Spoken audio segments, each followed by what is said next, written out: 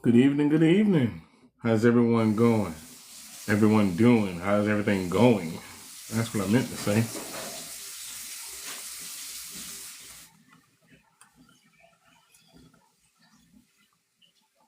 Just getting logged in here.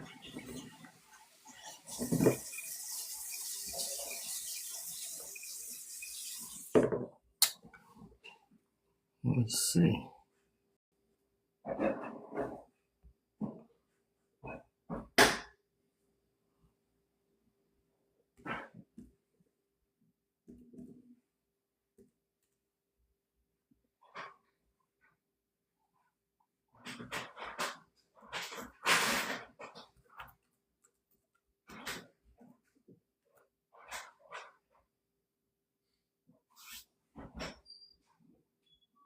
One, two, three, four.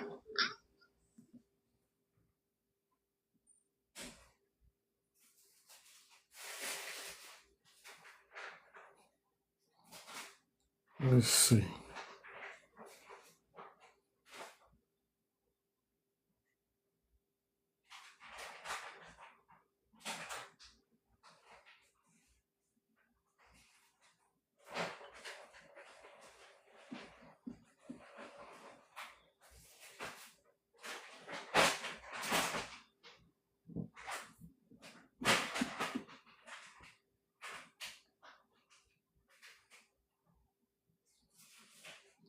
Just shooting this out to everybody.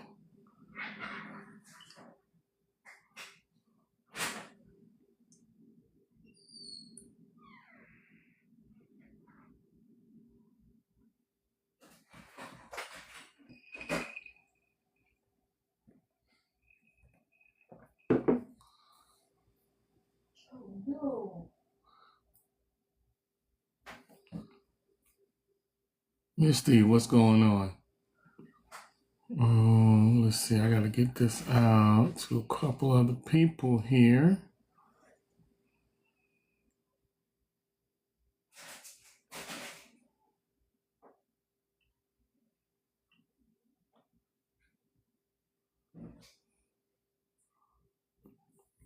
Yeah, let's get it. Let's get it.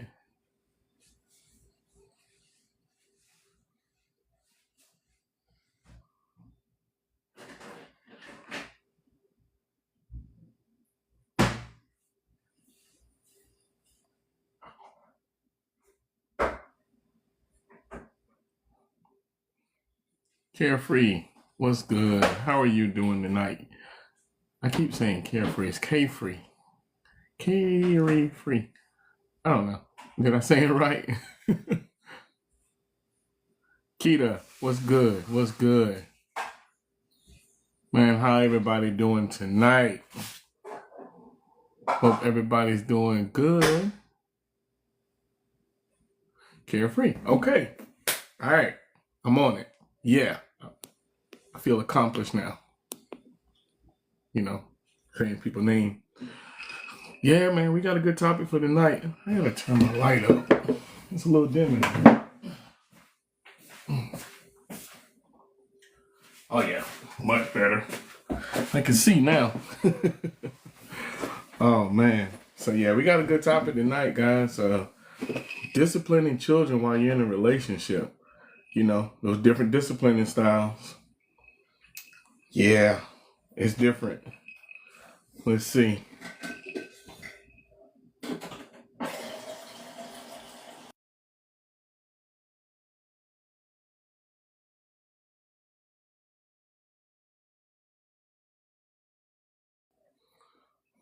What do y'all think about when it comes down to disciplining children while in a relationship?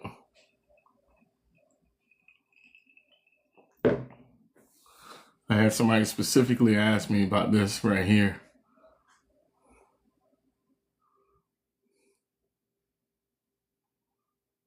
So I'm just sharing it out to a few people while we wait for some more people to come on through. How's everybody New Year starting off?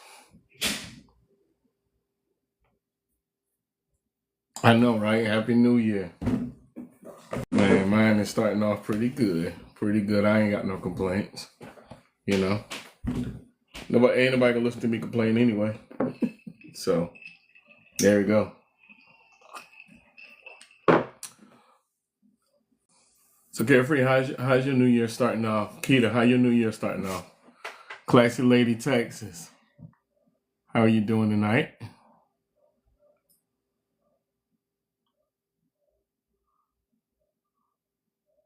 Barbara, how you doing tonight? Hey, I'm same here. Happy to be here because, some of us didn't make it. So just let me know it wasn't our time yet. So we just keep pushing. And so you guys grab your daily heart me, whatnot, like and share. Okay, Keita said not bad. Just got back to town, trying to get back in the swing of things. Look at you. See, I want to be like you when I grow up. I want to go out of town and be gone for New Year's and come back and have to figure out how I'm going to get back in the swing of things. Jealous.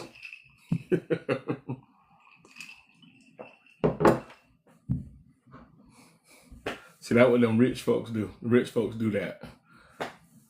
Right, where do we go? I want to know. Where we go? Let's all be nosy. With my little googly eyes. Put the eyeballs in the comments.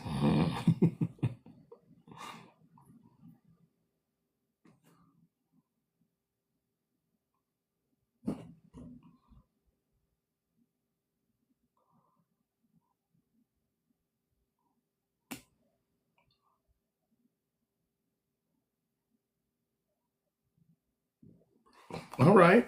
Yeah. I hadn't been down to Busch Garden in, oh my gosh, I know it has to be at least 25 years since the last time I've been to Busch Gardens. But I enjoyed it when I did.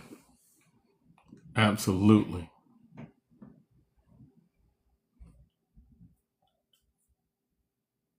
Okay. Nice. Nice.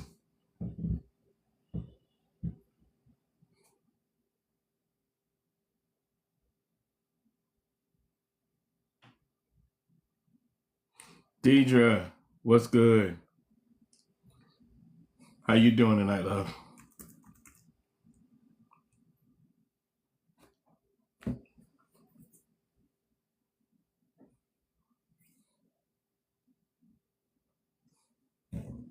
Lady E, what's good, sis? Oh no, what's wrong, Deidre? I know you wasn't feeling well the other day, right? If I'm not mistaken. Thank you for the heart, me.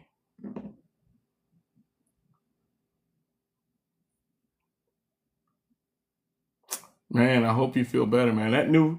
They got this new flu bug coming around, man. My best friend today, she called me. She was sitting in the house. I say, "What you sitting in the house for?" She was like, "Man, she got the flu, man." I was like, "Dang, man, that new strain of it is crazy."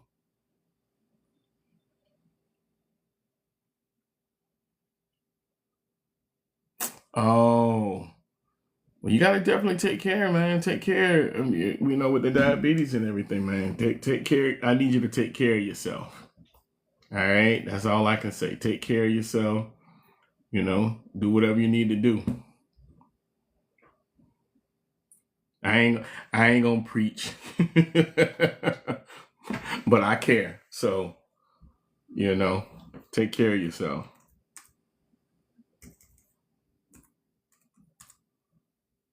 Oh man. Oh, you no more than welcome. More than welcome. Um,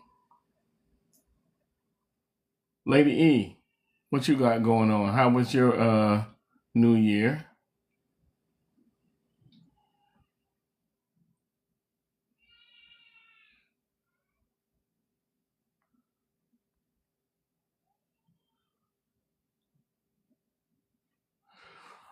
Oh, okay. Keita's back. Well, the topic for tonight is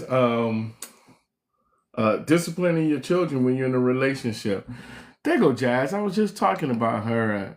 I literally was just talking about you. like it's that talking about that flu bug going around. I hope you're feeling better. It's funny, I was just about to check on her and everything. So gotta make sure all my people good, man. You can no, you can definitely comment. You can have an opinion. You know what I mean? You were in a think about it. You know, it's you get into a relationship, right? And you're in this long-lasting relationship. What does that look like? How does that look as far as, you know, the disciplining of everything? It is a tough topic. It is a very, very tough topic. That's why I wanted to hit it. You know, it was brought to me, you know what I'm saying, by somebody. And, you know, trying to really just gather, you know, what the panel and everything says. You know what I'm saying? Because it is such a hard topic. It is a topic that we honestly got to bring some awareness to, because you're talking about it's 2026 now. A lot of people got kids. You know, you start getting into these lasting relationships and all of that stuff. What does that look like as far as, you know, when it comes down to discipline? Is it oh, well, you can't say nothing to my child? You know, is you know, I'm going to run through a whole lot of stuff, because there's a lot of perceptions that is had. You know, one of the biggest things is, oh, I'm good enough to be in a relationship with you. You trust me in the relationship. Why don't you trust me? You trust me around your kids, but you don't trust me to discipline your kids when they're, you know, clearly doing something. You know, so I mean, it can definitely get some places. You know what I'm saying? So we definitely gonna jump into it. Right. So I mean, so that's one of those things where, you know, and discipline isn't always about the hitting part, you know what I'm saying, the spankings and everything. It's being able to, you know, sometimes it could be, hey, I need to tell your child was doing something or says something, and correcting them. You know, it's not always a physical thing, you know what I'm saying? But I'm with you. You know what I'm saying? I am Nikki. Appreciate the heart me. Thank you. Welcome in. Welcome in. You know, it goes deep. You know what I'm saying? It goes a few different ways, you know. But a lot of people avoid a lot of those conversations because they don't want to have to tell somebody what they can't do and can't not do. You know, it's just one of those things where people need to have conversations about it, in my opinion, you know. And I've been on both sides, you know what I'm saying, where you know, where I had to do discipline on both sides, on both ways, you know, because in matter of fact, it was what she asked me to do. Say, hey, I need you to handle that, you know, especially when it was dealing with a boy, a teenage boy, you know what I'm saying, getting out of pocket. Yeah, you know, it's she's like, yo, I need you to go take care of that. You know what I'm saying? Verbal correction is fine with me as long as we're in agreement with what she did was wrong. Right. You know what I mean? Coach O, what's good? What's good? Man, welcome in, everybody. Yeah, you know, so it just really depends on, you know, what that conversation was like, what you guys put up. You know what I'm saying? Yeah, man, what's good? What's good? We're in here about to get this pod going. Make sure you grab that daily heart me at the top, like and share, everybody. But yeah, disciplining kids when you're in a relationship. You know, here's another crazy part about it. Thank you for the heart me. You got people that are in marriages and their disciplining styles, according to how they was raised, can be different. You know, a lot of people will avoid that type of conversation because, yeah, you know, it's one to look at. You know what I'm saying? So we're gonna let a few more people roll in right quick. We're gonna get started, man. Anybody want to come up on the panel on this one, man? Because this one is gonna be this is a real one right here.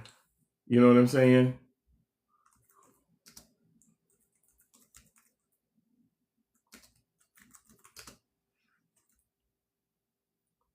Anybody that feel, got something they want to share with it, that definitely want to hear everybody's opinion and everything. Like I said, I have, man, I have seen it on all different lights, different ways. I've seen it where, they're only allowed to do certain things. I definitely want to have some folks on here. I want, definitely want the opinion of people who have kids and people who don't have kids, because ultimately it will affect you. You know what I'm saying? Because if you get into that relationship, what is that going to look like? Are you going to be in this relationship and this child just going to run over you? You know what I'm saying? Gonna run you over and just, you know what I'm saying? You're a whole adult, but this child is running you because the other parent is not allowing you to say anything or do anything. Y'all have, for the child. When the child is getting out of place, what does that look like for everybody? I'm curious. I know, Keita, you know what I'm saying, dropped her jewels. You know what I'm saying? What else everybody in the chat thinks?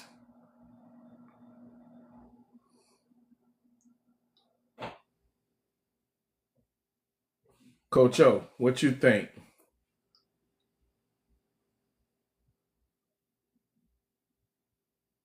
Deidre, what you think? Let me shoot this out there. KK. Oh no, you good. I'm just going on from the topic. The topic is disciplining your children while in a relationship or a marriage, because you can have kids with somebody and your discipline styles are still different. You know what I'm saying? So just kind of getting a little highlight. What that, how you align with that particular topic. Because one thing I want to highlight, the biggest thing is, when it comes to disciplining children, it isn't just about correcting behavior.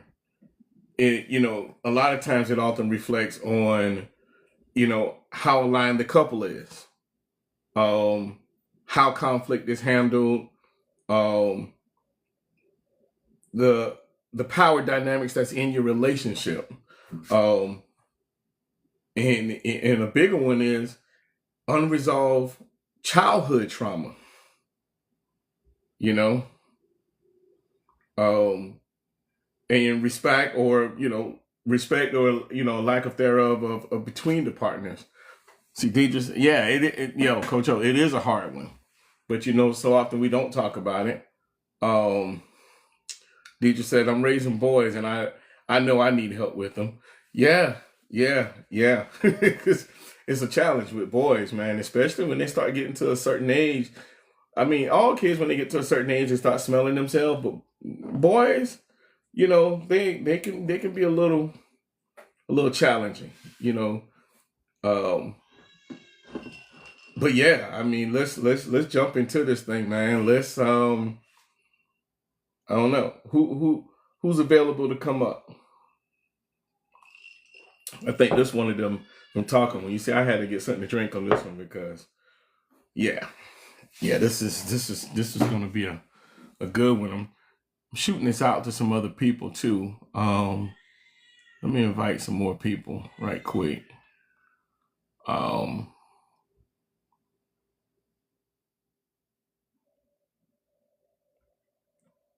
Let's see.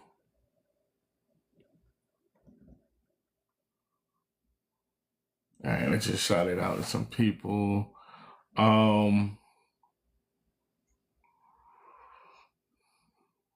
Let's see. Oh yeah, Rose. Let me shoot at the Rose right quick. Nikita, welcome in.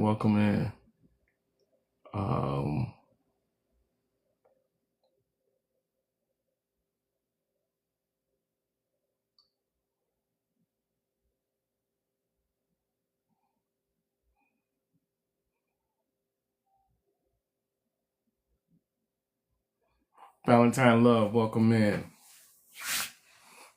Living the nurse life. Welcome in. Welcome in. Everybody, welcome in. Let's see, Coach O, you gonna come up? All right.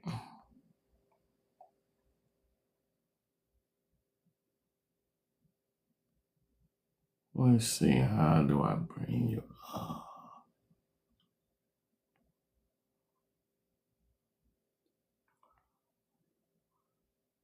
Okay, you got like 20 minutes. All right.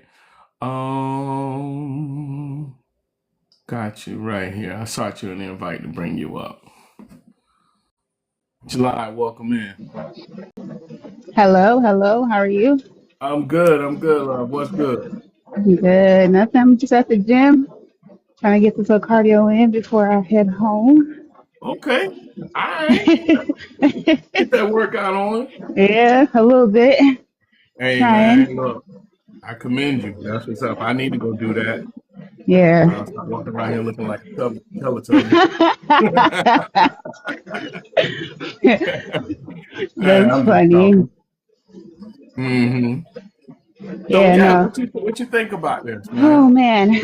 Um, well, wait, first of all, is it too loud in the background? No, you're good. Okay, perfect. Um, I'm not married yet. By the grace of God, I will be, but I just think if there's both parents or two people who have different styles of punishment, there has to be a compromise. Just like in any type Hmm. of relationship, when there's a conflict between the two, there has to be some type of compromise. So I feel like both parents have to come to an understanding and understand why each one wants to, you know, quote unquote punish, the children in that way. Explain why they think this is good and Hmm. why it will work and everything. And then I think it has to come. There has to be a compromise at the end of the day because you can't just have one person, you know, one parent or one person doing some type of punishment and the other person is not going to like it. Now it's going to cause conflict between y'all. Now, going to be issues with the children.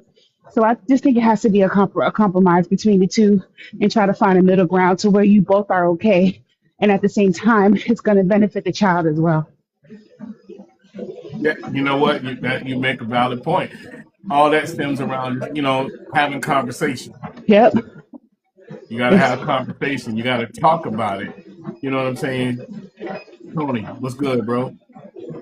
That's the one thing that people like. They don't always want to communicate those things. They just figure it's going to be how I said it, and that's how it's going to be. yeah. And that's why the child would. That's why a lot of children will end up manipulating the parents. Yep. They are very good about manipulating the parents because they know which parent is going to do what. Yep. So you got to be Exactly. on the same page. Yep. You Got to be have on the to. same page. And I think, Even go ahead. no, I was just saying, a lot of people before they even have kids, they don't have this conversation. You know what I mean? Hmm. And then they have kids, and now one person is one way, the other person is the other way, and it just doesn't work. Now it causes all types of problems and issues, and so yeah. Yeah, absolutely. It's amazing what a conversation will do. Oh, absolutely, yeah. And It clears a lot of things up. It makes you it be like, does. oh, okay, I understand why, or you know, and then coming from two different backgrounds, it can be two different cultures, you know, age, all of that makes a difference. Oh yeah. Age plays a big part. Yeah. I'm not sure how old you are, but I'm a Gen X, Hmm. and being raised by a baby boomer is different than, in my opinion, of how um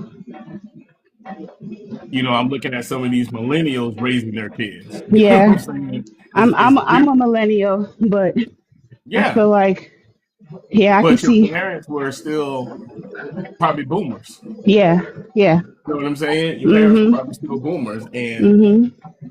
yeah, it's still a difference. You know what I'm saying? You Yep. still got the the what you were taught was that it's still the old school. You know what I'm saying? Yeah. Um, Definitely, especially being from like my parents are from Nigeria, so it was oh yeah, yeah, a lot of yeah. whoopings, a lot of um punishment would be like we'll have to be on our knees and facing the wall, hands up. duck walks, a wall sit, all of those things. It was those kind of Woo. fun. Yeah, it was I get on what you're top of saying. the That whole whoopings. cultural difference Yes, is on top of the crazy. whoopings. Yep, exactly. Oh my God. Yep. I used to think it was bad. I had to go and stand on that wall and hold my hands out. I had Uh huh. and got a Yep. whooping. Matter of fact, Yep. I got the whooping of everybody in the neighborhood when I was growing up. Oh, you did something? Got a whooping from everybody. It was a village. So, Yeah. Yep. but So yeah, yeah, but communication definitely needs to be had. Definitely. yeah, communication got to be had Mhm. because so like number two is different parenting styles. Same goal, Yep. right? You got somebody who's going to be the authoritarian, right? Mhm. Mhm. Versus the permissive, versus the balanced type of parenting. Like there are so many different styles that can transpire when parenting kids. Yep. You know, now it's very. I'm not. I don't know. I don't really know if to say if it's rare. I just can only, associate it with relationships I've had. It was Mhm. rare to have two parents who had the same type of style. Yeah. You know what I'm saying? Now I've Yeah. had like I would say one, a previous marriage I had, we were on the same page. It was like, oh, this is what we need to do. So it was refreshing. Mhm. you know, it was, hey, that child need to get a spanking, that child need to get a spanking. Yeah. That's what it Have you was. have you been in a situation where and it doesn't have to be like a punishment, but have you been in a situation where the other person was just like, no, I don't want to do that, or like when Somebody, it came to the yes, children? Mhm. I was when I had somebody I was dating. Fortunate, everyone, because I've been married before, Mhm. people I've been married to before, we've been on the same page as far as that whole discipline and like, all right, you need to go in discipline. You did like they understand because at the end of the day, the conversation was, I know my child and I know what my child will and will not do. So Right. if you came to me, if I see my child did this or my child went to school and did this, yeah, we're gonna have a conversation, but there's still gonna be a consequence behind Mhm. what had happened. I'm not saying that it was always gonna be a spanking. It could be taking away this or taking away that, taking in consideration the age of Mhm. the child, Yep. but that don't go too far either because I mean, to this day, I'm almost 50 years old. My mama still will tell me I still whoop you. So don't get it twisted. So I And look, she letting you know who run you this. know who runs it. You're So not finna be disrespectful to me. right, right. Thank God I was never one of those kids that was just disrespectful like that. You know what I That's mean? So good. never had Yeah. to go back and figure out whether she really was telling me the truth or not. The truth or So, not, right. but I'm kind of sure she would. Yeah. um, the other part that comes into it when we're talking about like the cultural differences or Mhm. how someone was raised. Mhm. How someone was raised is probably one of the biggest problems because two Yeah. people, you got people who grew up two-parent households, so they got the disciplining style of both parents, as opposed to somebody who grew up as a single parent household, and they Yeah. got that particular discipline style. And I think a lot of times both sides where they go, I don't want to discipline my kids like I will. You know, Mhm. um, yeah, you know, Yeah. I'm trying to think. Trying to remember growing up. I believe both my parents were. They disciplined us about the same. hmm But I think my father. Hmm. I think my father was a little bit lenient on us, maybe on me because I was a girl. I think, but I still do remember him giving me punishments and whooping me and stuff. But I do believe my father was just a little bit lenient, and I just think because I was, a little girl, so he had a little heart for me, yeah, yeah, But I wasn't a bad girl at all either. Just maybe not listening or, the little things, not following directions in the house, cleaning up or etc.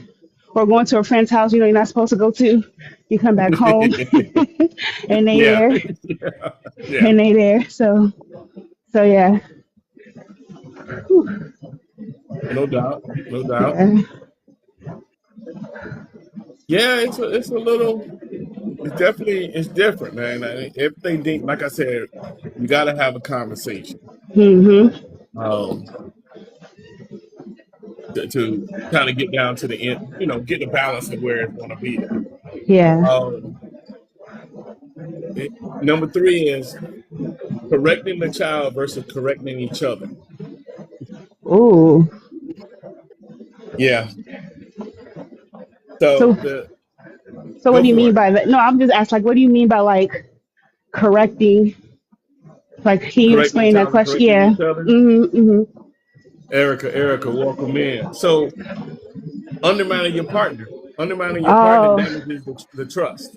yeah. You know what I'm saying? When you undermine Yeah. your partner when it comes to disciplining children, you know.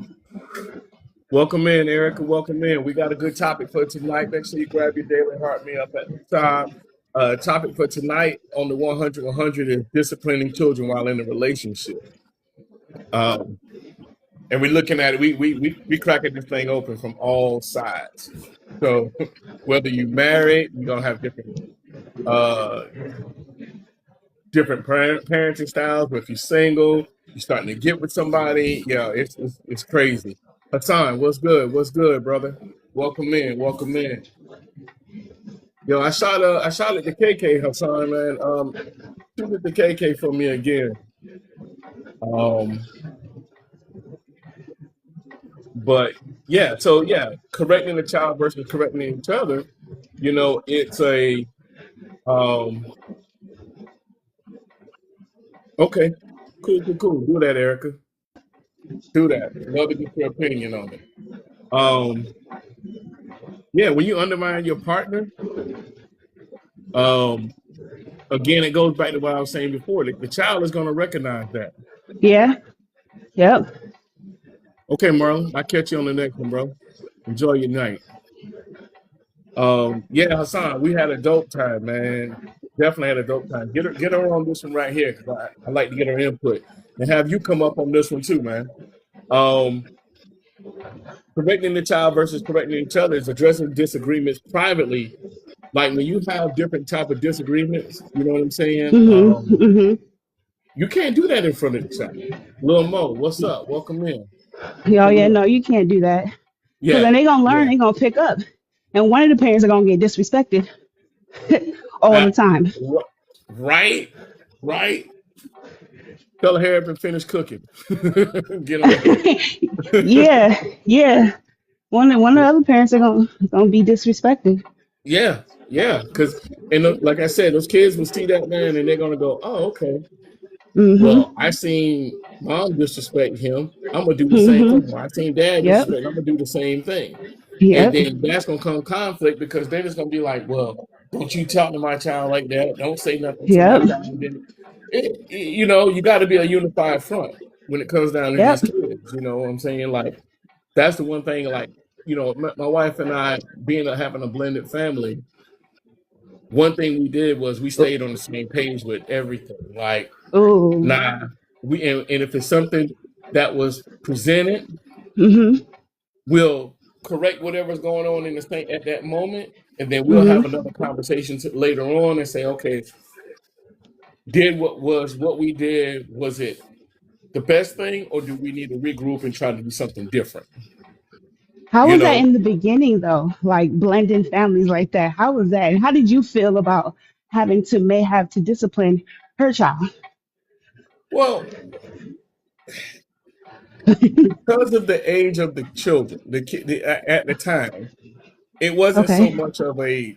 It was more of a conversation I was having with them. You know what I'm saying? Like, Okay. yo, they're already like 17, 16, 17 years old. It's like, yo, man, do you really think that was the right thing to do?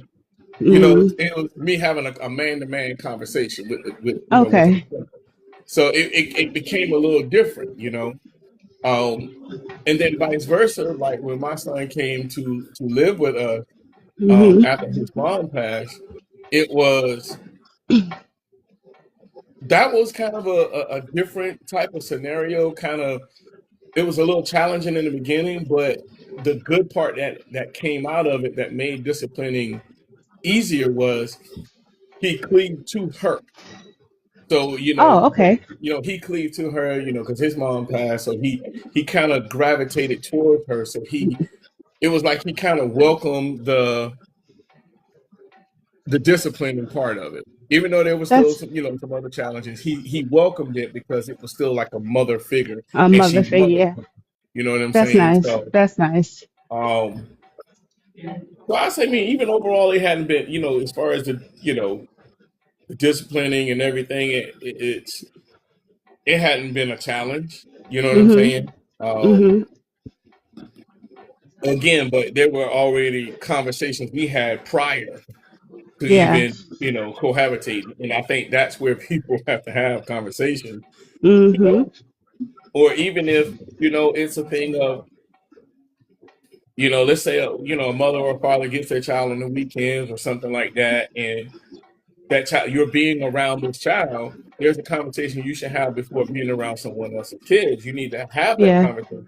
It's not saying that you're trying to step in and be stepmama, stepdaddy, but you need to step in and know what's the dynamics like. Yeah. Lil Mo, what's good?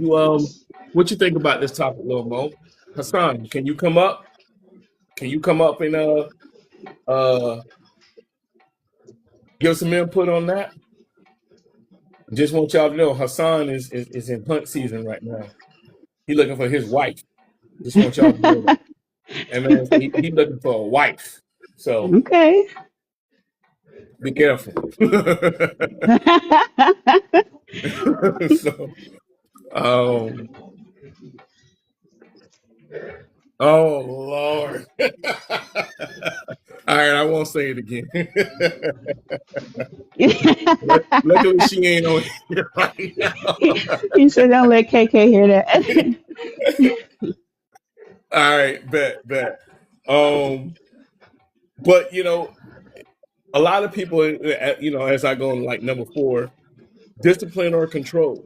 The difference between Mm, teaching and punishing.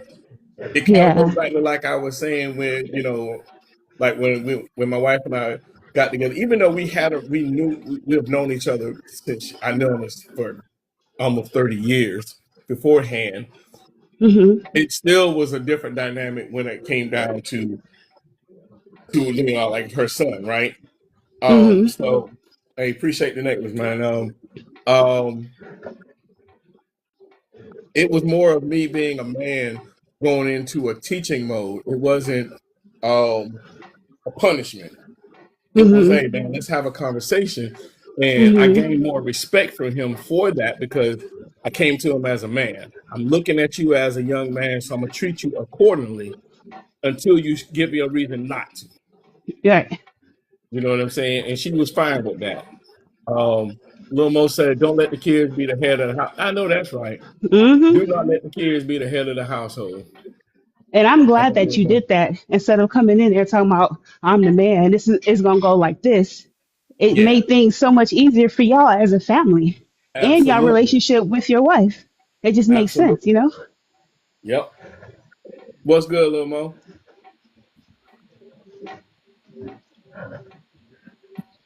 Lil Mo, you good? You're up on the panel. I don't know if you know you're up there. What's up? What's up? I'm like, she over here typing. I'm like, she don't know she's up there. Hey, you already know. You already know. Hey, only thing I can say is always you and your wife stay on the same page. Don't let the Hmm. kids be the head of the household because one day them kids gonna grow up and guess what? They gonna leave. And so what? You're gonna leave your house and Yep. then you and your husband came into a relationship and now y'all on different pages and now what? Y'all split up because what a kid did or what a kid said. Hey, I'm Right. in this position. I'm married to a man that had a blended family, but only thing about it, me and my husband stayed on the same page. I have a son. He has 4 kids. But guess what? That can't no kid come between me and him relationship. That's all I can say. Stay and pray up together. That's what. That part. They prayed up Yep. together. Like we all said in the beginning, it's all about having a conversation, Right. Yep. you know. But here's another part, right? I'm curious. Since we're talking about disciplining kids and everything, how long into the relationship do you guys think it should take before someone meets the other child? Ooh. I'm saying this part here now to get Ooh. to the point of the disciplining part. How long do you think that should take before you even meet the child? Well, in my relationship with my husband, it took me 6 months for him to meet my child and 6 months before I met his kids because I wanted to make sure that this is what we wanted, not just Hmm. bring my kids around. I don't bring my son around people that I know that it's just it's just a conversation with another person. But with my husband now, it took me 6 months. And so Okay. therefore, when it took the 6 months, right off the 6 month, my son and him got along like they already knew one another. Yeah. And I Yeah. mean, Yeah. it takes time. I mean, it all depends on the relationship that you and that person have. Mm-hmm. How long? Before How long did it take for you to tell your son about him? Was That's that six about months. the same? Oh, okay. So they both. It was Yep, about the same for both. Okay. it was the same for Okay. both. okay. Nice. Yeah, Hassan says 7 months. Okay. But yeah, I think he said I got a lot to say about it. Look, man, look, whenever you let me know when you're free, so you come on up, bro. Um, I think I don't necessarily think it's a specific time frame. I think it's one of those things that you have a conversation, and I mean you pretty much know if this person is going to be somebody that if you're spending so much time with this person and you realizing that I'm really enjoying this person and all of these things, in my opinion, if you know. Now, does that mean that life can happen and still doesn't? Yeah, it can. Um, but I'm curious now. So the other part I'm curious about is there a specific age that makes a difference of the child? Mm, that's a hard one because when I met my husband, my son was 7 years old. So it's Okay. like we grew together. All of us grew together. Um, Mm. so I can't say sometimes it's hard when the kid is older because they got in their mind that man is not my father. He doesn't tell me what to do, but they don't understand that that man's going to be taking care of you and your mom. So Mm. it's kind of hard with these kids that had these mentality these days that they grown and the other man don't take care of them, don't tell them what to do. But in reality, if that man is staying with you and your mom, he's taking care of you because he's keeping a roof over your head. So Facts. these young kids these days, it's hard. It all depends on how the parent raised that being a single parent. So I can't Mhm. say it's really hard. Like I say, my son was 7 years old, and me and my husband now together been together 27 years. So Wow. I mean, it's like my son right off the bat called my Yeah. husband his dad. Yeah. Yeah. So No, I mean that's and I think that's pretty dope. Especially when you at that young age. To your point, 7 years old. You know, not getting in your business or nothing. You know what I'm saying? But when you look at whether his bio father was in the picture or not, and if he's 7 years old, he realized that his bio father wasn't there, so he definitely cleaved to your husband. I mean, that plays a part. You know what I'm saying? Yeah, just get it. Oh, um, that definitely plays a part. Or like I said, I look at my situation where Lady Truth, welcome in, welcome in. I look at my situation where with my son losing his mom, you know, there was a sense of himself wanting to fill that void. So he understood, even though it was a challenge, that if this woman comes in and steps into this role, there's going to be some discipline type situations going on, and I got to be okay. He has to be okay with that happening, which he was. You know what I'm saying? So, yeah, it's different. It's very, very different. Vinny, what's good, brother? What's good, man? Topic tonight. Welcome in. Make sure you guys like and share. Grab that daily heart me. Disciplining children while in a relationship. You know, what does that look like? Is it something that's allowed? Is it something? How do you guys navigate that within the relationship? So, drop your comments in the chat or come up on the panel. I got Coach O and Little Mo up here dropping some stuff. Number 5, the blended families and step parent discipline. So we kind of touched on it, but now let's dig into it. Who disciplines and when?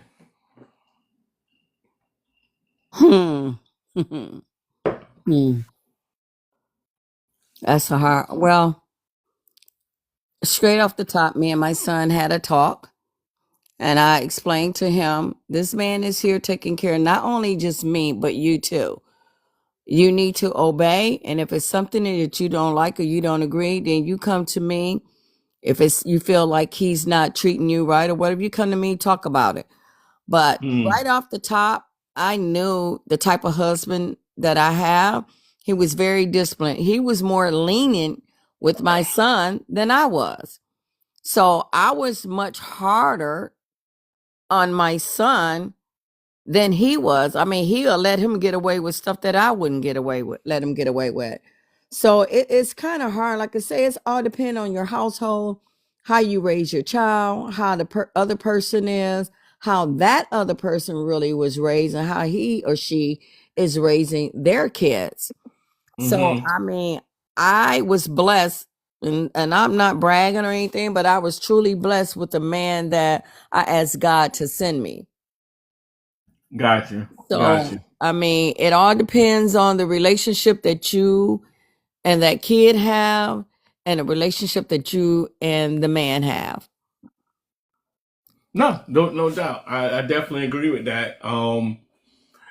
And I laugh when you said, yeah, he was a lot more lenient, because that was how I was, in the past. I was more lenient because, it was coming into the family aspect of things. It was like I was trying not to step on toes and try to still be the fun person, the good person, not the, I'm so used to being the disciplinary person.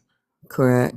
I'm now can step into a role where I don't necessarily have to be the disciplinary person. I can kind of let mom do her disciplining, but I can be the enforcer behind it, but not necessarily the person who actually putting on the disciplining. I can enforce it in a different way. I can say, hey, look, you know what you did was wrong, right? And your mom already said it. So, why not let's just go ahead and do it this way. So you don't have to hear her mouth, and I ain't got to hear her. You know what I'm saying? That's right. That's I don't want to hear her mouth. Let's keep it peaceful in the house, yada, yada, yada, and keep it pushing. They'll be like, okay, I got it. So roles definitely flip. Roles can flip. Oh, yeah. Coach O, take it easy. I hope you had a good workout, Ma. I hope you had a good workout. Catch us on the net tomorrow. I got one coming up tomorrow, too. All right. Yes. Number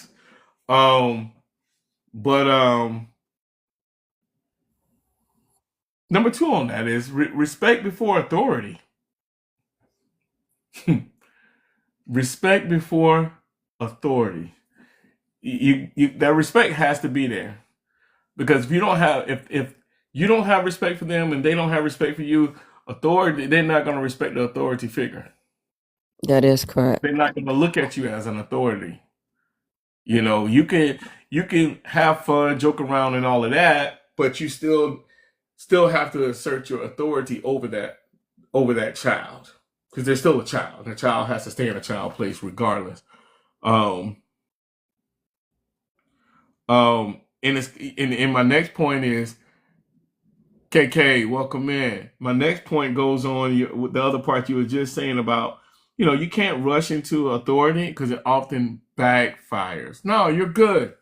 Come on in. Come on up. We got a good topic coming on. Appreciate the heartening. Aces, Jones, what's good? What's good? Welcome in. Let me let everybody kind of roll in a little bit here. We're gonna have it definitely gonna get KK up on the panel. Yo, y'all gotta check KK out. She has a very, very interesting panel of I'm gonna say chat type of pod that she has as well. I feel like it's like 21 questions, you know what I'm saying? It's dope. You know what I'm saying? I was on there last night. She goes live on Tuesdays and Thursdays. So definitely you guys check out. It's boy. You can't rush that authority. That was kind of where you were saying, like, you can't run into it going, yeah, let me go run and be the authority figure. No, it's gonna backfire every single time. It's gonna backfire every single time, and you're not gonna get the level of respect that you want. Let's see. Let me shoot this out to a couple more people. And anybody that want to jump on the panel, man, definitely give me your opinion. The topic for tonight on the 100 is disciplining your children while in a relationship or marriage. So,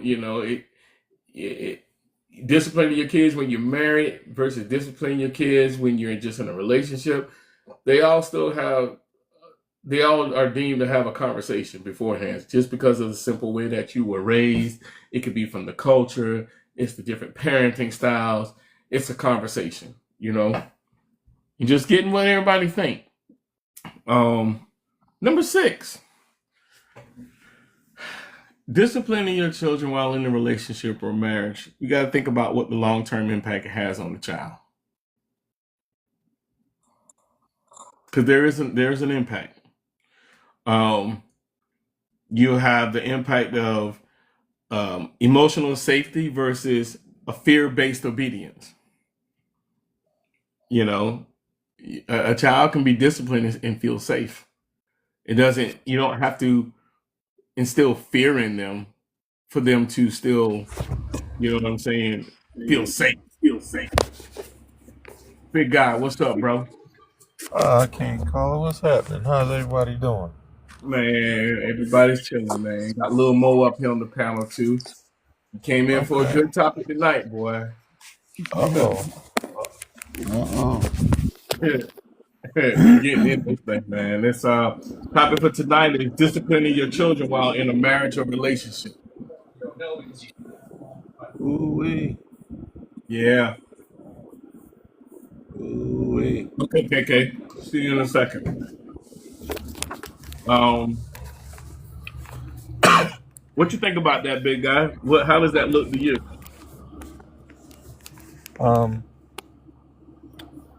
Well, my ex-wife and I guess we really didn't have that problem because our niece/daughter was so much older, and she wasn't in the house. She did live with us for a little while, but what I have seen is, certain people say, well, don't chastise my child or don't say that. I'm like, oh, whoa, that's pretty tough when you're in the same household.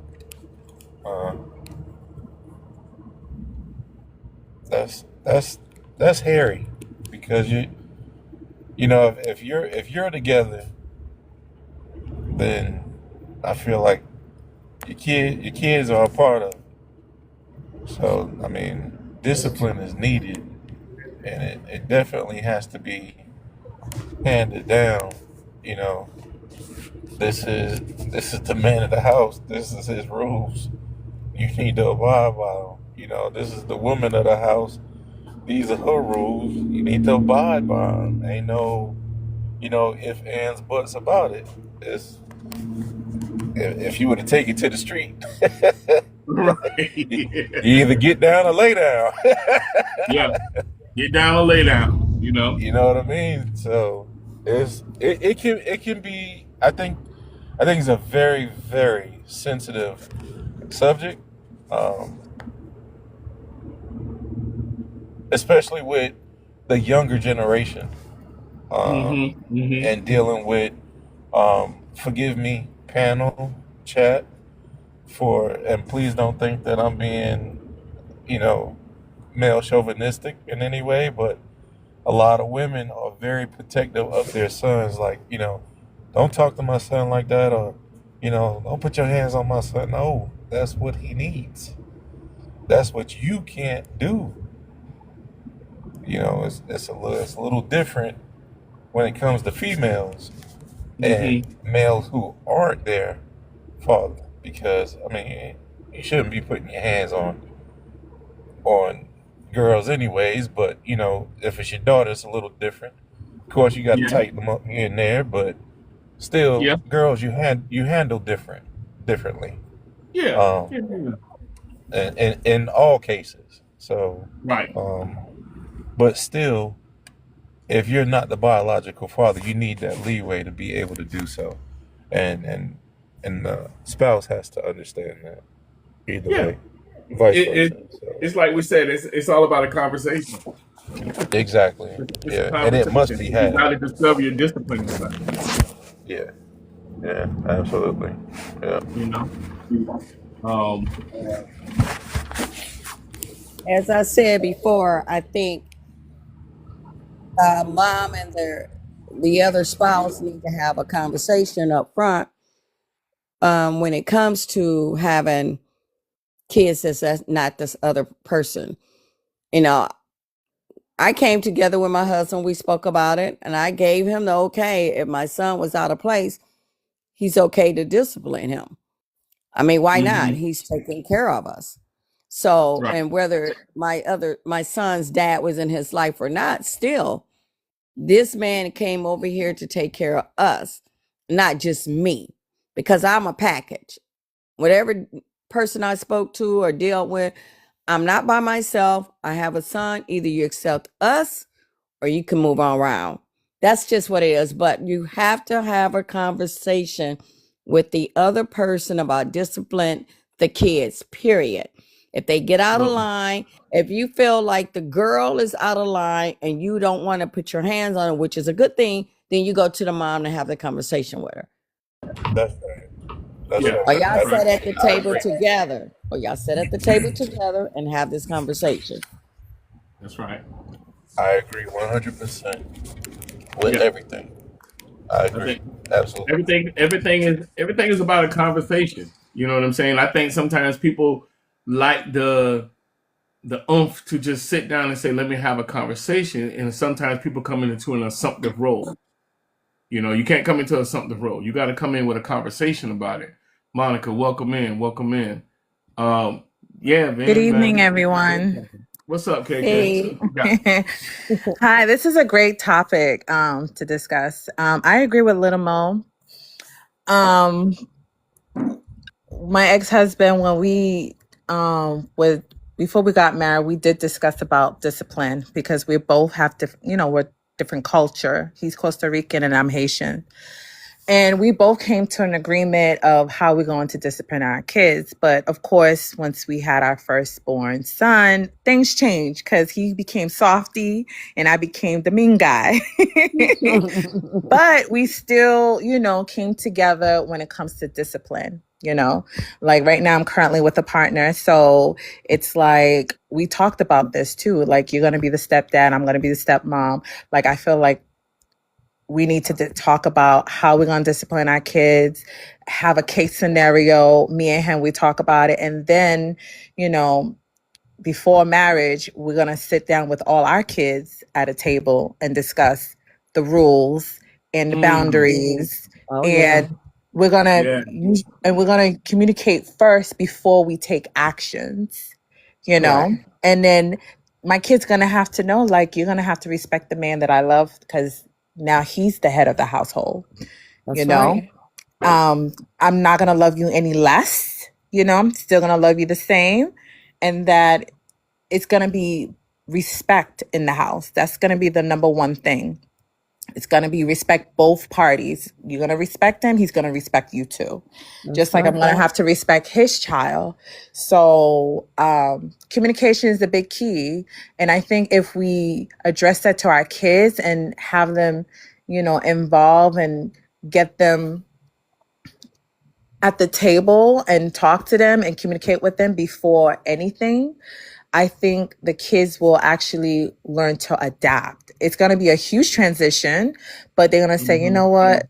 I respect my mom and her new man. And, you know, like they actually talking to us and they're asking us about our opinion. And, you know, we just have to respect the rules in the house. So, Mhm. yeah, I think that will be a great way to start off. Mm-hmm. No, That's I right, like JK. that what you said. You know what I'm Oh, saying? yeah. Bringing everybody to the table. Let's just rip the band-aid off. Like, look, this is what it Yes. is. You know, so Yes. man, I love that. I really love that. You know, I think that's probably one of the things that, you know, the struggle in a lot of relationships because people don't do that. You know what I'm saying? Don't sit down and say, look, this is what it is. You know, I think you can do that just for about almost any age. You know, at least to an age where when they can understand. Yeah, I think that's a conversation that you definitely have. Um,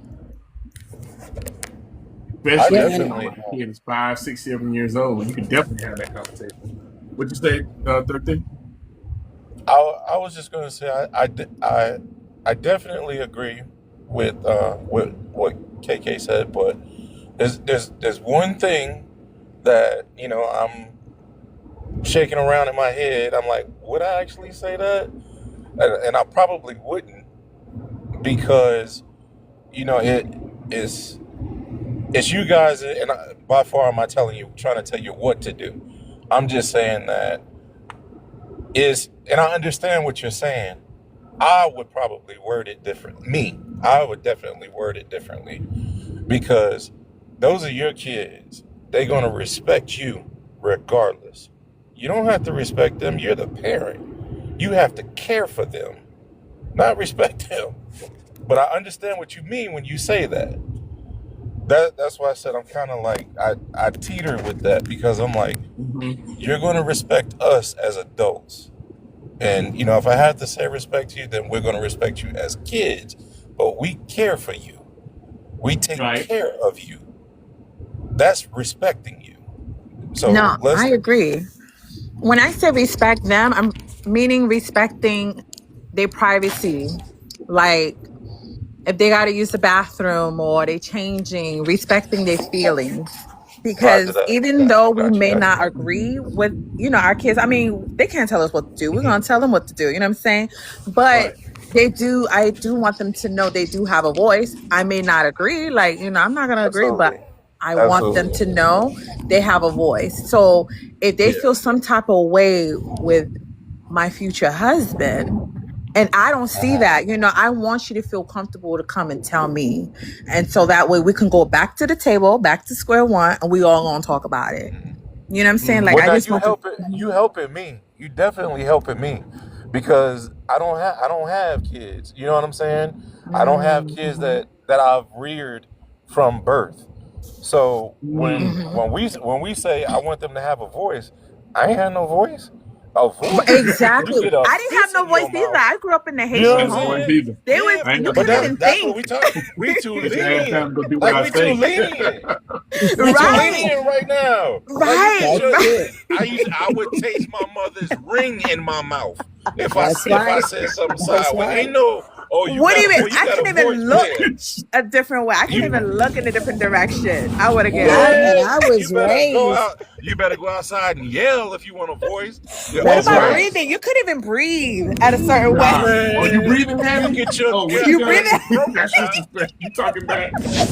Yeah. Oh, of And I course, was I tell I you was what, you raised better by a take you and your stepfather. little voice and go sit in Hey, that Mm-hmm. corner and listen what I got to say before I chop you in your yeah. throat. How about That's that? right. I was So raised by a listen, stepfather.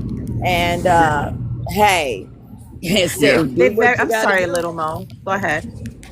I said I was raised by a stepfather, so I understand the kids these days that have dealing with another spouse coming to the household because I was raised with Mm-hmm. one. But that man hmm raised Yeah. me and my Mm-hmm. sister now from when we was 2 years old. So we didn't have a problem with him and he didn't have a problem with us. He loved us like we was his natural born kids. But these That's right. kids these days, Yes. it's something Yeah, they in their something now. mind. Mm-hmm. It's Yeah. something in their hmm mind is ticked. I don't know if it's social media. I can't blame that on them, but my God, my God, my God. It's Yeah. something in these kids' heads Yeah. that these other parents just don't Yes. see I or don't know don't what it is, communicate man. with it. But They're man, very if you Yeah, sensitive. They're yes, very yeah, too yeah. outspoken. They think they know it all. yes, They're too They sheltered. entitled. These kids yeah, these like days, they Entitlement. they really entitled. paying the Yes. bill. Like they paying some Entitlement. bills around here. No, you Yeah, ain't paying no bill. Exactly. You And not and yeah. paying and the when they bill. can't handle pressure, the first thing they think about is suicide. Oh You yeah, know what I'm saying? yeah, That's the Yes, first Yeah, thing that's they really, think really, about. really sad. Yeah. And it's it it's is. really It is. sad. And I keep telling my kids, if you were in my time, you wouldn't survive in oh 10 no, minutes. You wouldn't even oh survive. no. Right. No, no, Nah. no. I used to tell Well, my one, son that they gonna if my pass. They gonna grandparents pass. was here, if your grandparents was living today, baby, your ass would be sorry. Your ass have been knocked on that damn ground, buried some damn where. I'm That Right. sorry. part. I'm Right. sorry. Well, I'm they Yeah. wouldn't sorry. make See. it anyway. As soon as you take their phone or the battery die, they gonna pass out Oh, anyway. Yeah. That's world is so so weird. true. Let's see. Vinny P That Man. is said that so sounds good, true. but can that always be consistent in the moment? Sometimes we are reactionary in the moment. Yeah, I get it. But KK, please don't take that. Please don't take what I said as me trying to tell you what to do. I No, no, just no, no, no, made no, that no. statement because yeah, we ain't had no voice. No, no, No, exactly. we We ain't didn't doing have no voice. And right now I have like two teenager boys and they totally different, the opposite. I have one that isolate himself. He doesn't talk. And then the other one, he's very social butterfly, but very, very sensitive. So it's like Mhm. I'm still trying to learn how to talk to them and communicate with them. They're not disrespectful kids, but they're Mhm. very, sensitive. It's a new generation that I'm trying to adapt Yeah. because because I'm not trying to cater to them or kiss their ass. No, I'm still Haitian mom. I'm still gonna be tough on them, but I don't want them to shut me out. You know what No, I'm you saying? don't. So, You don't. You Marla, you don't. remember our conversation last week, or when we had hmm that conversation about that with Yeah. raising boys? What? So I want to pose this question to you. How based on our last conversation, how would you tell KK, or what would you tell? I think I know what you would say, but what would you tell KK right now on how to handle that by her saying, one is sensitive, the other one is just kind of, he shuts himself off. How would you tell her to handle the one that is sensitive? What would you say? See, off top, my main thing is again, I don't know what KK situation is now. I'm Right, not right, I'm not, what I'm saying, pushing anything in that direction. One of the right. things I would say is make sure that if it was me on the other side, it would is there a man present, Mm-hmm. a constant male figure, not necessarily that it's your spouse or something like that, but is there a male figure present Mm-hmm. that can help you navigate through that with them? You know what I'm saying? Because a lot of times with boys, they won't do certain things with their mom, but if they have a close male presence of someone, they are Mm-hmm. more likely to talk to that man if he's the right person. You know what I'm saying? Somebody that you trust. If they know that you trust them, they're gonna cleave to him. You know what I mean? That's what I would say in my opinion. Again, I'm not a therapist. I'm just a man who's been through some things. Mm-hmm. Um, I would definitely say for the one that that you, I would want to understand when you say sensitive, like what do you mean exactly by sensitive? Let me back up Yep. real quick. Yep. What do you mean by Yeah. sensitive? What do you um mean by sensitive? all That's right, right. first and foremost, they do have their father in their lives, but I feel as if he's not being tough on them. Like 100, like I would say he's there but not present, like the way a father should be with a son.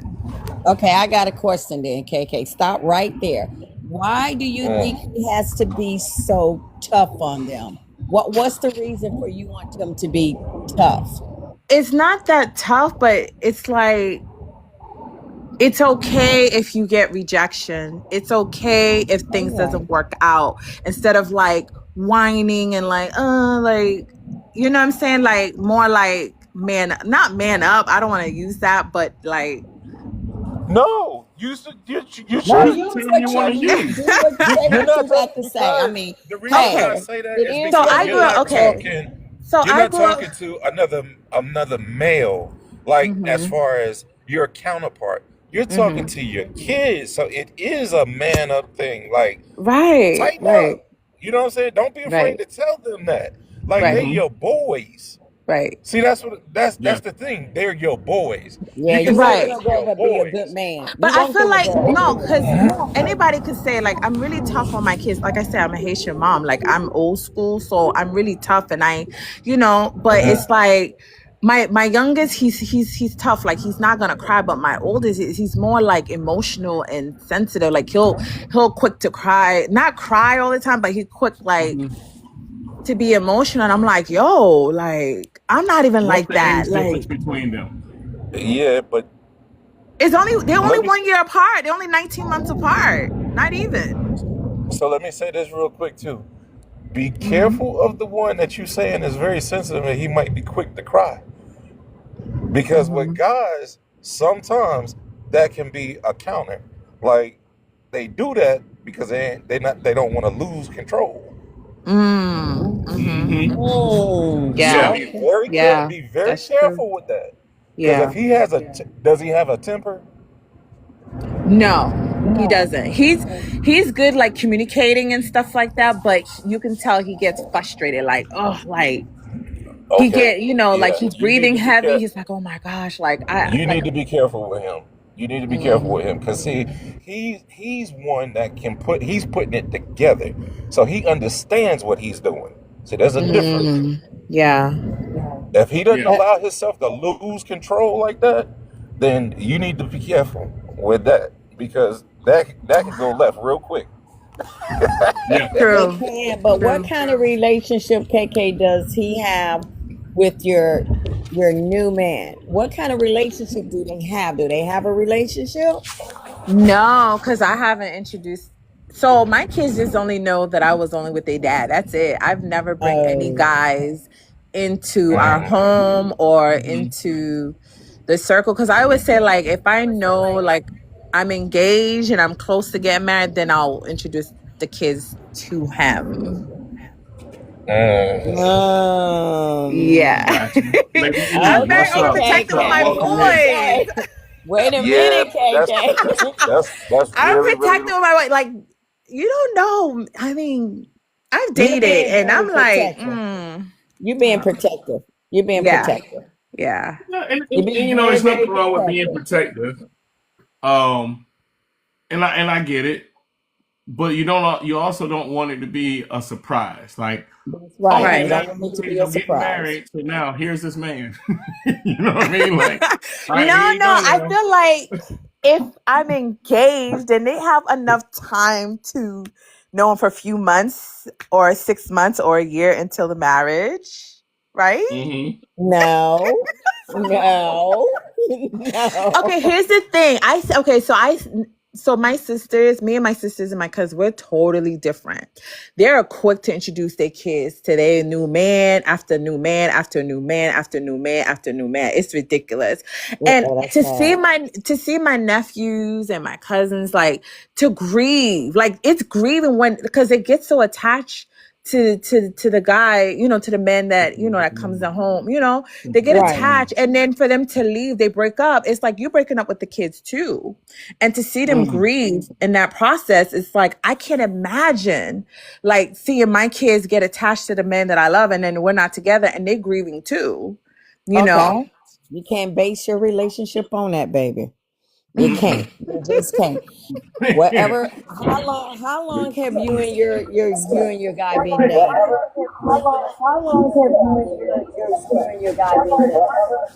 Like I would say 3 to 4 months. It's Okay, you fresh. still It's new. okay, it's still fresh. You right. Okay, give it a couple of more months, you Yeah. good. Then Yeah. it's time maybe you just gradually introduce your kids to him, but you're still fresh. You like me. It took me Yes. 6 months. It took me 6 months before I felt in my heart that this is the man that I love. So Right. Okay. yeah, you're still fresh. You take time, but don't ever base your relationship looking at your sisters, your cousins, or whatever on how they doing. Don't ever look at it. Just say, Well, hey, I don't want to wait, be that way. I missed it. I missed it.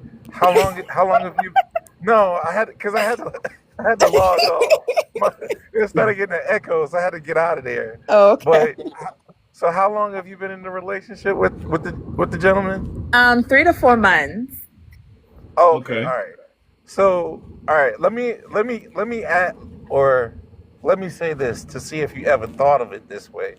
I did hear you talk about, your sister and your cousins and their kids, and I get that for sure. I definitely understand it.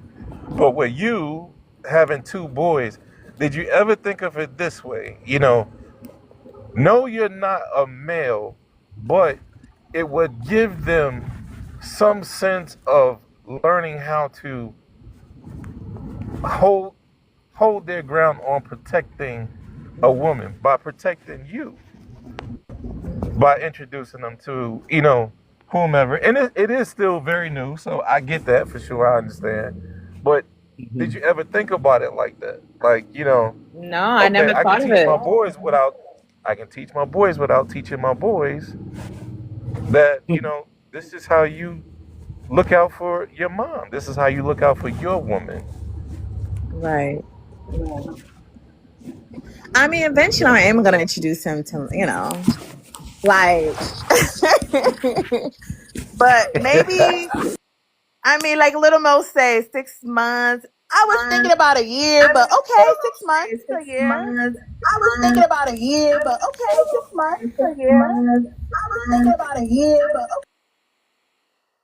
Hmm. Yeah. Yeah, it's tough because I am overprotected with my boys, and I'm really, Yeah.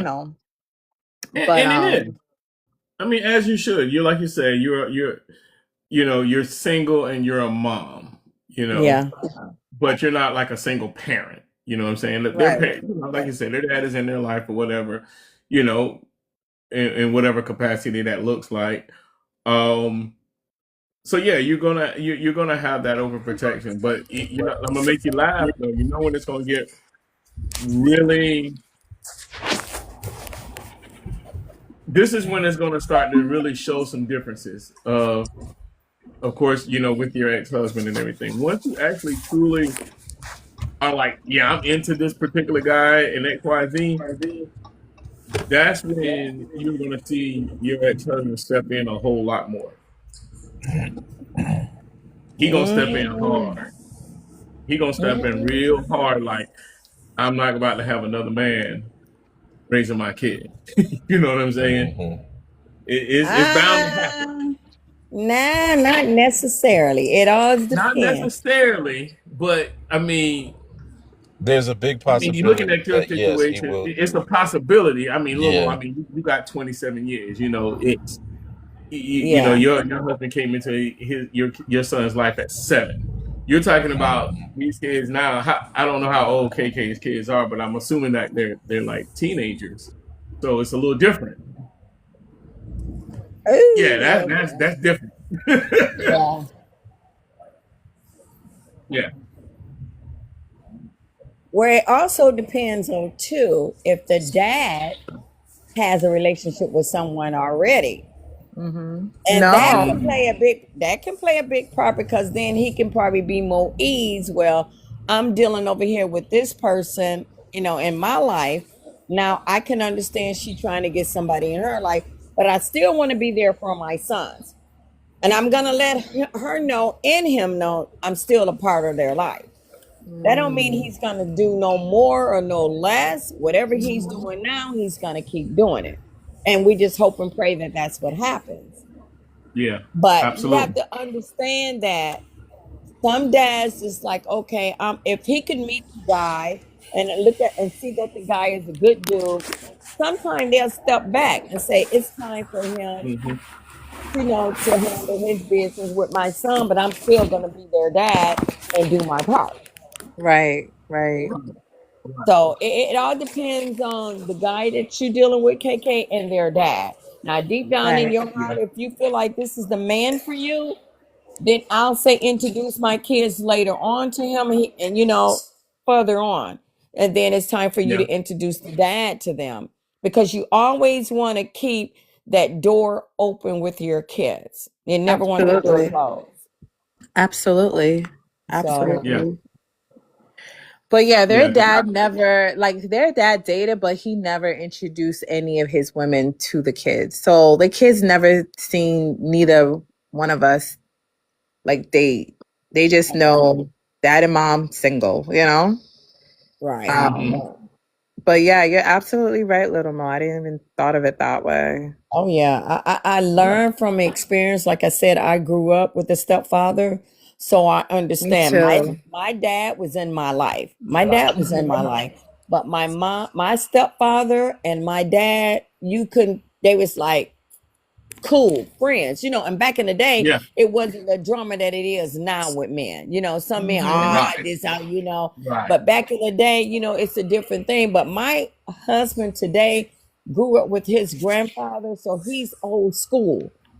So I was Mm-hmm. lucky to get a man like that. But some of these men these days, they think they the king of the castle, that what goes this and this and that. No, you have to understand. Look, these kids has a father, and their father is in their life.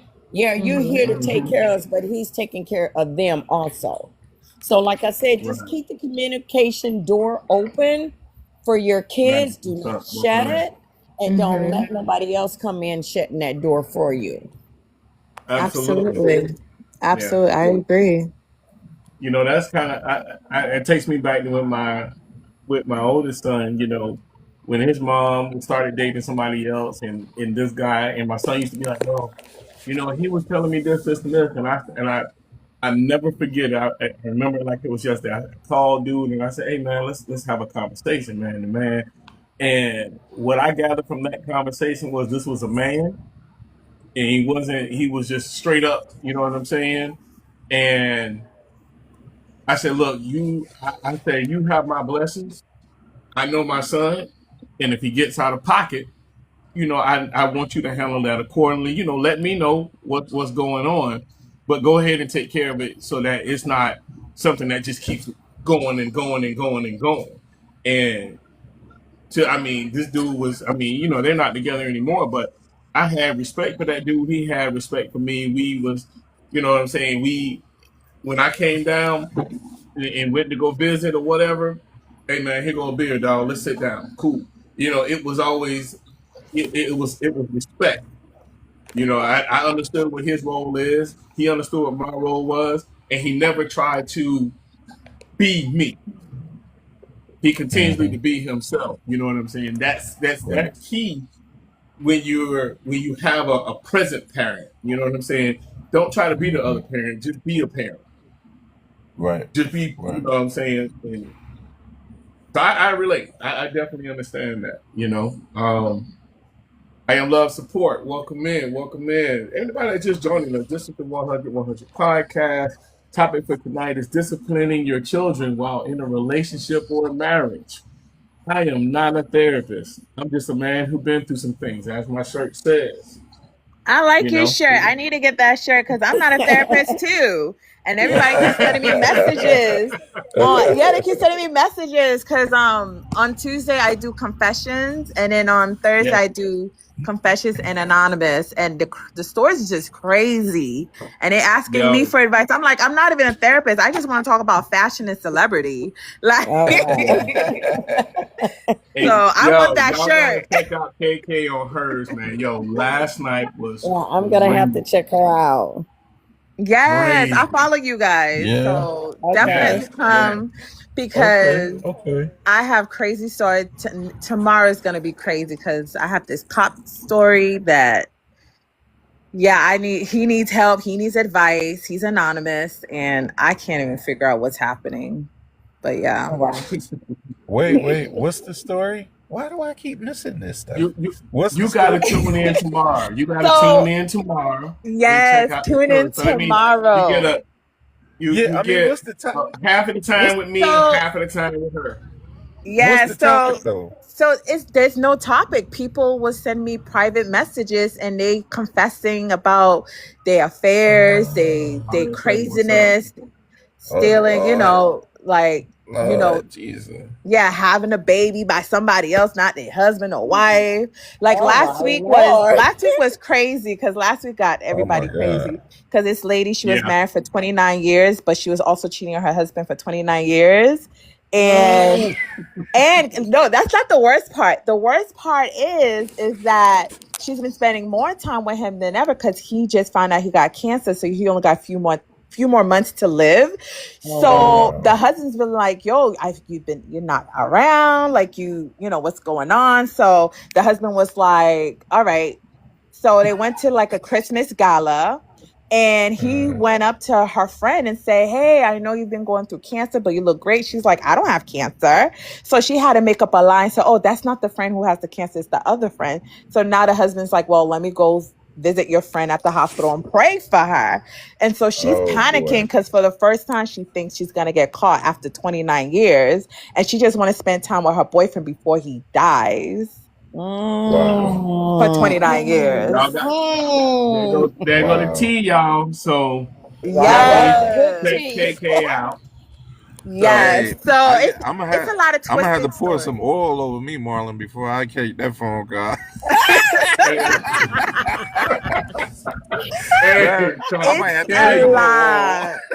Oh, man. I'm gonna have to get on that podcast with you tomorrow, then, KK.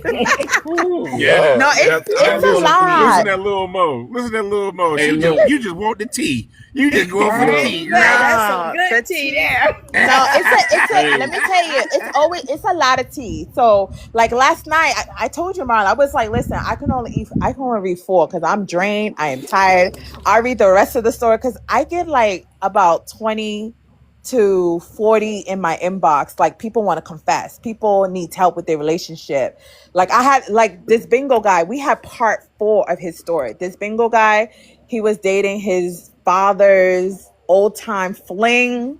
They find out there was a fight at the party. Then they went to Thanksgiving dinner. Then the uncle slept with her too back in the days. And it was crazy. Like, it just keeps getting worse and worse and worse.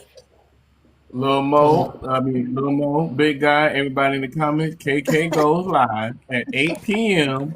on Tuesdays and Tuesdays, Thursdays. So Thursdays. the conflict of interest is on Thursdays. You already know with me and this It's a TikTok, conflict of interest.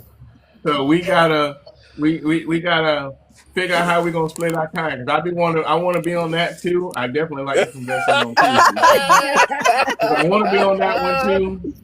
But you know, And Marlon, I really want to Me and save the Marlon got best. to be together because me Right. and Marlon are pretty much the only guys for the 100 over 100. Oh, Yeah. wow. I mean, So- we're gonna have to try to do something next week. Maybe we can like co-host. You do your live, I do my live, but we combine like co-host or something. that's cool. Yeah. we can do it. Because I need to learn how to do the co-host, but yeah, I think we should do We can co-host. co-host. Yeah. Like, I got my topic already laid out for tomorrow. I don't even know if y'all seen it or not, but My topic for tomorrow is different levels of love, Uh-oh. from Ooh. attraction Uh-oh. to commitment. Uh-oh. All Attracted to right what? now. Oh my God. Different levels of love from attraction to commitment. Oh Attraction to Lord. commitment. Woo. Ooh, we Hey, Lord have KK, mercy. KK, just go ahead and have your room. I'm gonna be absent for tomorrow. Or Thursday. I ain't coming. I ain't coming. I'm It's not coming. okay. You could come Tuesdays. Oh my God. No, that topic Marlon, is really where did you good. I'm get gonna that miss from, that Marlon? out. Hmm? Huh? Where did you get that from? Like what possessed you to come up with that? Man, because there are levels. There are. I mean, look, I'm not a therapist. I'm just a man who been through some things. So I know the levels of love. I done been through it. And boy, But man, I don't you think I got the same thing? I don't want to revisit it that soon. I mean, you can't get no other topic. God dang, bro. Wow. Yeah, I look, man. can't. Hey, My look, mess, my mess still fresh. I can't even get out the hey, look. garden. Hey, Oh my hey, God. it's still fresh, but this is gonna put it all back in perspective. It's gonna make you go like Arsenio back in the day. Yeah, Same And you I thing. better get guess. on your knees and get the praying. Oh, I know what that's like. I got knee pads, Surround yourself love. in some oil, and don't do no Diddy oil either. Oh no. Uh-uh. Oh That wow. Diddy oil don't hold no weight. That stuff gets you in trouble.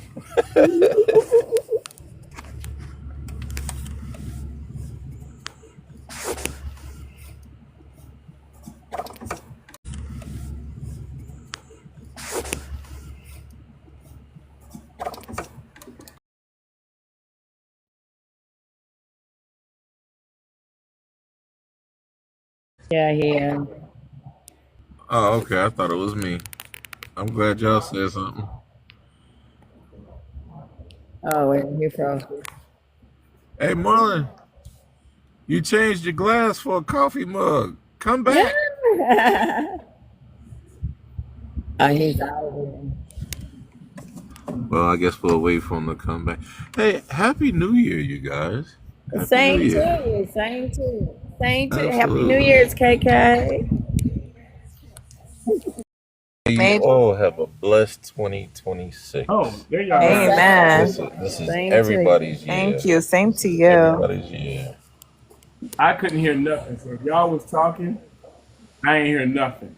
Nah, we just went on hold, waiting on you.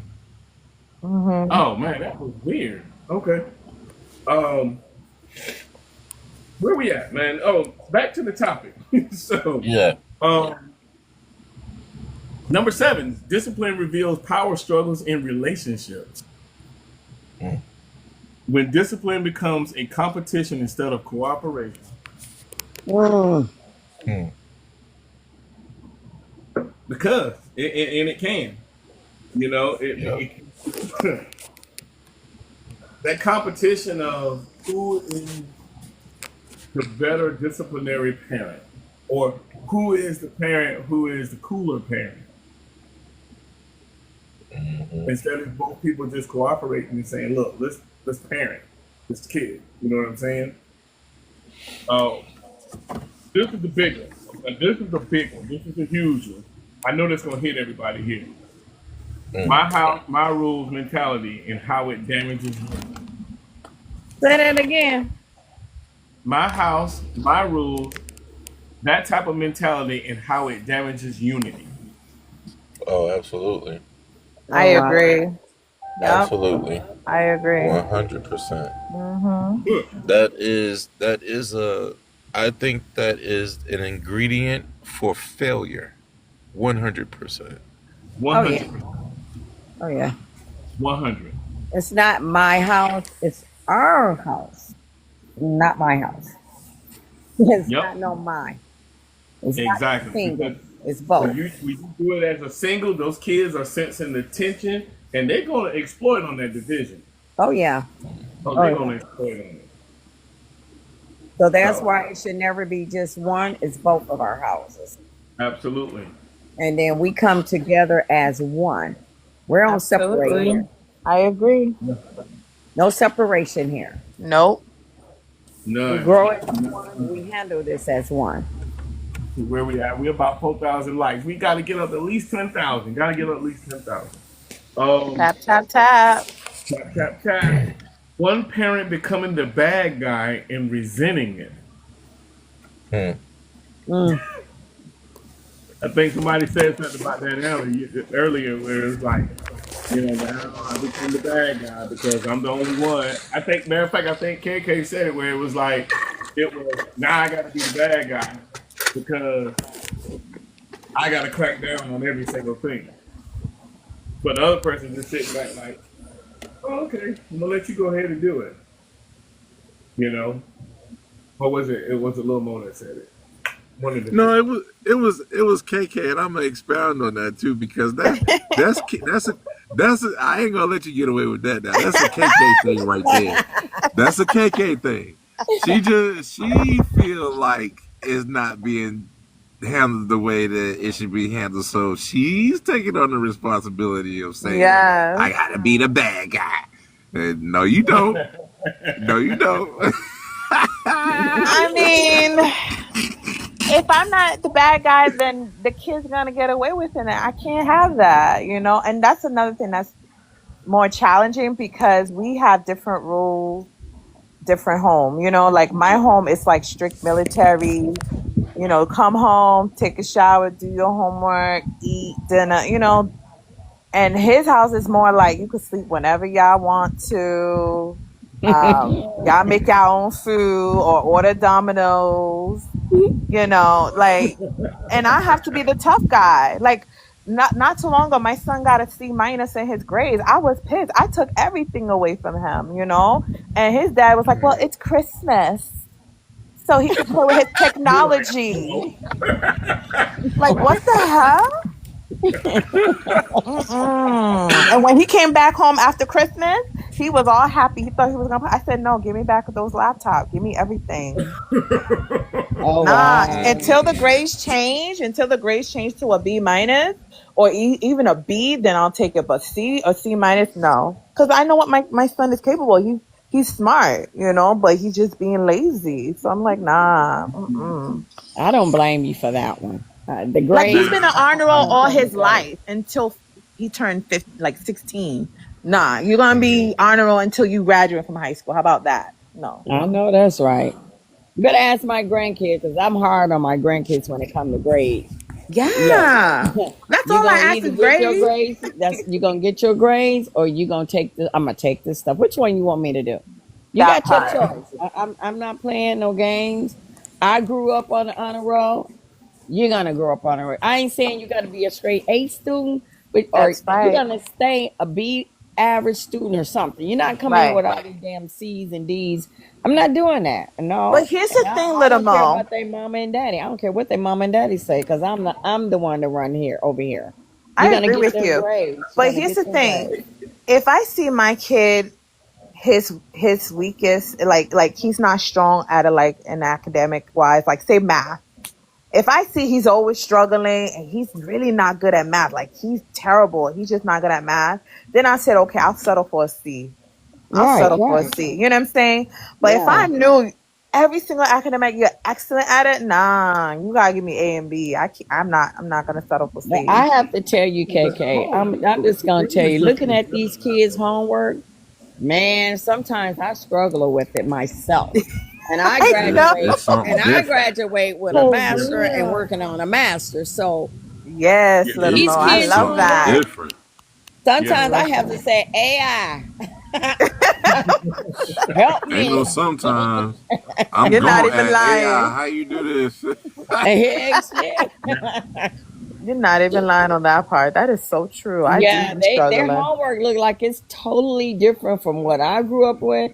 Even me Mm-hmm. going to college. I mean, Yeah. I'm like, where is they getting these problems at for these third graders? I'm not understanding. Hey, So AI true. is my answer. man, it's crazy. Um, Yeah. um, Number 8, emotional triggers and childhood wounds. how Mm, unhealed childhood trauma shows up in parenting. mm, Mm, that's a mm. good one, Marlon. Um, Yeah, yeah. yes and no. Yes and no. The trauma from Sometimes what feel the that. kids experience, if the mom and dad is that right there to help them get through that trauma, everything can work out just fine. But you got to remember that kid sometimes can play that trauma role against one another.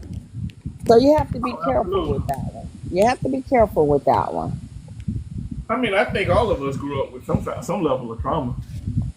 If you want to be completely honest, I look at things that again, growing up with a village is a trauma because you knew that I knew for me personally, if I did something, let's say I did something in school, understand that that bus driver, that teacher, that principal already got at me. And I'm talking about back in the times when we got a paddle. You know what I'm saying? Right. So we got a paddle. I got a paddle from them. When I got off the bus, before my parents came home, mind you, they both worked in the school system. My aunt was home and she said, "Oh, they already called me." So I got it from her. And then when my mom and dad came home, I got it from You got both it. of them. That was a losing battle. You know what I'm saying? So of Well, course, in my head my thought process was, I'm not going to be that hard on my kids, and why? right? Why? Why you say that? In other words, that's why I used to tell myself I'm not going to be that hard on my kids because, that was a lot for me to have to go through.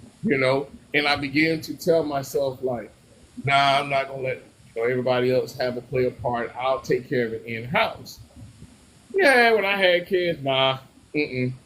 You seen them do something, knock them upside their head. That's right. Because I recognized later, after I had kids, even though it was a level of some type of trauma, I look at how I turned out. I was just getting ready to say that. Look how you You know turned what I'm out to saying? be who you are Um, today. but I also have to recognize that kids today are different. People are different. Like Lady E said, we need more villages. We need more villages, but it's hard to have villages like we had growing up. Oh Because we yeah. are such in a don't say nothing to my child mentality. We are such um, individualists. You know what I'm saying? So it's a challenge because we don't have a whole lot of trust in the people that we call our village. As opposed to as we were growing up, our parents trusted everybody. So Hmm. that level of trauma is still something that still comes into us today. We're not as trusting as our parents were. Okay, back Yeah. up on this. I got a Okay. question. So why you think that women these days saying don't touch my child to the other person?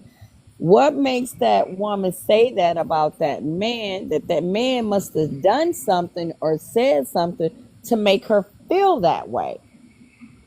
Because she don't trust him. Well, then she shouldn't be with him.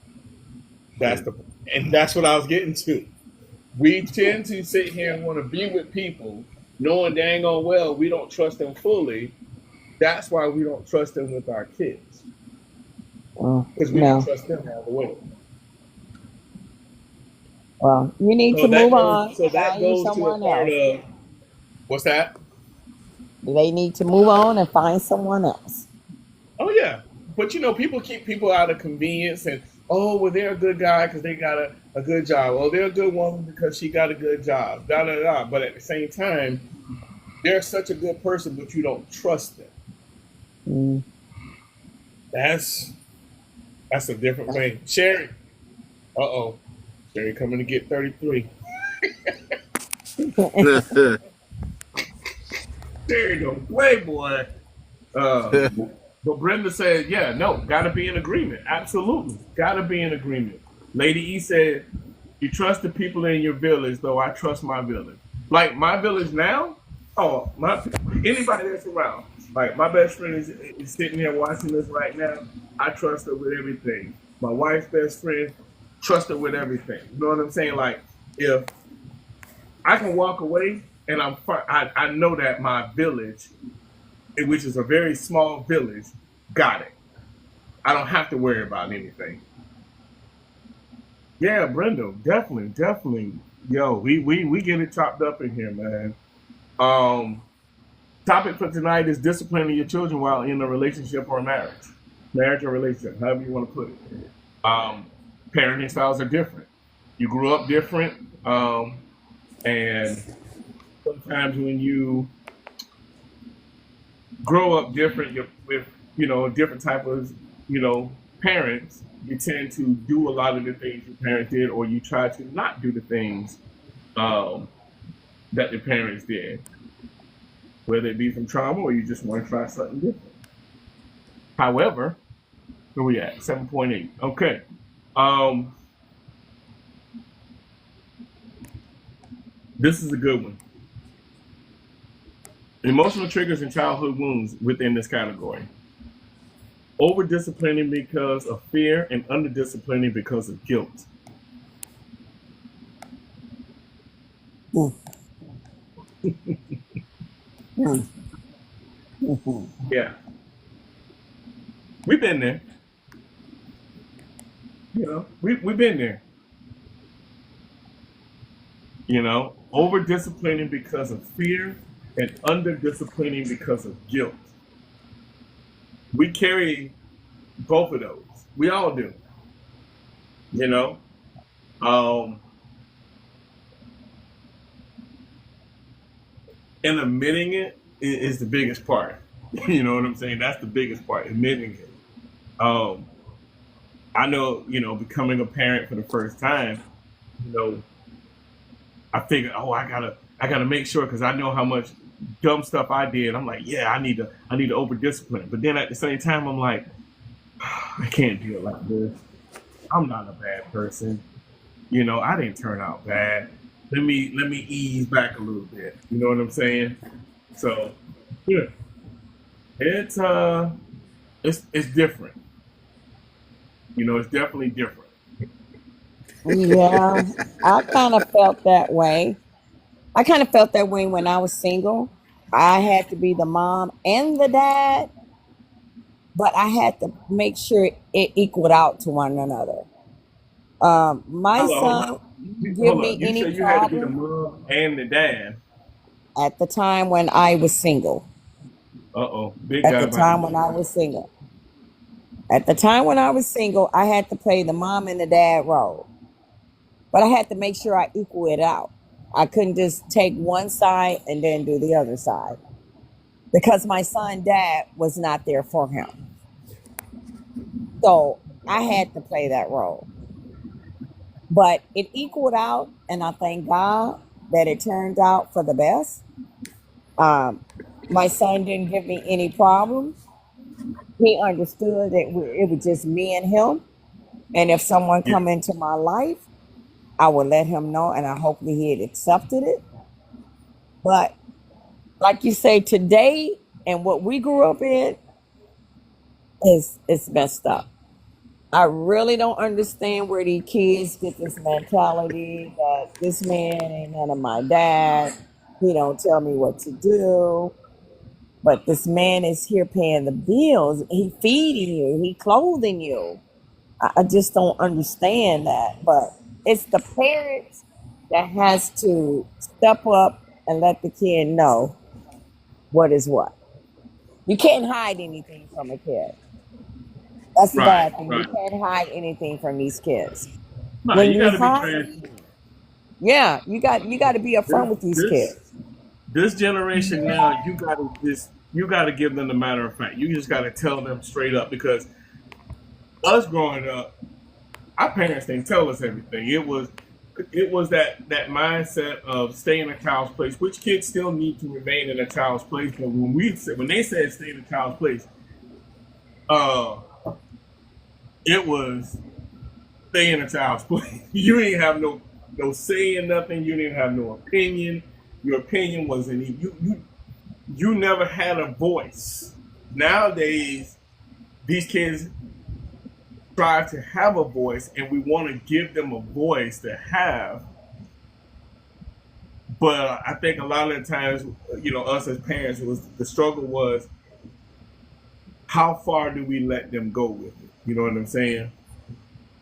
33. You say you need my T-shirt? Hey, here you go, man. No, I said I'm gonna have to put my T-shirt on. This woman in here, ain't it? Girl, get your behind out of here. Stop cutting up. Can't you see grown folk talking? Grown folk is in here talking. You down in that chat showing out. Now you done got Hey, KK Sherry with a gonna be playing, popcorn in boy. her eyes around here looking. Look. Look, let me tell you something. Listen, I don't know what I got into. I was like, let me just be quiet and watch. Look, I'm listening, but I'm okay, watching too. when Sherry come in, I sit back like this. I be like,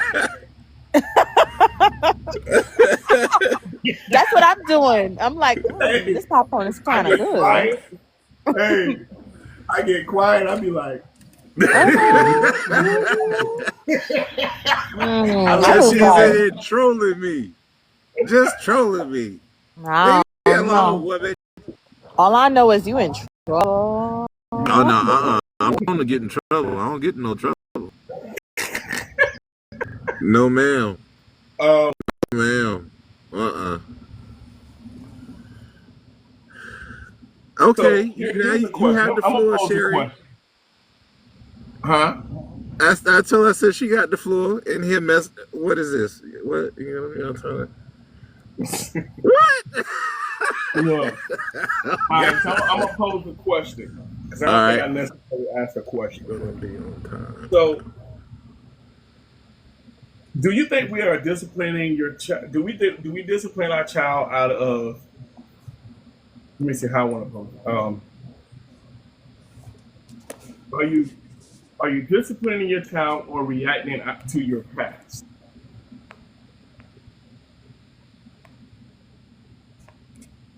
In the aspect of disciplining, are we disciplining them or are we reacting to our past? That's a good question. It's more like anger. Because when I was going through the divorce process with my ex-husband and I was disciplining my kids, I felt like I was doing way too much disciplining them. Like I was taking my anger out on them.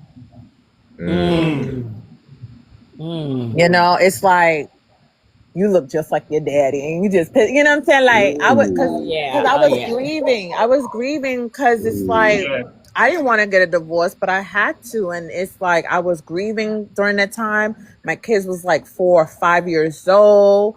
So, and you know, my oldest son, he was acting out because he didn't understand what was going on. And all he keeps saying is like, you broke our family, mommy, you broke our family. And so every time he did something wrong, he will say that, and I will take my anger more out on him and then my youngest too. So it's like that year, it kind of broke me. And so me and my kids, we all went to therapy. I think therapy saved us. Wow. Right. Because I was in a dark space, you know, and my kids didn't understand. They were grieving too. They were grieving and they didn't understand what was happening. They're like, why is mommy like being more mean and punishing us more? And, you know, like that kind of spank was a little bit harder than the last time, you know? So, and I had to check myself and I was like, I need help. I really did need help, and we all went to therapy. At least you realized that you needed that help. That's what I was going to say. I was going to say, at least you realized it. But I do have one question for you, and man, you're saying a lot of things about podcasts that we've already had. I'm pretty sure Marlon's going to remember this, but once you realized that you did that or you were doing that, had you ever gone back and apologized to them for that? Absolutely. Like I said, that's big. That's part of therapy. you have Yeah. to acknowledge what you did, you have to accept what you did, and you have to, like, how could you make it better, you know? Right. Like, I Right. had to take accountability too. So of That's absolutely, big. I apologize to my kids, and I try to explain to them, you know, even though they were young, but I felt like they kids are smart. They catch on things, they see things, they understand. So I had to start talking to them a little bit, not as an adult, but I had to talk to them like, listen, this is what's happening. Me and daddy will never be together, but we still love you, you know, and we'll be around each other, but it's just not gonna be in the same home. And I'm sorry because mommy was mad because mommy was sad that all this is happening, and then I took it out on you. It's not your fault. Like, I had to take that accountability, of course. That's what's Godmother, up. welcome That's in. what's Welcome up. in, Godmother. Hello, Godmother. Happy New Hi, Year to you. godmother. Y'all Hey, godmother. hello, happy New Year to everyone. How's everybody been doing? Good. Happy Good, New good. Year. Happy New Year. Can y'all hear me? Yes. Yeah, Oh we yeah. can hear you. Yeah, happy New Year to you. How's everyone been doing? Good. We've been doing Everybody's Good, been good. good. Blessings. Nothing but blessings. I know that's right. hmm Bless the Lord. That's what's up. What we talking about tonight? disciplining your children while in a marriage or relationship.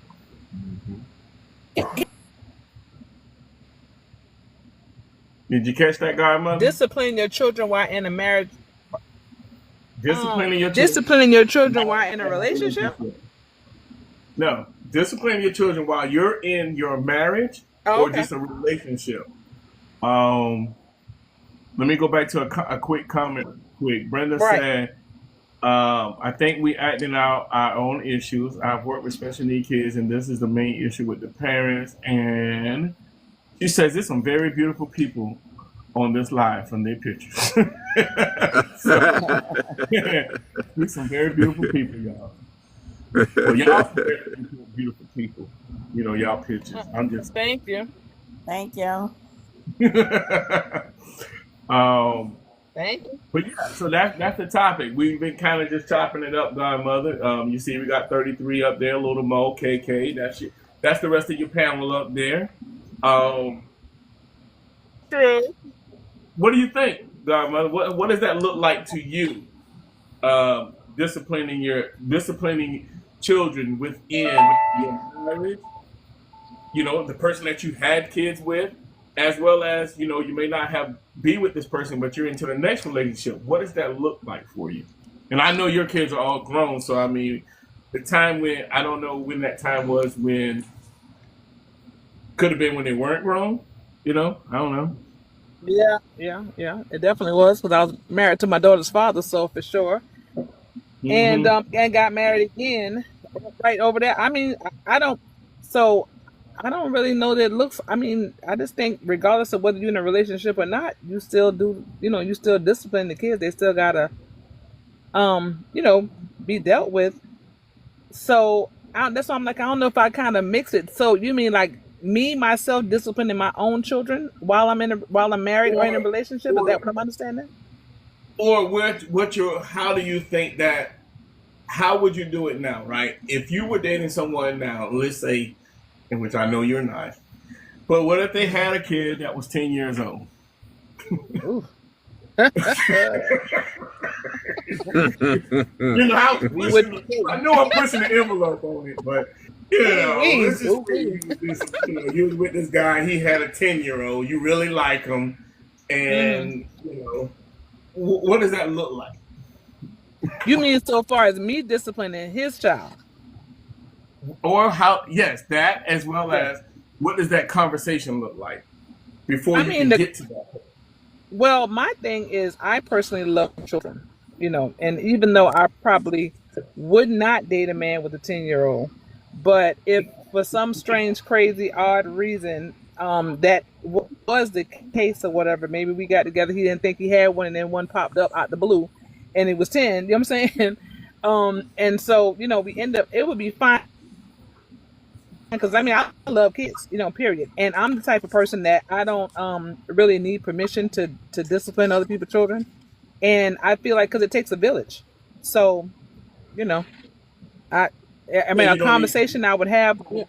Yeah, I don't. I mean, I'm saying like some people like, well, can I say certain things? No, I'm gonna say it anyway. And if you want to throw hands afterward, that's fine. But I'm not gonna, not say something that I think needs to be said or do something that needs to be done. Now, when you start talking about like spanking kids or whatever like that, if we were married, I spanked all my kids, every last one. I spanked the neighbors' kids. I spanked kids I didn't even know. You know what I'm saying? If they was acting up, I was outside. Everybody got it. Period. And their mamas and daddies never said nothing. They was always like, Miss Carmen, when you go out to the school, get mine too. So that's just how they were. Because again, and even the children themselves, all of them, they still to this day they all love me because they knew that when they got disciplined, it came from a place where they needed to. So, and then for reference, also, my house was when I was married and when I was single, my house was almost like a boot camp. So, like a lot of times whenever kids were acting up with their parents or whatever, and I saw them, I would say, send them over here. And so they would come to me. So I have a lot of kids who call me like auntie and stuff like that, but they're not actually related to me. It's because I always intervene. So I don't think if I was dating someone who had a child, it wouldn't really make a difference. As long as that person himself wasn't like, well, don't touch my kids. You know what I'm saying? Something like that. Or don't say nothing to my kids. Now, if he had a problem with it, then, that would be that. Mm-hmm. Okay. And yeah. Yeah, like Brenda said, it's the mothers these days, she says, it does take a village. However, mothers are different today. They are. Yeah. They are. I think parent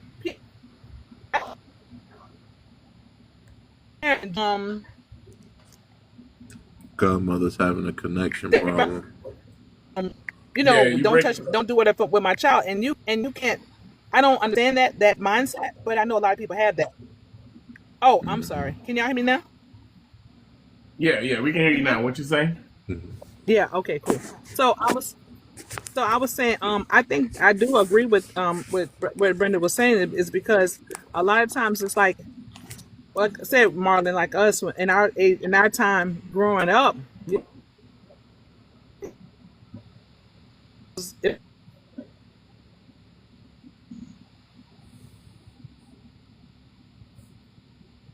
Yeah, we lost you, Godmother. Yeah, while we waiting on him to come back, I could. Don't touch my child. That has. Oh, has it? But I can hear y'all. Can y'all not hear me? You just going in and out. Yeah, real bad. Okay.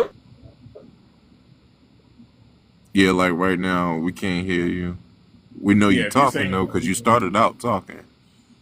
Yeah. But we can't hear you now. She's probably going home and in that bad area. Yeah, probably so. I'm gonna drop Godmother. If you can hear me, I'm gonna drop you down and then come back in. But I could have told you that, Marlon, before Godmother even started answering, because we already know what crew she from. She from that chop you in the throat and go to a corner and sit down and shut up. The same crew we from. Yeah. The same crew we cut from. Yeah.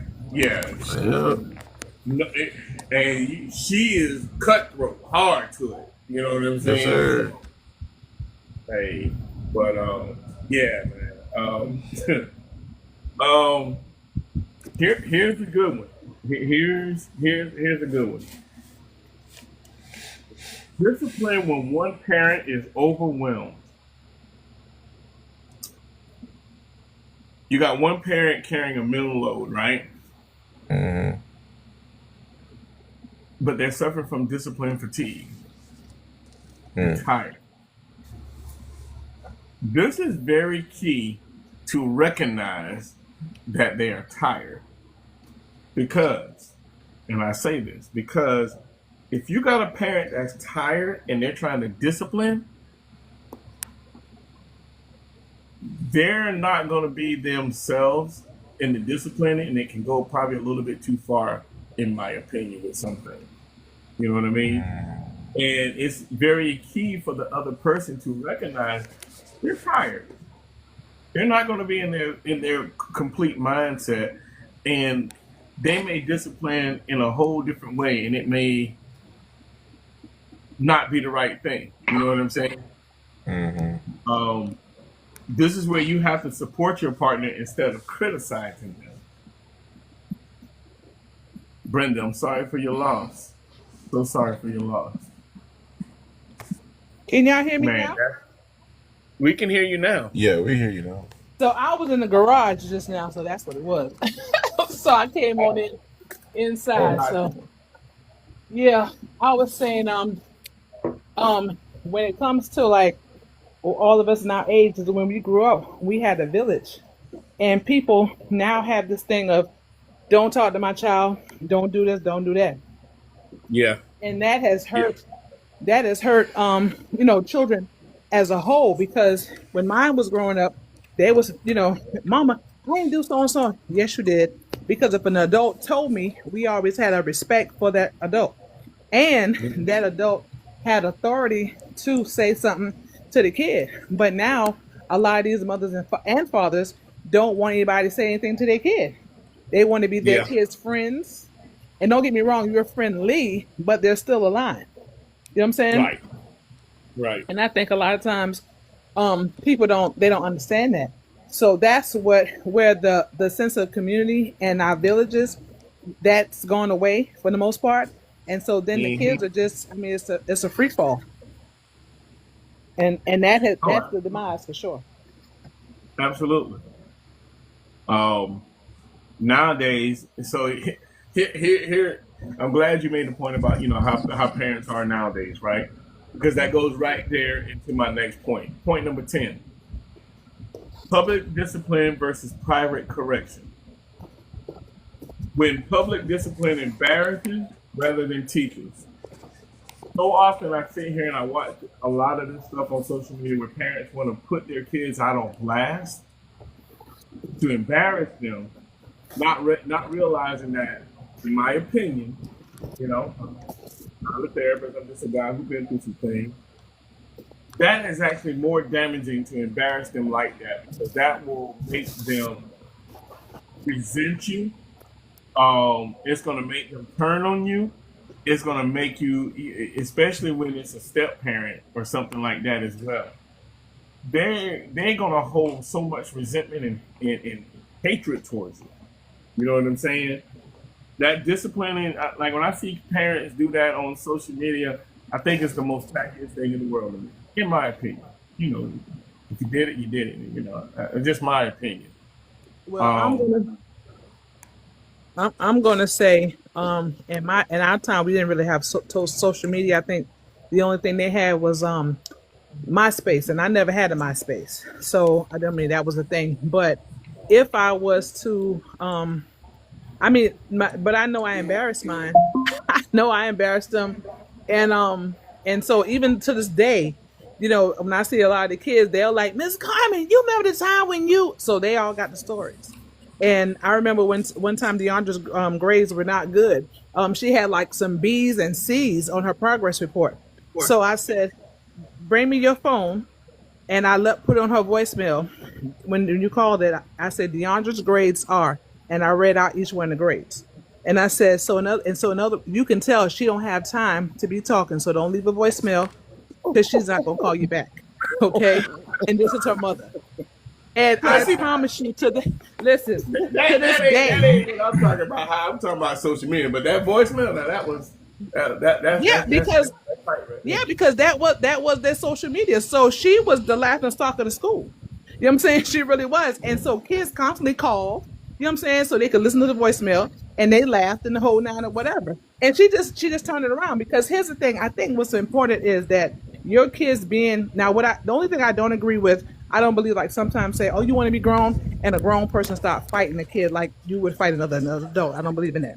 But I believe that so far some lessons, when love is the background, and you're really trying to teach them a lesson, because these kids are knuckleheads. And because they have social media, a lot of times they're very aggressive. So if you get embarrassed, you just embarrassed. Now, if it's on social media, you don't know people anyway, so who cares? But at the end of the day, the lesson is taught. And at whatever expense that takes, it's going to save your life later on, then okay, is what it is. Because I'm not trying to be your friend and you end up in prison. I'm not trying to, be your friend and you end up in jail or dead. I don't have time for that. So at the end of the day, if that's what it takes at that point, then okay. And then it's a life lesson because you can be embarrassed because you in the blotter, because you locked up, or you done made the paper, or you can be embarrassed, And again, I'm your parent. I love you, so it's a difference. So that's how I feel about it. Yeah.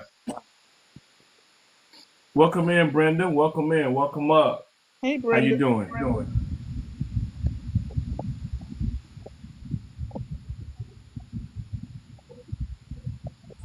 Gotta hit your little microphone, Miss Brenda. There you Yes. go. Hey, everybody, how are you? Hey, Hey, Oh how my you Brenda. God. doing, Miss Good, Brenda? good, good. Oh, you guys are so beautiful and awesome. This is my first time coming on. And I tell you, 33 Bug is about to make me cry with his handsome self. All of you is Hi, just Brenda. so beautiful tonight on this live. KK, Godmother, and Thank Little you. Mo. I just feel so welcome in. This is my first time, but 33 Bug invited me in to come and share my story about my nephew. For many of you don't know, I'm a woman of God of righteousness. I'm a praying woman. Um, I'm a mother of many. I have worked with the Board of Education for 8 years. My nephew with special needs. I raised two nephews, and I'm a mother to a lot of children. I lost my nephew through murder in 2016 because of a jealous sister. As I stated in the chat, you have those mothers that say, "Oh, this is my child, and I'm gonna discipline them the way I want to discipline them, and you can't tell me what to do." But my nephew related to me. I was the only one. He was the firstborn, the only one that I was able to deal with. I raised him, two of them, and the other one is just a riot. I just had to let him go. He's a demon seed. So to God be the glory. You have to let them go and pray and let them do what they need to do. But getting back to it takes a village. Yes, it does.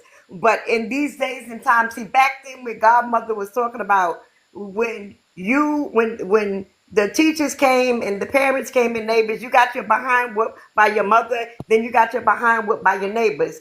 Nowadays, you cannot do that. The mothers are very different today. They don't want to hear nothing about their children. It's just totally different. But with my nephew, we was able to relate, and my heart is broken because he didn't have to die, but because I had a jealous sister and a mother who thought she knew everything and threw him out in the streets, and I lost him through murder. He was looking for me, looking for me, looking for me. I don't deal with him even today.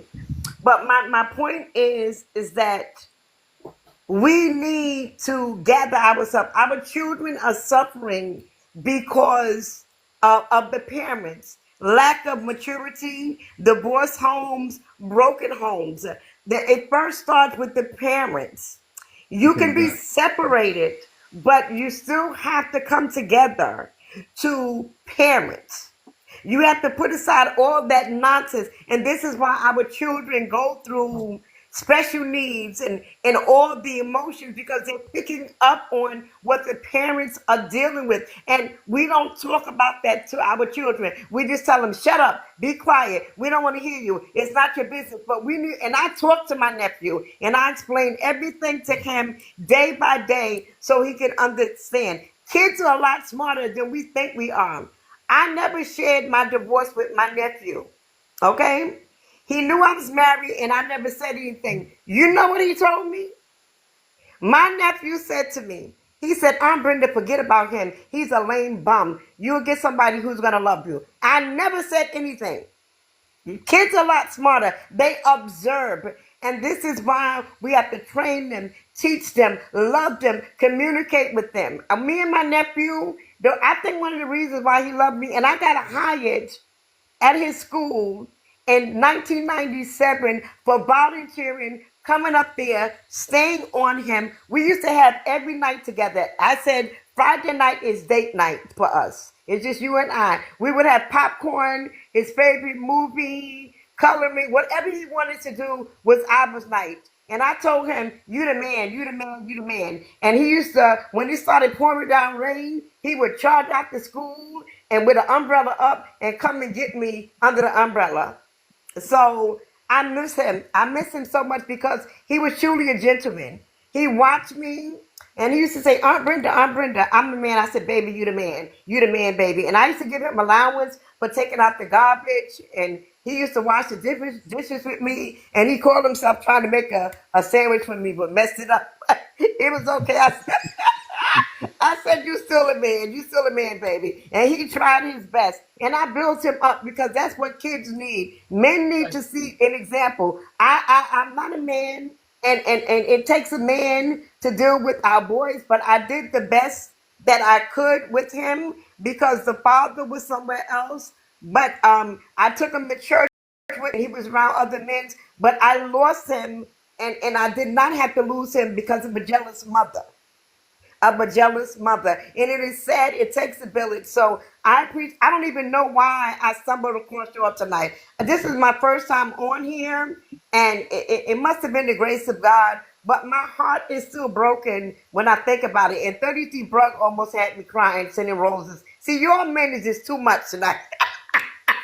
But anyway, I just appreciate all of you and thank you for the opportunity. But it does take a village, and I say with parenting, I don't think that mothers and fathers should argue in front of the kids.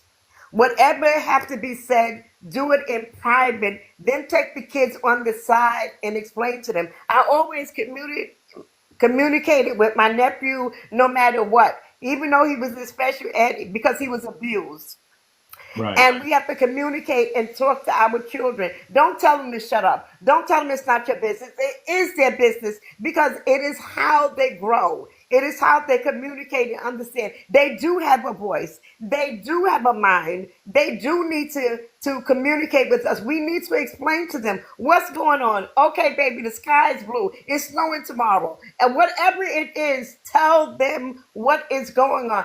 Auntie's not feeling well. He called himself one time, I wasn't feeling well. And I'm laughing at this.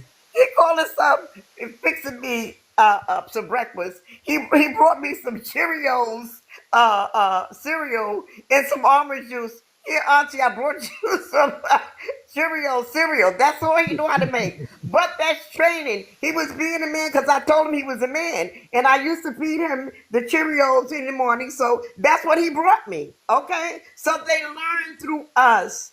And he was such a gentleman. He was such a little man. He was. And I don't regret.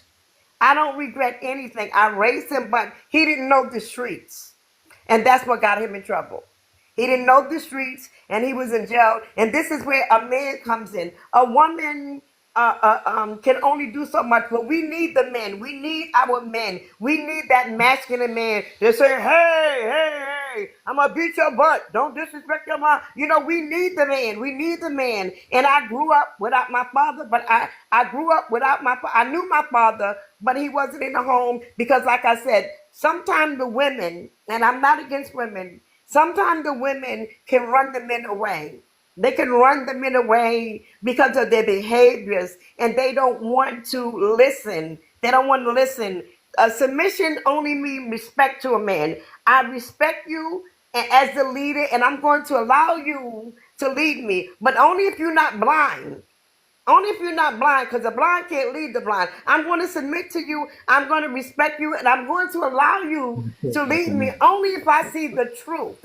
And I'm going to be the woman of my home and take care of the children. And so I did that. And I tell you, Team KK, Godmother, 33 Big, Little Mo, and Marlo, I'm going to tell you, I don't regret anything. I still have I just turned 59. And I still have young men and women coming to me. They call me mom. They call me auntie. So I don't regret it. But my heart is still broken because I lost him. We need you, men. We need you. Marlo, I need you. 33 Big, I need you. A Godmother, I need you. KK, I need you in my life. I don't know you, but we need each other. We need each other. The jealousy and that hate have to stop. It was where one person may not be effective, somebody else is. I'm very effective with people, children. I'm effective. I'm very effective, and I know that. And this is what causes jealousy, and this is why I lost my nephew. Instead of my sister accepting me as a strong backbone, she became jealous, and so this is what happened. And so 33 Big, thank you. Thank you so much for the time, people, for allowing me to share my gifts and talents with you. And I went through, I don't want to cry, I'm almost about to cry. And I almost went through a nervous breakdown. No, And don't do that. Don't cry. and Don't cry. when my doctor Don't took me cry. out of work because he was my firstborn, and I tell you, he loved me and I loved him, and I knew he was going to be a strong man. He was such a dancer, a dancer. He could take any video and mimic it, and just exactly. And I was going to put him on stage, but my sister hinted that, and there's nothing you can do when you don't have the parent backing you up. It's a relationship, whether it's male to female or female to female. And I lost him through jealousy, all because of this. So, Godmother, KK, all of you, thank you for the opportunity. Let's keep going. Let's keep praying. Let's keep taking care of each other and our children. Co-parenting is very important. I don't have children. I never was able to give birth. I miscarried, but I do have a village of children. I do have a village, and I'm very effective what I do.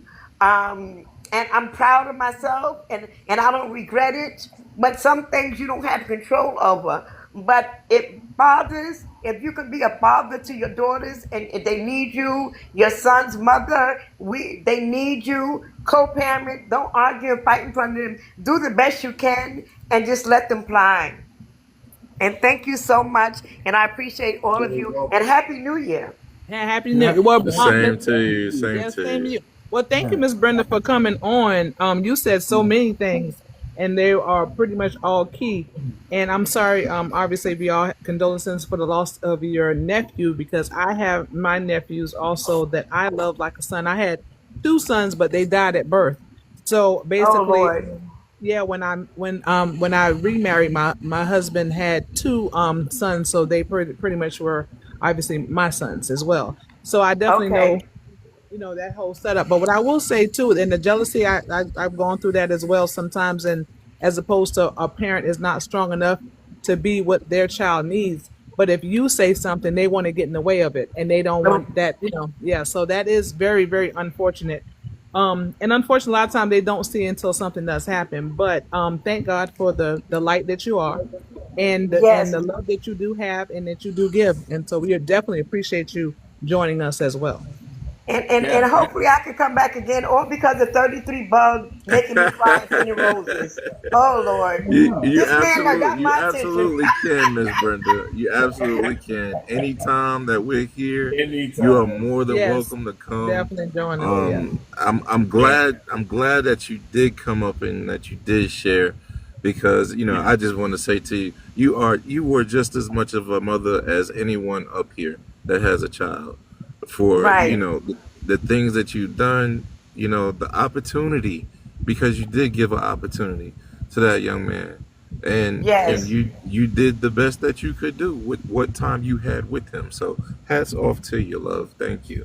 Yeah. Thank you Appreciate so And you. much, also, sir. in addition to that, too, Isaiah 54, it talks about the woman that did not give about the children of the desolate. I mean, the children are more blessed than the Hmm. desolate woman. So at the end of the day, Yes. Yeah, you didn't biologically do it, but you're definitely a mother. And that's right. Yes. again, the You villages, Mm-hmm. are crucial, and that's what yes. I always tell people. Even with my 16-year-old, she's my goddaughter, but I had her from the time she was 2 months.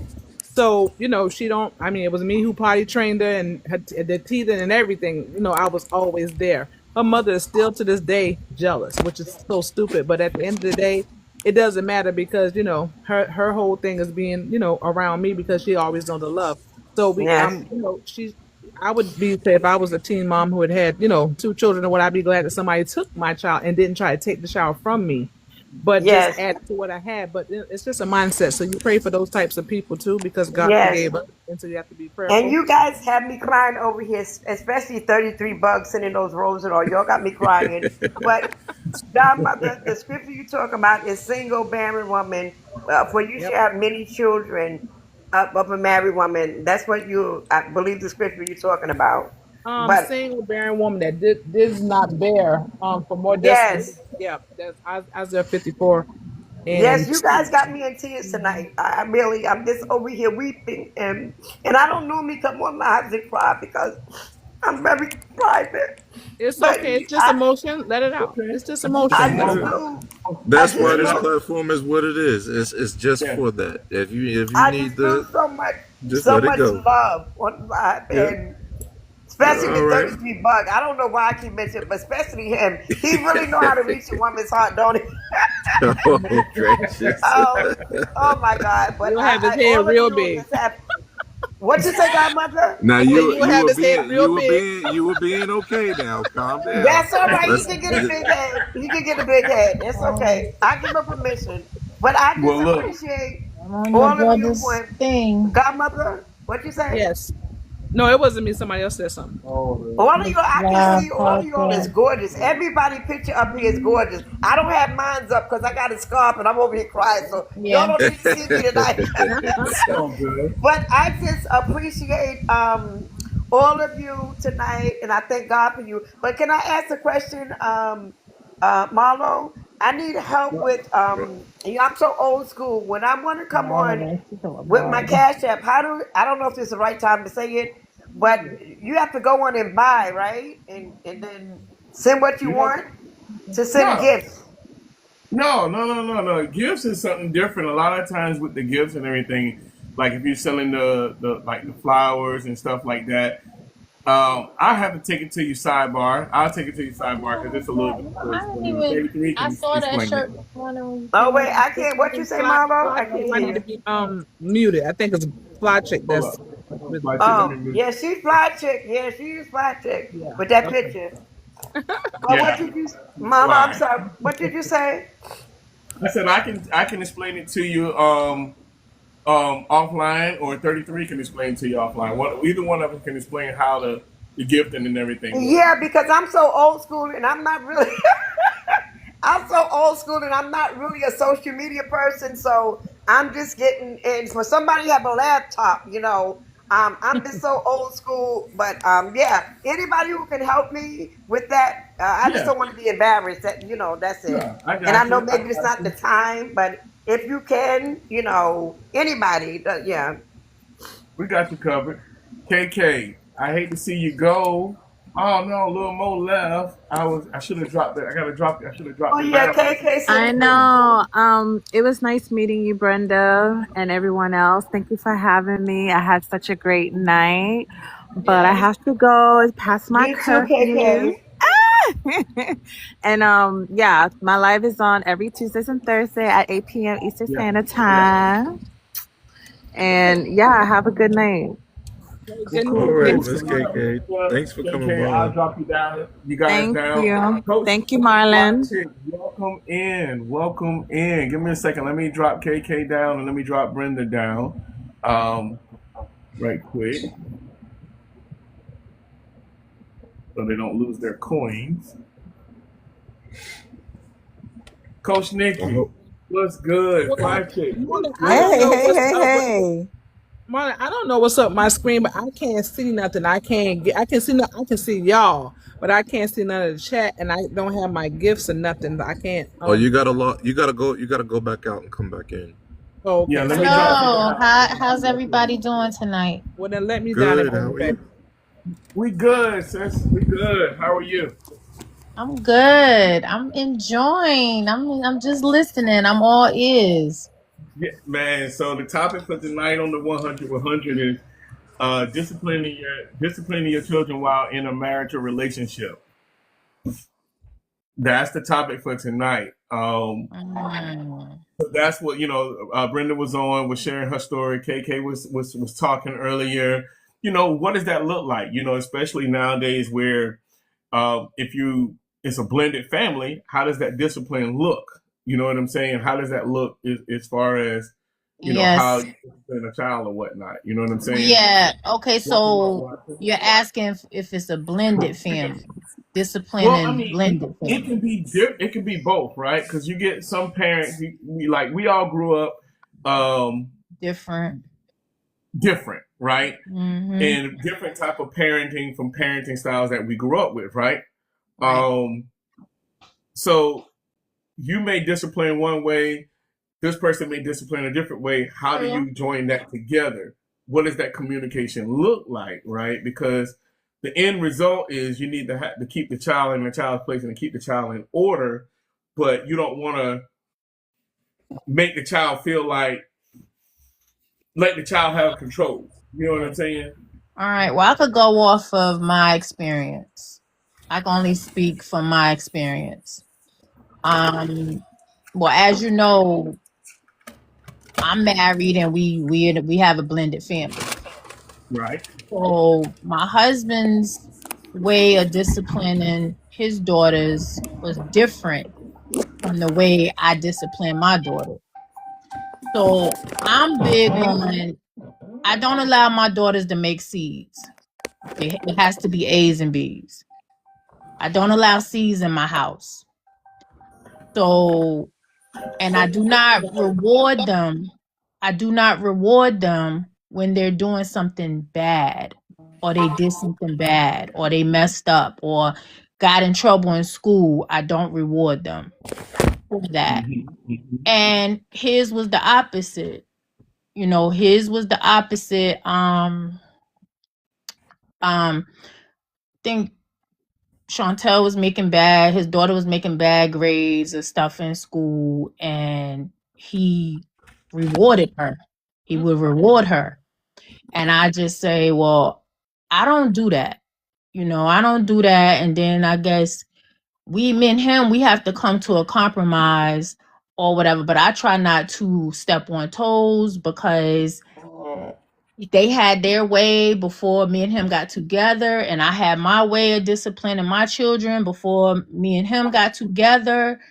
So I just try to stay out of it. But if he come to me with something, then me and him will talk about it and we discuss it, and then we'll go from there. But he never ever came and told me, oh, I think you should discipline your daughters this way or that.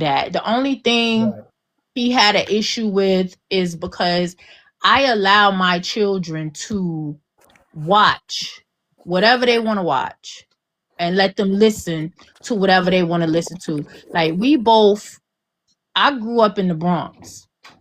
He's from South Carolina. I lived a whole nother world than he lived. I am hip hop.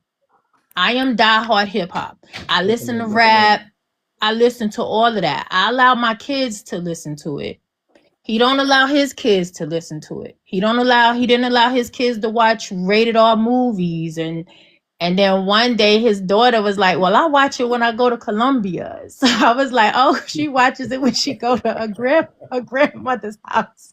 So, I mean, she's 15 and she's 16. So I don't shelter them from things like that because I'm big on you have nature, then you have nurture. Sometimes that nature will trump the nurture because you got kids that could be followers and what they see when they go to school, when they're around other students, and that and this. So I just my kids know right from wrong. My youngest, she's never cursed, she's never said a bad word, even not around me. They both like night and day, but you know, my two daughters, they 10 years apart. And my youngest, she has autism, but she's very intelligent. And you know, we didn't find out she had autism till she was 16. So she was still in honor classes. She was still in honor classes and wasn't even on an IP until she turned 16 and got diagnosed with it. But they're great. You know, even like I tell him, I said, you know, even though you didn't allow your children to watch horror movies or rated R movies or listen to rap, cursing, I didn't shelter my kids from that. And they made straight A's, graduated from college, doing what they need to do, you know. And I'm proud. My daughter's about to go to law school, my oldest, and she's married, own home, everything. And I'm proud. But like I tell him, he got his way, and we try not to argue about it. And I got my way of discipline in mind. And like I said, me and him both are cut from two different cloths. And sometimes we could bump heads, but not with the children, with just me and him, bumping Right, heads right, right. about certain things. But I How long have just, y'all I been just, married? we've been together 10 years. We've been married since 2022. Oh, okay. But we were together 7 years Wow. before we got married. Mhm. Mm-hmm. And I will say this. He listens because it was something I saw with his daughter, and I told him, I think you need to get her evaluated.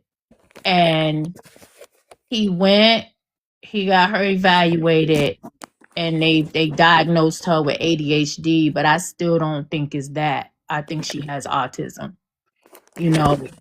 Because they've wrongly diagnosed a lot of kids, just telling people they had ADHD when it was autism before they knew what autism was and still was learning, because girls fly under the radar. Boys are easy to tell, and that's what they told me with my daughter. Like she flew under the radar, you know.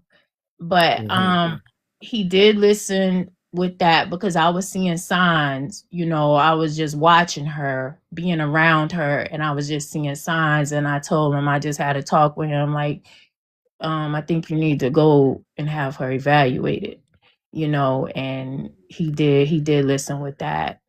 But it was just one certain things I noticed, like the following part. It's a lot of things that you get defensive when it's your children. And so that's why sometimes it is hard when you have a blended family, because parents do get defensive.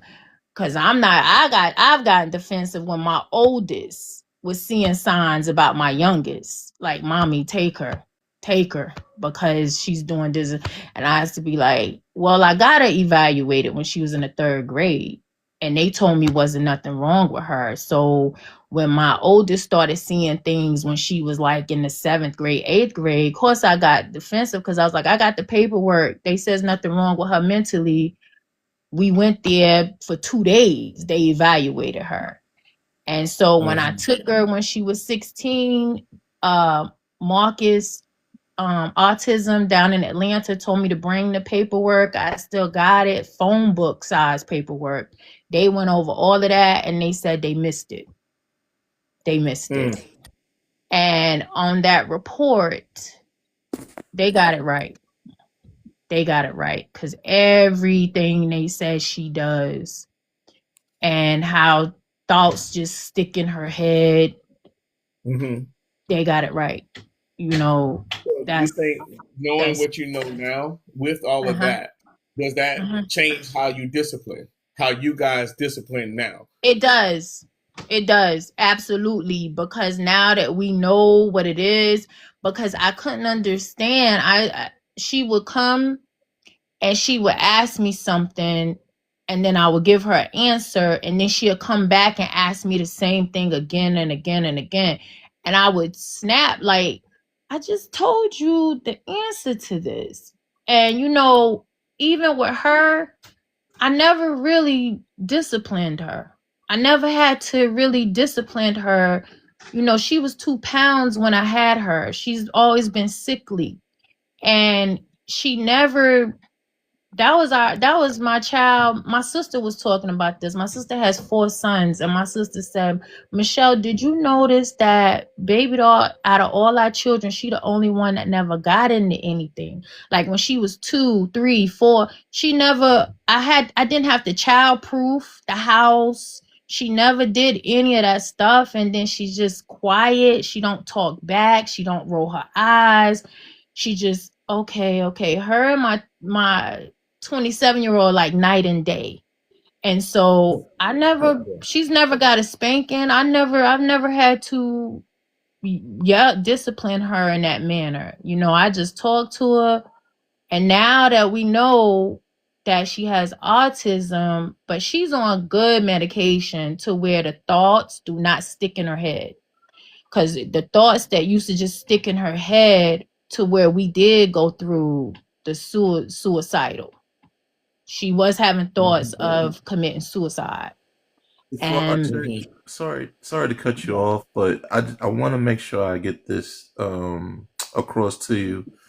Do you know who Rock is? Support is key and is free. no. No, Okay. we have to get her to follow her because he has Yeah, yeah. he has an autism platform, and he actually has one of the top doctors in the nation that comes to that platform to discuss autism and different Okay. levels of autism and the different behaviors. Okay. So you definitely want to look him up, and it's Rock. It's R, ROC. yes, Okay. Rock, We're and gonna the have to Okay, follow. thank We're you. gonna have to follow Chris and then shoot his over to her. yeah, and Okay. it's the slogan is pretty much TikTok known. You know, support is key and it's free. Like that's his I've probably his. seen it. I've probably seen it because I'm sure you I have. follow a lot of autism everything once I had to, you know, educate myself on it as Yep. well. Because I have a great nephew, he's nonverbal.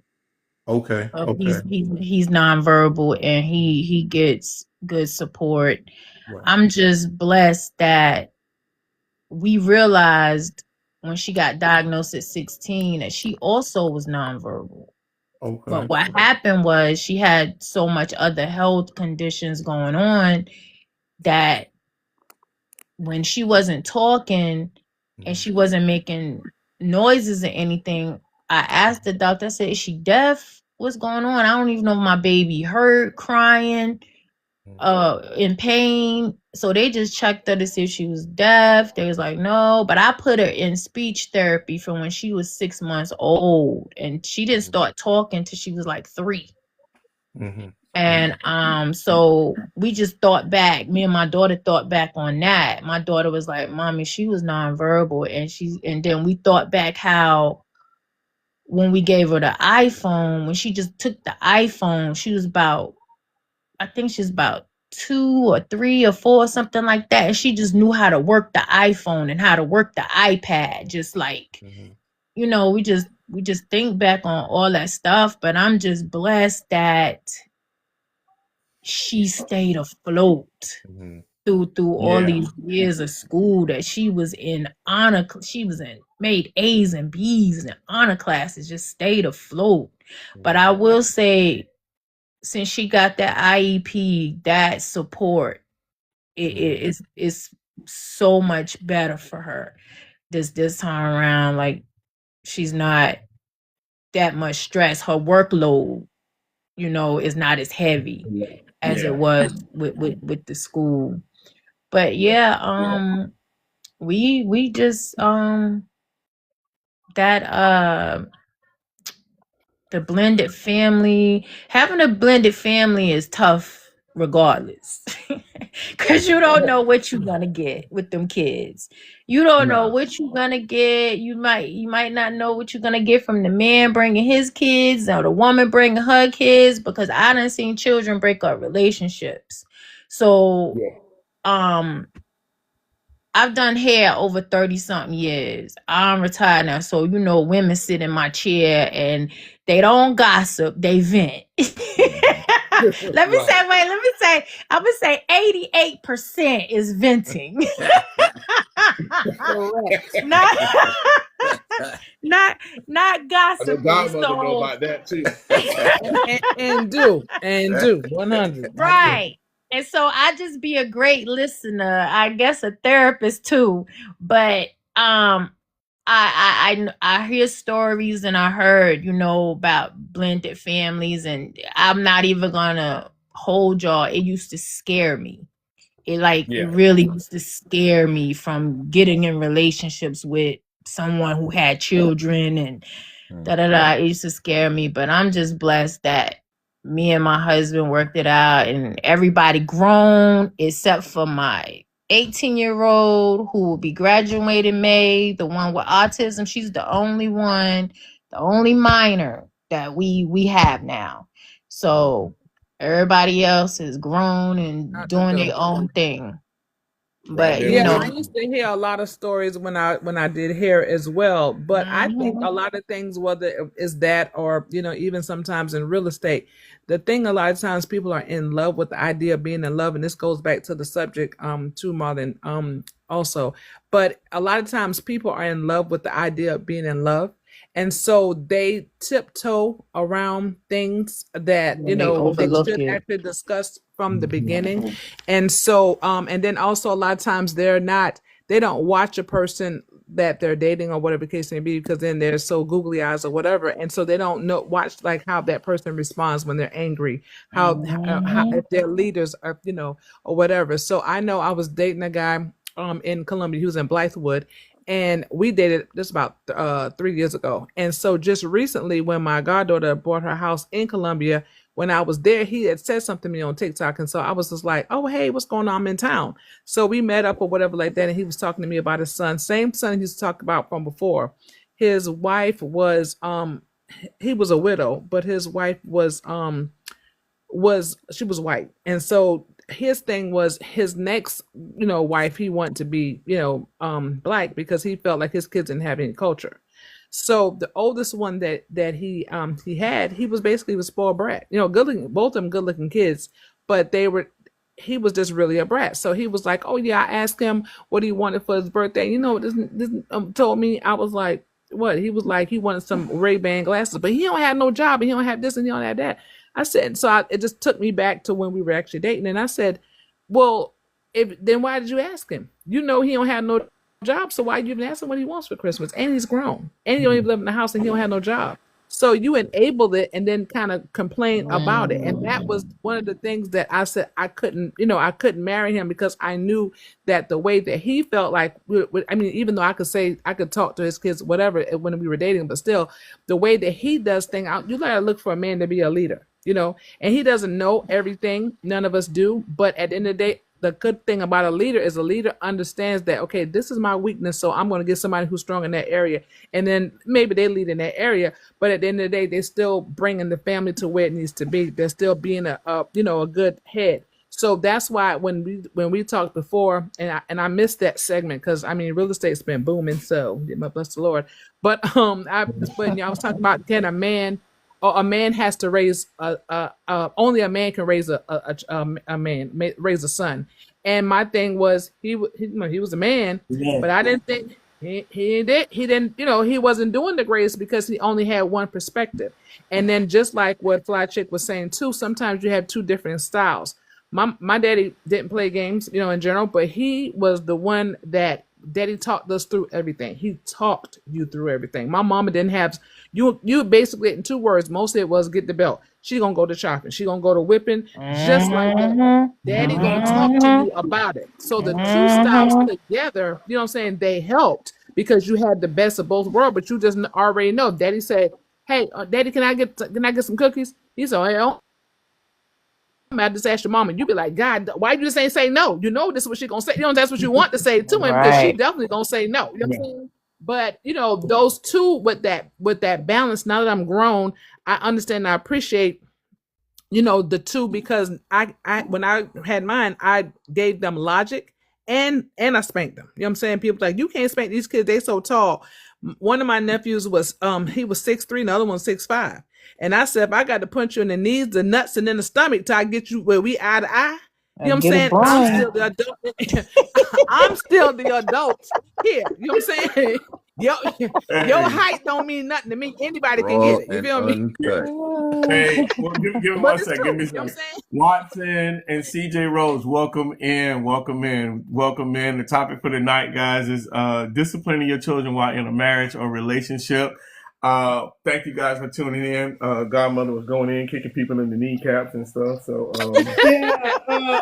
I mean, the knees, don't forget the nuts. But the bottom line is, they all say nothing. I want her to keep going. I Oh was on mute God. for a reason. Wait a minute now. We I can't was be like, hold kicking up. we In the can't be name, kicking the gonad.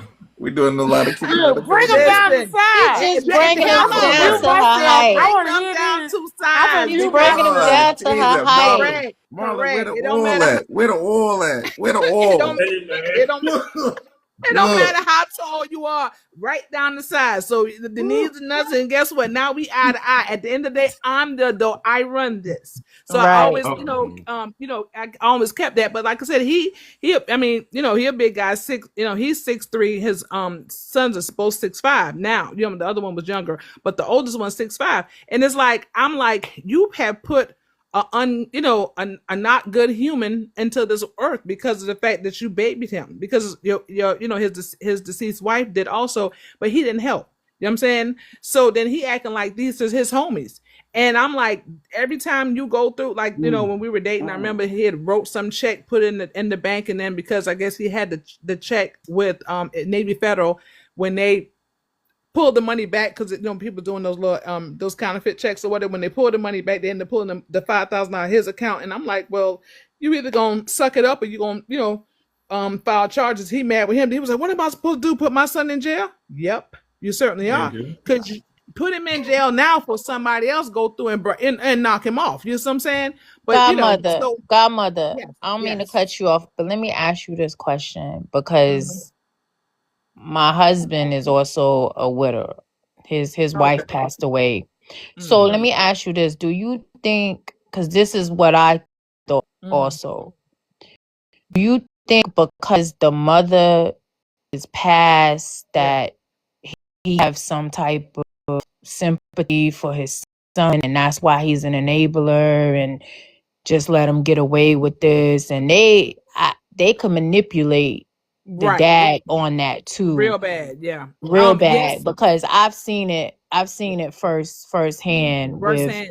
with my situation that I'm in, to where they I never seen them like just cry random about their mom, Right. but when they get in trouble, Then it comes that's right. when they would cry and say, I want my mother, I want my mother. Right. And then he stops, and then it's a lot of things that I've seen to where I feel like he enables a lot of stuff because he feel bad that their mom is not here. So do Right. you think that's what it is with your situation? Maybe because the mother is passed and he feel bad his son don't have a mother, so he just let him get away with any and everything and go bail him out, be a Yeah, crutch.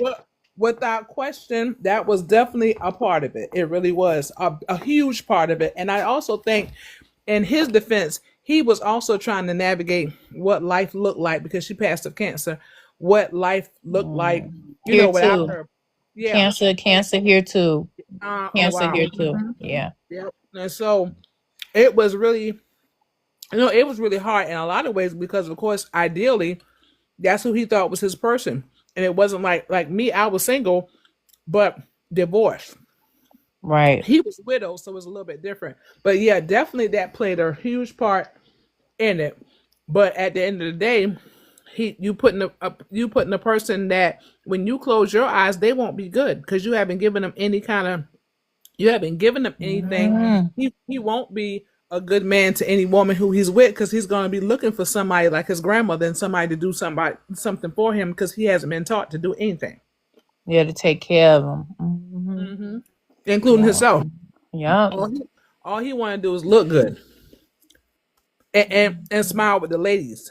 You know what I'm saying? So You gotta be able to live out here in the real world. You gotta give them the tools to be able to make it out here, and that's what I make sure I strive to do for my daughters and the kids, because God forbid, you got to remember, y'all in your 20s, y'all in your 30s, y'all got to be able to stay afloat. You can't always just depend on your parents, because God forbid something happened to us. What are y'all going to do? What you going to do? And the thing about what are you going to do? Right. And even if nothing does happen, one of the things, my daughter and all of the ones that I raised, they're all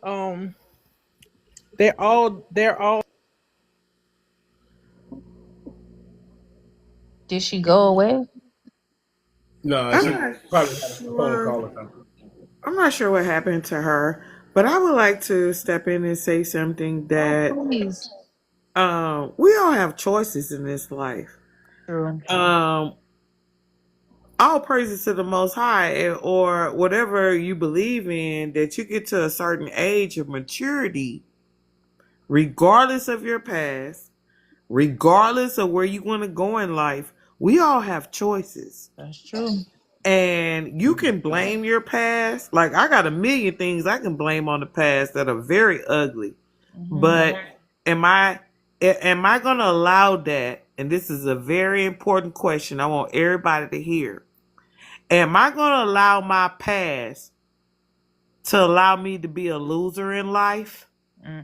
Do I get the chance to make myself a champion in my life? Yeah. I gotta walk this life. I gotta do this journey. I gotta learn the lessons. Good, all good, bad, and ugly. And when I get to the point where I figure that point out in life, that this is my journey. I'm an adult now. The Most High allowed me to get to an adult, the Creator. Right. And am I gonna be a loser in this life of my life, just my life, or I'm going to try to walk this life and become a winner? I think that's a very simple question. Or am I wrong? I'm sorry. What did you say? No, I agree with you. I agree just with you. asked a simple question that once we become adults, because I'm going on 54 next month, February the 7th. So I've lived this life. I'm just saying that once we become adults, real adults, I'm gonna stretch it to after age 25. Do I become a loser in my life or a winner and a champion in my life? I think we all have those chances and those questions to ask about ourselves. And that's your choice. The only one that could stop you is you from becoming anything that you strive to be. We all make choices. We all make choices in life. Look, my parents had 8 children, and I'm the baby out of 8. I have 2 sisters that are on drugs.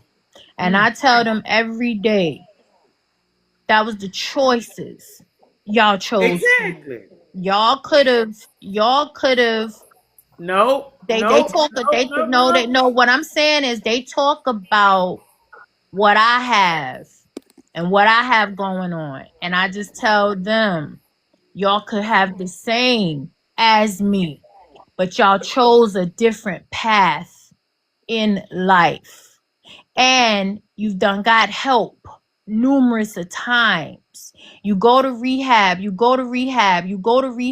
then you get out, and it's the same thing. You relapse 2 months later. Now I have a sister that's in almost 70, still in the streets smoking. So I just pray and I give it to God, because I've done given up. I've gave up. Okay.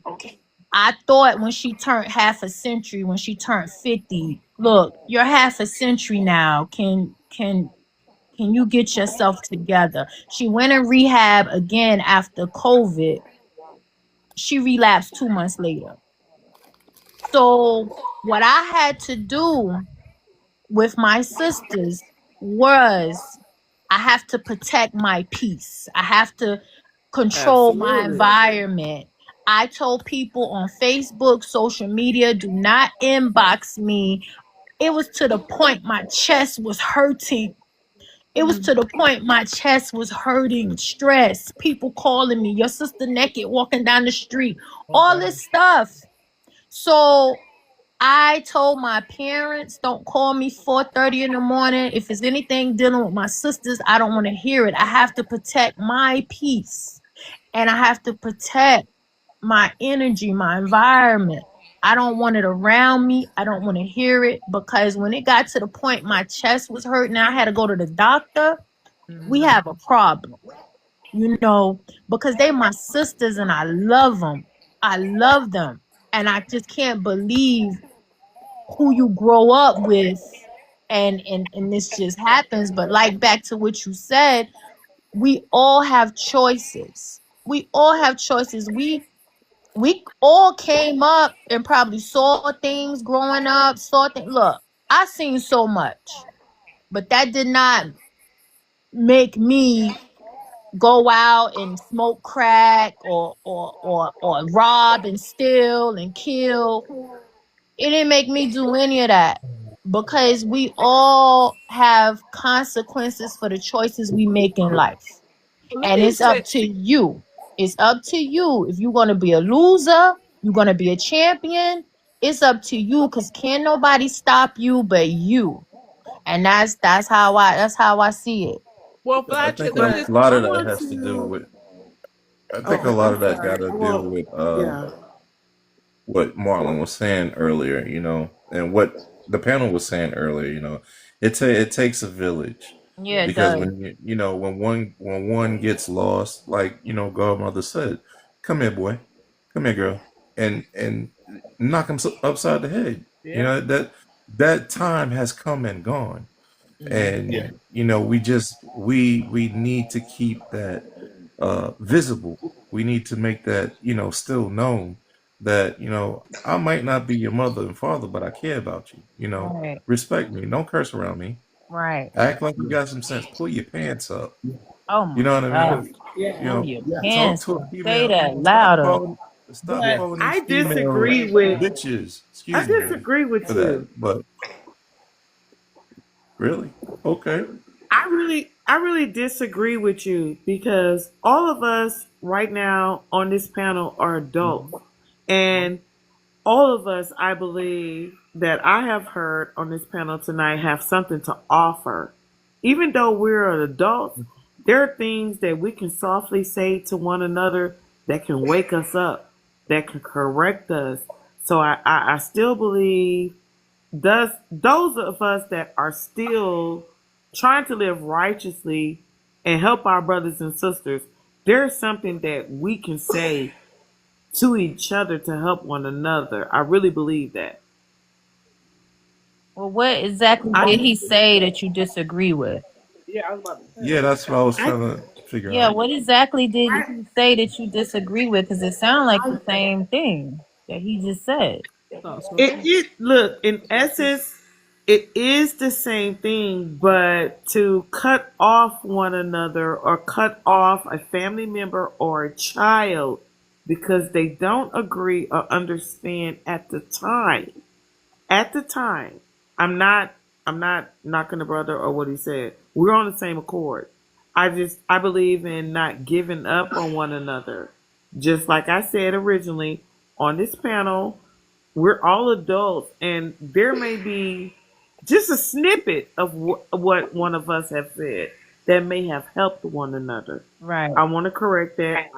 I highly apologize if I offended anyone, but I'm just saying we're here together to grow together. Yeah, That's what I wanted to say. I Oh was saying I no, didn't think that he absolutely. even I didn't think he had said that, but I mean, I thought he was kind of, but either way, that's good. Everybody on the same accord. I had a quick question for Fly Chick, not to cut you off, CJ Rose. I'm sorry, sweetie. Okay, Um, godmother. I just had a question for you. When you was talking about your sisters and about and I think it might have even been CJ said the same thing. What's up, homie? Candy's in the house.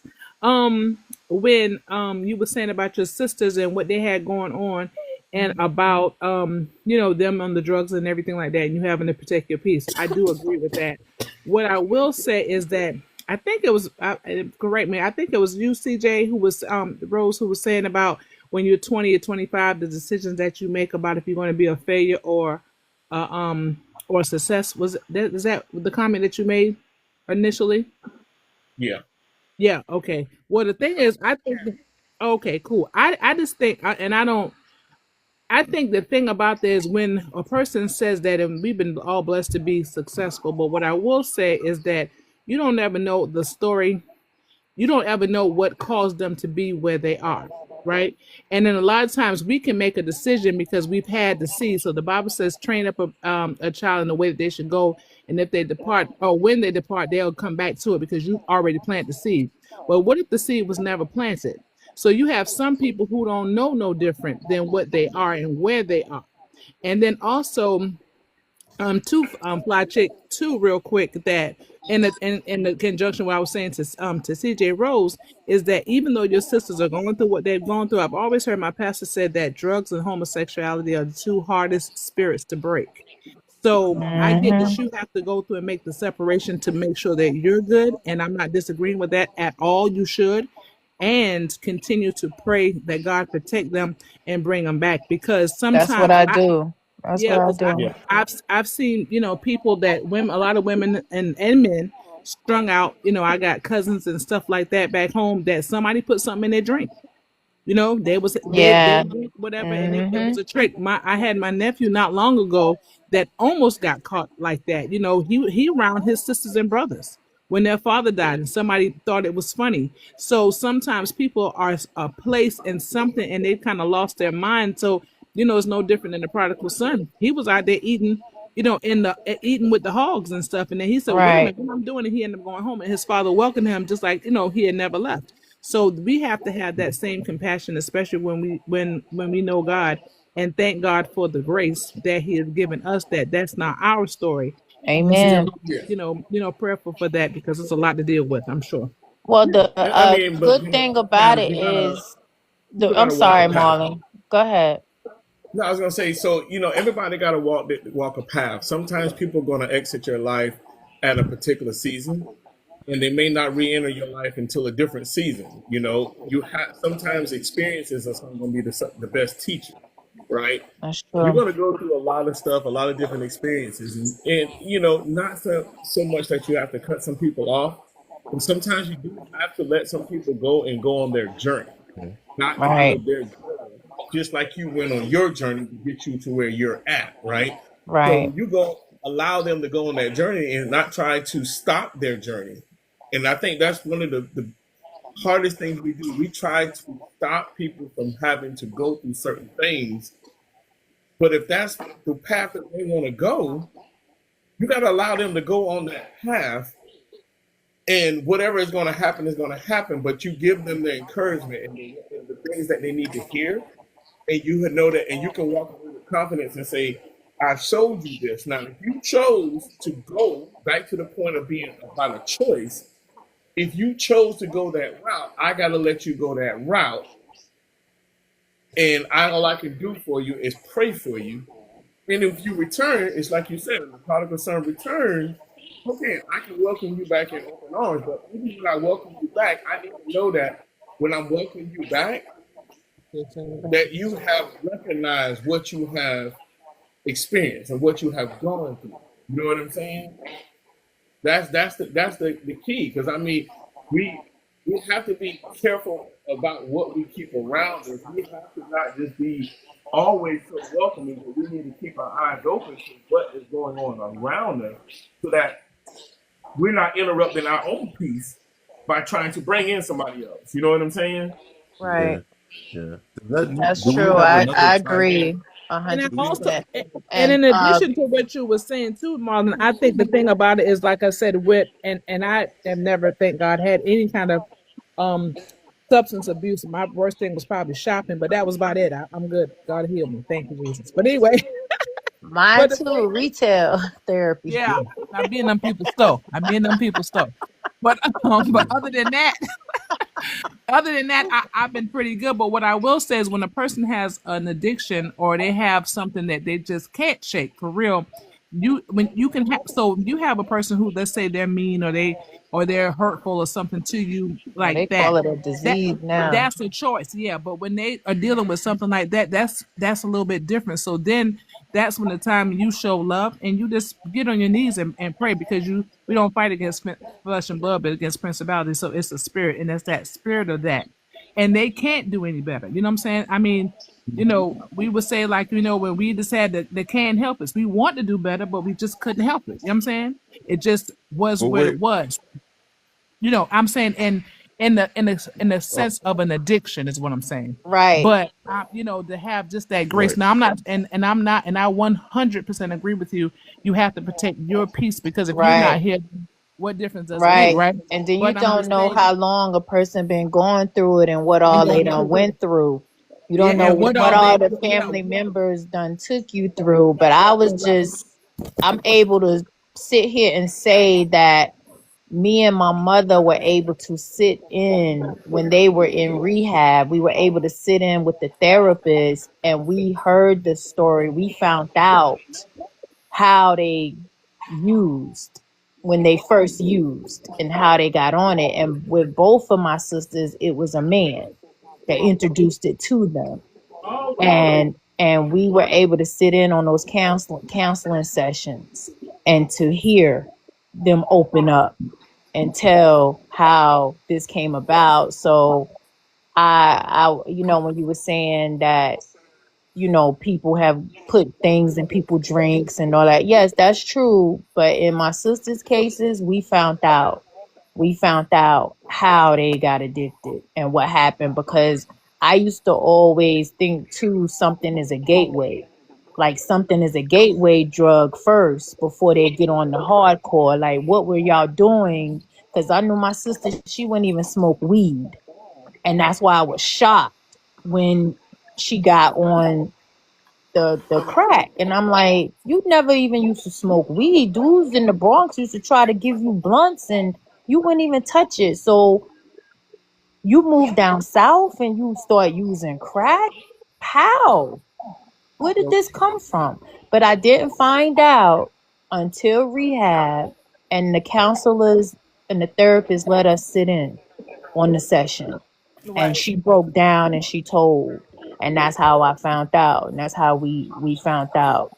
But we've done everything. And like I told my mother, they're not gonna quit until they're ready. Till they're ready. You could put them in therapy, you could put them in rehab over and over and over until they are ready. That's when it's going to happen. Well, I feel that Brother they Marlon, probably is is there not another probably is not segment? ready. Is there another segment to this part of the conversation? Yeah, because I was actually about to segue on it because I know we kind of got off on the Oh yeah, we did. We all we over the got off on a place. different topic. Yeah, I Yeah, think because it's there's a about lot of conversations about blended family families. members. Yeah, blended children, disciplining Like, it blended all started. It families. started from the I blended just want family to part. just, I'm finna, I'm finna wish everybody a good night, but I just want to say this very, very softly to everyone listening. We are only responsible for ourselves. We can love our children, our parents, our family members, our neighbors, all of that. But when it comes down to it, I'm going on 54 years old next month. And when it comes down to it, you are responsible for yourself. And these people with all these problems in our lives, they're gonna diminish. They're not gonna be there in these older ages when you have to take responsibility for yourself and your life and your well-being. If they are sick, what they gonna do for you? I'm just saying. I just figured this out in my lifetime.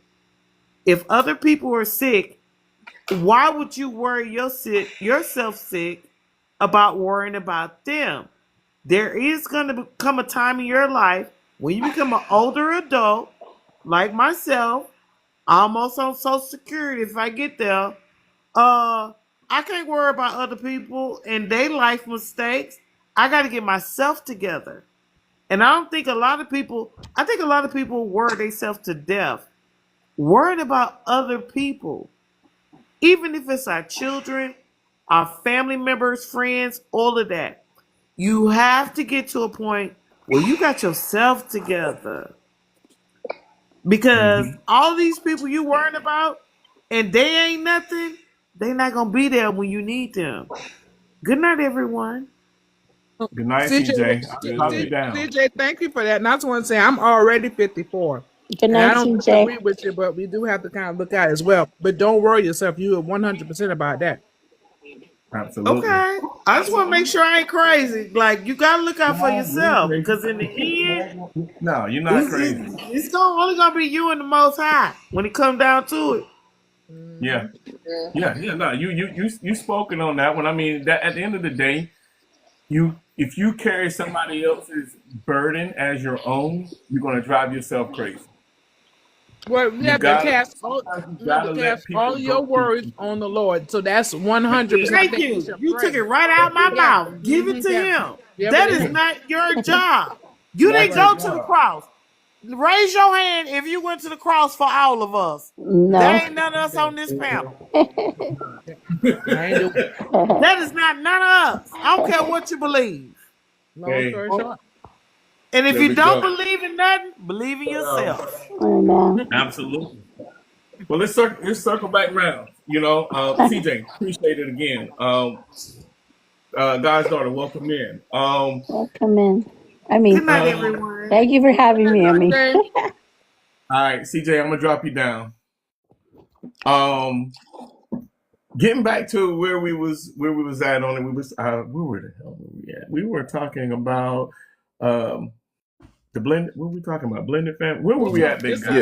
the blended discipline. family, discipline Okay, within the blended family. discipline in the So you blended were family, and saying I put discipline. You were saying huh? discipline. And you were saying discipline one with the other in a relationship. Yeah. So I think, and I put a comment in there as well while she was talking. When it comes down to discipline, you know, when we discipline, whether it's a blended family, a marriage, anything like that. Keita, you funny. Discipline. When you discipline, you do have to follow up. You got to follow up, because if you don't follow up, it's going to teach a fear and not growth. Discipline is a tool to use to help your kids grow.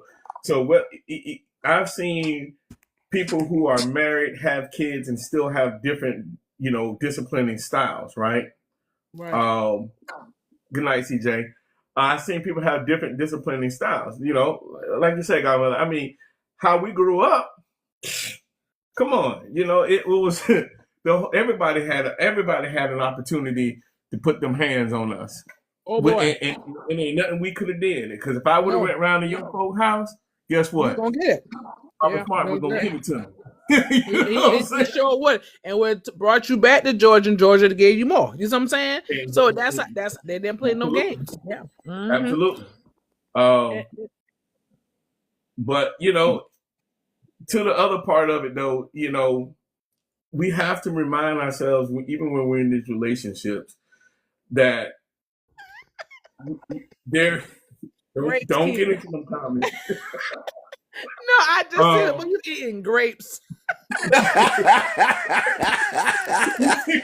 I even know y'all can hear it. Hey, I swear, the only reason why I said a piece of chicken is because I heard you go. I said, "Oh boy, that boy must be good." No. I was eating globe grapes, the ones with the season. Yeah. Mm-hmm. Oh, dear Jesus, I finished help off a me, bag. Lord. I can't deal with y'all. I'm on the floor. It's I'm like on the can't be floor. serious with y'all. My bad, dog. My bad. Keita said it. I just elaborated. That's all. Started it all up. I just because I couldn't see none of the comments from before, so he said something like, I just looked at it. No, it was grapes. Thank you. I have a quick question about the discipline, real quick. Go for it. What do you do as a parent? What would y'all do as a if your stepchild doing something and then you discipline them with words, but their parent disagrees with you? Well, they can disagree. They can disagree with me because that same incident I talked about when I was dating the guy from Blythewood. The same thing. When we got closer, we were talking about marriage, and like I said, for me, that was a deal breaker because I'm like, I'm not gonna walk on eggshells like that. But it's important to have a conversation have conversations and get on the same path, because my ex-husband, on the flip side, when his son came to live with us, the one thing I personally didn't do even though he was not my biological child. He would say, "Daddy, can I have so and so?" And I said, "No, you can't. You're gonna have dinner." I would answer it, and so then, of course, he would kind of, "Daddy, daddy, daddy," and I'm like, "We don't do that over here. Here, we're one. We're one family." I didn't introduce him as my stepchild or my bonus child or whatever. I just said, "This is my son."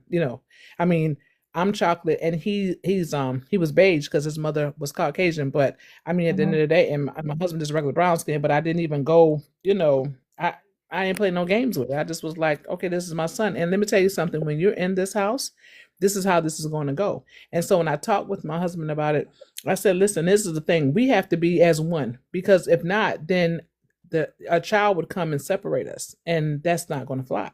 So he said, well, babe, to be honest with you, I've never raised any children. They was always with their mother. He had 2 sons, and one was grown, and then this one was a younger one. So he said, I'm going to follow your lead. And he did. So that was it. Now, we may have our discussions outside of it, but together we stood. I was raised by a man that was not my biological father, but aside from, and not even really complexion, because my granddaddy was dark skinned, but other than, most people didn't even know that wasn't my daddy. You know what I'm saying? My biological father. That's my daddy, but I'm saying nobody didn't know. He was fair, he was honest, and he loved me, just like he loved all the kids say I'm his favorite, truth be told, and I am the most like him. But I'm saying, but the thing about he was just great. So he didn't ever say that's my stepdaughter. And if anybody gave money to my brothers, they better have some money for me too. So I know it always starts at the top, with the 2 of y'all being on one accord in that, because other than that, how can 2 walk together unless they agree? So at the end, and then even they were both biologically your kids, you're just gonna have one that's going to be softer than the other one. I'm a disciplinarian all the way around. That's just how I am, always have been. But like I said, my spouses, even my daughter's father, he was like this. He's from Brooklyn, hardcore, killer, this, that, the third. But when it came to to his daughter, he just couldn't do it. He would call me from Texas and say, "Hey, your daughter acting up." You know what I'm saying? He'd be like, "Your daughter acting up." And I'm like, what? Not with them girls. With them girls. Yeah, he couldn't do it. And I would have to regulate from South Carolina. I'd be like, "You want me to go on the flight? Because if I do, awful gonna be your case." You know what I'm saying? "No, mom, I don't want you." You know what I'm saying? So, and they had this little bond, but it is what it is. But like I said, it's important for for 2 people to have a conversation, get on one accord, figure out what's most important. And what's most important is that our household will move smoothly, and we will move together as one. Okay. Right. Yeah. Simple as that. The other part of it is this too, is understanding that you're not always going to agree on every single thing, but That's you got to right. be able to sit there and have a conversation of why you didn't agree, and then come up with a compromise. You're not going to agree on everything. My wife and I didn't agree on every single thing. Matter of fact, I learned so much from her because I'm a straight shooter. You know what I'm saying? I'm like, I don't have a gray area, so it's hard for me with my parenting style. Like, especially like when my son came here, I'm a hammer. I'm a hammer, and I'm going to nail it. But she had to say, "Hey, look, you know what? Why don't you have a conversation?"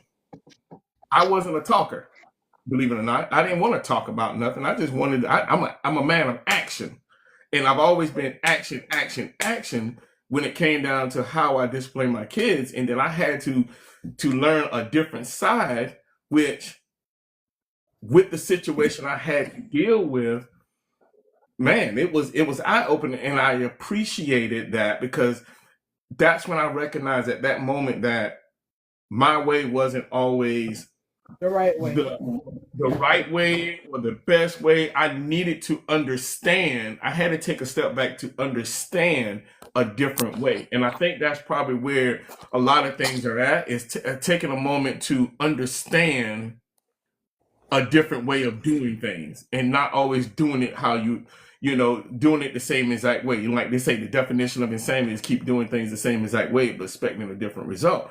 I was expecting a different result because I was doing it the way that I kept, doing it, and nothing changed. You know what I'm saying? It's about the communication, and then being open enough to say, "Hey, you know what? Let me understand this from their perspective. Let me try to, even if I don't understand, let me at least attempt to try to understand it." I think a lot of times what we don't do is we are so hard up on our own that we won't take the opportunity to try to figure it out, see it from a different perspective. We'll look at everything else in our relationship, but when it comes down to that, we all get real sensitive when it comes to our kids. We all get a certain way when it comes to, how we discipline them, and we're not always open to other people that we brought into our life that we say that we love and we want to spend our life with. Why is it so different that we don't open up to that particular part to try to understand that? Facts. That's my opinion. As I said, as my shirt says, I'm not a therapist. I'm just a man who's been through some things. That's right. That's right. Well, I'm a therapist. I'm gonna help you figure it out. Oh Lord. Hey, I done been sitting behind them chairs doing them women and men here for years before I got into real estate. And I used to hear some of the correct, and I gave advice all day, every day. Same. And they would come back and be like, you know what, you were so right. I was like, girl, let me tell you something. You make him do, you better get, I always did. So God gave me an opinion. I don't mind giving it out. So I am a therapist, okay? And I done seen some things, but I will say, all jokes aside, that for me personally, like you, Marlon, I have been able to in some situations see certain things in other ways. Now I would hear when Deandra was in her early 20s, and she would be like, well, mama didn't listen to me, and she didn't do this, and she didn't do that. And then my mama would say, well, you should listen to her. I said, well, I'm listening to her I'm her mama, she ain't mine. And I still feel that way, to be real clear. But she later on came up to say, mama, I'm so glad that you did, this. I'm so glad now you taught me this. Now I understand, now I this, because I think it's important for parents. And this is, again, our old school, how we came up. Our parents and grandparents didn't care what we thought. They knew what they were telling us. And so as I always tell mine, I'm not going to tell you nothing bad because you came from me. I want the best for you. I'm telling you something because I didn't have to try crack to realize that crack was bad. I saw what it did to other people. So everything, you don't have to quote unquote try it for yourself to see. Just avoid some of the pitfalls that can be out there in life, and then go even faster, because each generation should do better than the one before. That was always my charge. Each generation ought to do one before. So I'm not here to entertain the stuff like I would tell mine. Y'all ain't never been my age, but I've been y'all age. So here's where it is. So they all, didn't feel like I was, the best. I didn't want to hear the sad stories because I was all about accountability. But again, of all 5 of them, they're all successful. A few of them are married and have children. And they always say, like my nephew, he told me, he said, Auntie, he came over he lives in Salt Lake. And he said, Auntie, you know what? I never saw a woman until I saw you. He said, you showed me what a woman should be. He said, because my mama hold, my grandmama hold, my sister hold. He said, I never saw a woman carry herself the way you did. He said, I remember you taking us to camp and classes, and the coaches used to be like, man, your aunt fine. Tell her to give me a call or whatever case it means, and this and that. And he'd pass the numbers. And whenever we would tell you, you'd always say, tell them I don't want it. I don't want his number. Don't send no messages, because at the end of the day, I'm not running a whole house. And what man sends a message to a kid? No. And didn't have no man in the house with them, kept them in church, didn't have no little friend or none of that kind of stuff like that. I was and kept them in there and gave them the word and the discipline. So he said, and I remember when you built the house, and he just was all the things he remembered coming up. They watching. Yeah. That wasn't even, and they knew that they were not even my children, but I did for them. When Hilfiger, they had whatever the stuff was, they had it too. Took them to camp, made sure their grades were together, and I ran a salon. So they came back and just say, we just appreciate you. We thought before you was hard, but you know what? You prepared us for life, and I think that is very key and important for the parents of today to understand that, they're gonna go through a time when they're gonna hate you. They are. Teenage years are crazy years. They hate themselves. They don't know what to do. We all was nuts at that age and early 20s.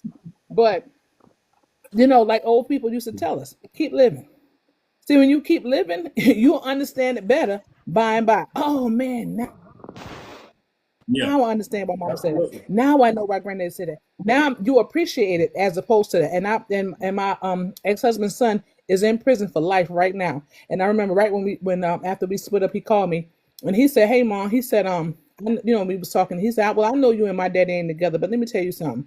You still mama because out my biological mom and daddy, you was the only one who ever kept me straight. And everything you told me, it was just like you said it was. And I wish I would have listened to you, mom, but I would love you forever because you was always real." Now he's sitting there in a prison cell, and of course you always got time to think about it. But the bottom line is when he thought about it, that's what it is. So I'm not here to be your friend. I'm here to be your mama. I'm here for a guide. I'm here to help you to do better. You know what I'm saying? You pick your friends, but I'm family. So at the end of the day, we stuck. And this is what we gonna do, and that's the difference. And if For kids did sure. that more and the parents did that more now, kids would have more accountability. They would be stronger in life because if you look at our generation, I mean, we worked it out. Whatever we went through, Yeah. we worked it out. That's Absolutely. right. And that goes into discipline and modeling behavior because That's right. kids learn more from how their parents argue than how they punish. Correct. They learn what they live and they live what they learn. Right. Absolutely.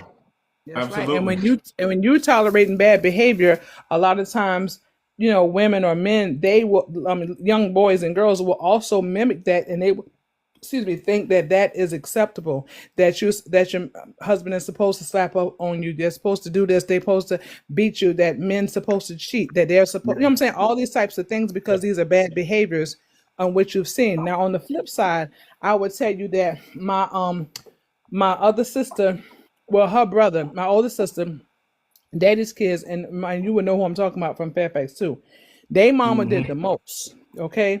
Did the most. But let me tell you something, and I always use her as an example. Despite what she did, and she was out, she was for the streets, okay? Yeah. 100. My brother, he was in all the college. I mean, he was in all the sports, beta club, smart, best all around. Same thing with my sister. And despite where they came from, which was out the projects, the behavior was, you know what I'm saying? It was a different type of behavior. And that's why I tell people she did what she did because she was grown, but she set a standard on her children and they are great. And to this day, my brother takes her everywhere he go. That's his little riding partner. You know what I'm saying? He come into Fairfax, he do whatever with it. You know what I'm saying? I mean, and we just Yeah. rally around her as well. She's not our mama, but we still, because that's how it was set. And I have so much respect for her. And despite whatever she did, in her own time, she raised her children. She held them to a different standard, and she did not play. And they both are very successful and respectful to this day. So that's what what parenting needs this time. And like I said, one's gonna be soft and one's gonna be hard. But you're not these kids' friends. No, you're You not. ain't You're their not friends. good friends or nothing. And when we thinking about the whole thing, the whole modeling of discipline and how you want that behavior to go, like everyone said, right? Kids are going to watch what you do. So respect between parents equals respect from children. All right. You know what I'm saying? Because if they see where you're not having respect for each other, they're not going to have respect for you and other people that they're going to be dealing with. Because we got to understand that the respect that they learn now is the same respect that they're going to take into their own relationship. Relationships, right. Yep. So, man, Yep. Yep. Gotta this teach thing them. goes deep. This thing can go deep, deep, deep. I tell you.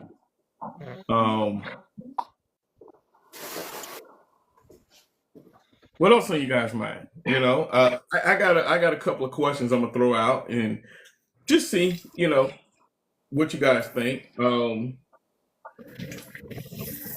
Discipline change as kids get older. And I'm Say sorry, again. Watson. Hold on one second, Watson. I know you've been here, man. What anything you want to add? Well, I'm good. I appreciate the live. I don't go on many lives, so this is rare, but meaningful, substantial. So I get it. So that's why I'm here. But thank you, everybody. Much respect to everyone. All I can say is I'm old school, so I'm 64, and I don't have any kids. But when we were coming up in the '60s, we were disciplined, Yep.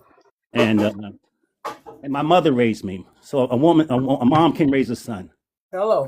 A woman can raise a man. There's a lot of people think that it takes a man to raise a son. That's not necessarily true. In my case, so we all came from different paths. So one thing about this live that I do like that everybody's objective, everybody listens, and nobody really judged for being for No, just having not different at all. opinions, and that's the only reason why I came here. So I appreciate that.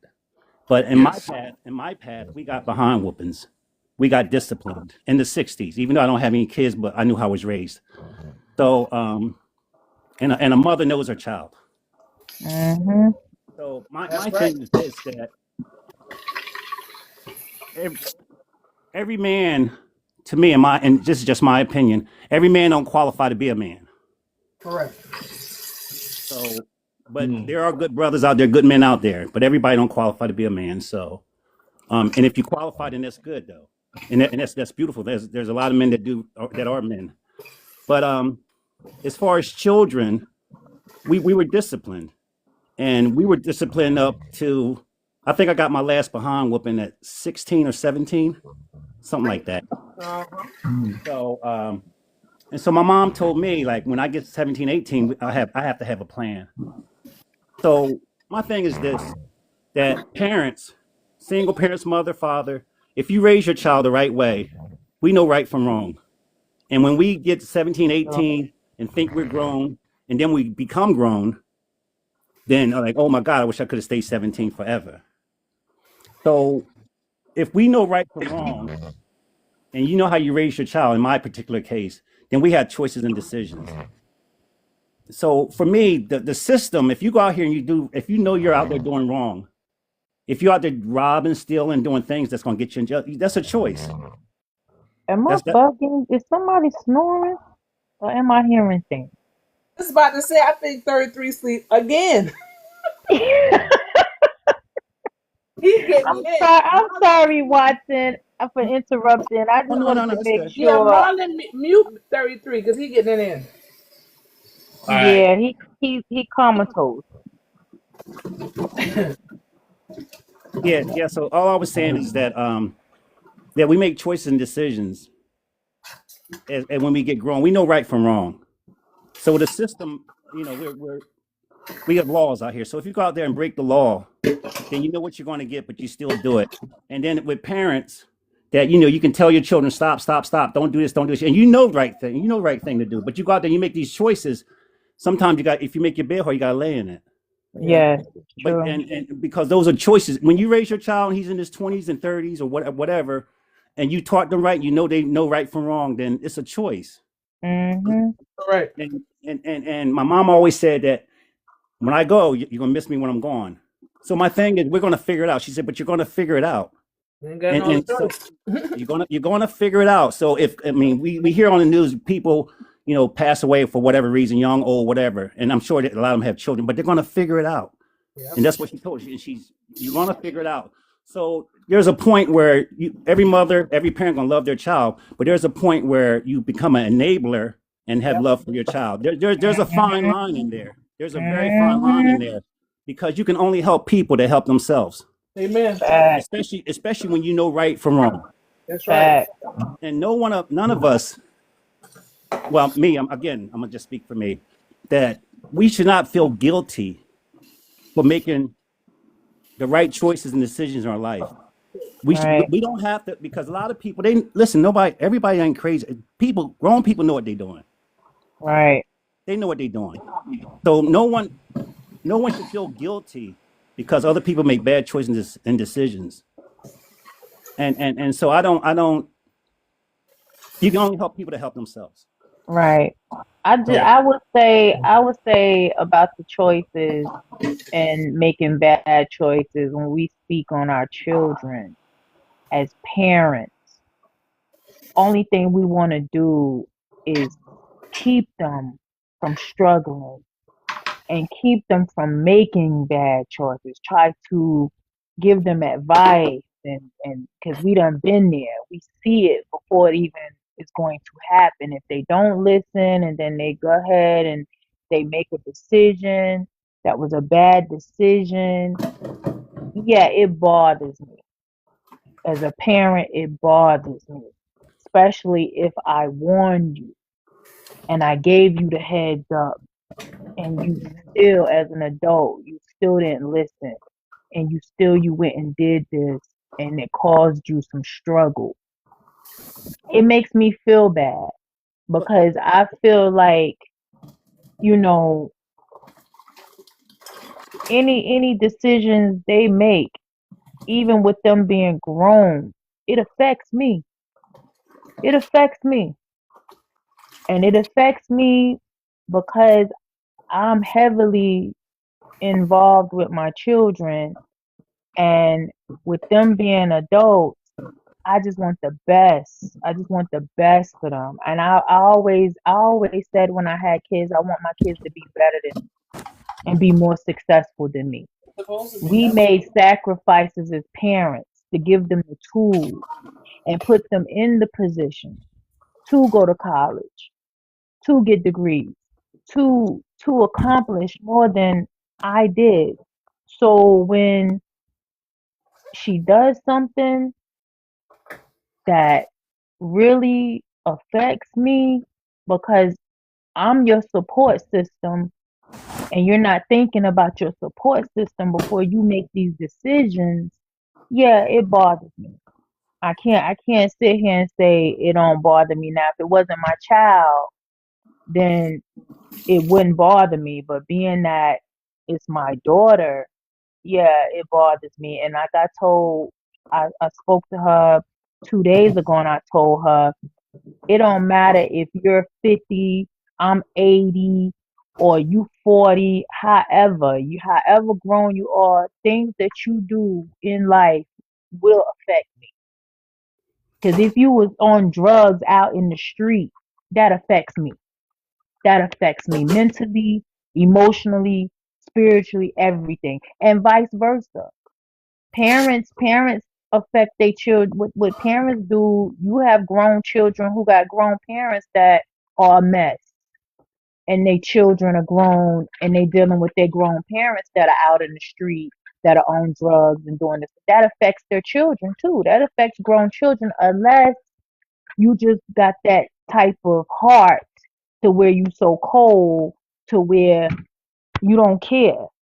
I don't I don't have that type of heart. I care. I care. Maybe I care too much. But yeah, Hmm. I care. I care. Well, the thing And I about understand that because I got to a point where I had to stop caring so much because it was correct affecting me too. I 100. had to step back and say, you know what? I can't give more of a damn than you give. I don't wish anything on you. I always going to wish the best on you, but I have to take a step back because it's affecting my mental and it's affecting my peace. I got to take a step back because I'm getting so involved and I love you, but I'm going to take this step back. I'm going to have to deal with you accordingly. You That's know, it's right. a hmm hard thing to do as a hmm parent, but it's but a degree to that because I feel like if your child is consistently getting themselves in trouble consistently or consistently making bad decisions and consistently doing something, mhm, then I understand where you're coming from because you yeah, only gonna take me through so much so many times. But in my case, she not consistently taking me through nothing. But it's just even if she do one thing that where she didn't listen, it bothers me. And to where she didn't listen to me and I was right about the situation and I gave her the heads up and she didn't mhm, listen, that bothers me.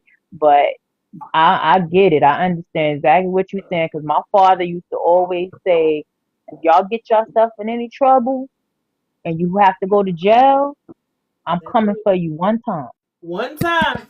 One That's what yeah, my time. daddy said. One time. After that, sometimes, One time. you're on your yeah, own. After that, you're on your own. You're on your own. But thank God I never was in that position.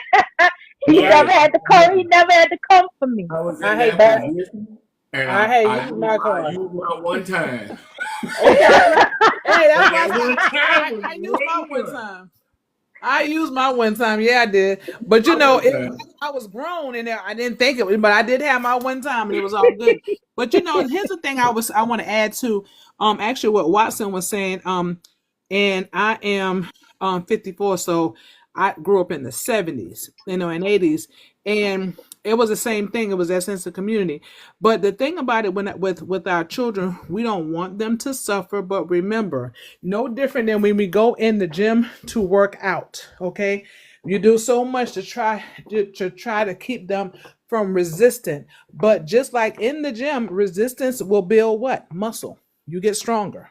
So this whole thing of going through life thinking that they're not going to go through nothing, that's not true. My prayer has always been, God, you know what I'm saying, just go through and cover them like you did me, you know, and that's what the Bible said. God looks out for what? Fools and babes. You know what I'm saying? Look out for my babe. I'm saying look out for my baby. And look out for them in they foolish days, because we all were. And the same grace that covered us while we're still here will cover them. But a lot of times people will make their children their gods. And you can't do that. You know what I'm saying? So you have to trust him with it. Boy, let me tell If you. we bring them to him, they're gonna come on through it, because you know people be, oh, I'm so worried. I raised you. You know, hey, listen, it just because something happened don't mean it's the end all be all. You know, period. Whether they go to college or they don't go to college, because college don't necessarily mean that they're gonna be successful. But the bottom line is we all have gone through something, and then God got us out of it, and that's how we knew He was real. So the testimony that we have been able to build through this living, they're going to be able to live through living. And we have to get out of the way and not worship our children and trust that same God that looked out for George and Helen's children, as well as Marvin and Linda children, you know what I'm saying? And Moses' kid, you know what I'm saying? That same God did it. And I know for a time I was doing the most I could do. I was out there. I was ready for it. You feel me? And thank God for the grace. You know what I'm saying? So I I always say it was God and my praying. I had praying grandmothers. yeah, I'm telling you. How I And survived that's what we outside. did. I think Yeah, that's how I that survived outside. That's how we all did. So the same thing, be that praying grandmother, be that praying mother. Trust it to God, because there's nothing that you can do. And like I said, even when they do, you know, whatever, and they, you know, did something that you told them not to do, God will teach them too. You just said it's not that the afflictions won't come; it's just that it don't have to take them over. Remember, it's not that the weapon don't form; it just won't prosper. That's Right. the Come on. That Amen. boy I just always crack a joke, godmother. I always crack a joke with my daughter, and I say I should have left you in the Bronx longer, because baby, you book smart, but you would have come since that. We need some yeah, street smart. yeah. There's You no gotta have that degree strength. for the street smart to get Yeah. you through life. Because sometimes I'd be like, ooh, wee. But you know, a I lot should of have times left you in the. the parents be trying to, you know, they be going through and trying to take it all from them. You can't take it all from them. There's some parts that you can help with, but there's other parts they just gonna have to go through it themselves. And that's when you pray grace that they'll keep their minds together, that their hearts will, that everything that you put in them. And I use this a lot, when you know this analogy a lot. When you plant a plant, put down the seed, it's in dirt. You can't even see it. And then you water it and it gets sunlight or whatever. And then eventually at one point you see a little green something pull up out the ground. Okay. That's your first little thing. But here's the thing, before the seed pulled up, and before you saw the green part, the root system had already started going down deeper to anchor that, you see, to be able to hold that. So then the tree or the plant or whatever continues to grow, and now we got a whole big plant. And then we start to get just a little bit of fruit. Okay. And then even when we get the fruit is green. It's not ready. It's supposed to be pink when it's finished, but it starts off green. So the more we continue to nurture that and believe, that's how we know. But was already rooted. We'll see the fruit later on. And then the fruit is ripe. But we don't trust the process. We want to jump back in there real quick and take over and get in God's way. And that's why it aggravates us. And that's outside the will. If you trust him, just trust him. He's still the same one. Absolutely. Absolutely. Before I forget, We can still keep talking, but before I forget, I need everybody to unfollow me and then follow me back. Brenda said, "Can I be her godmother?" Yeah, and she 50. She 59. Brenda, I'm 54, so I guess so.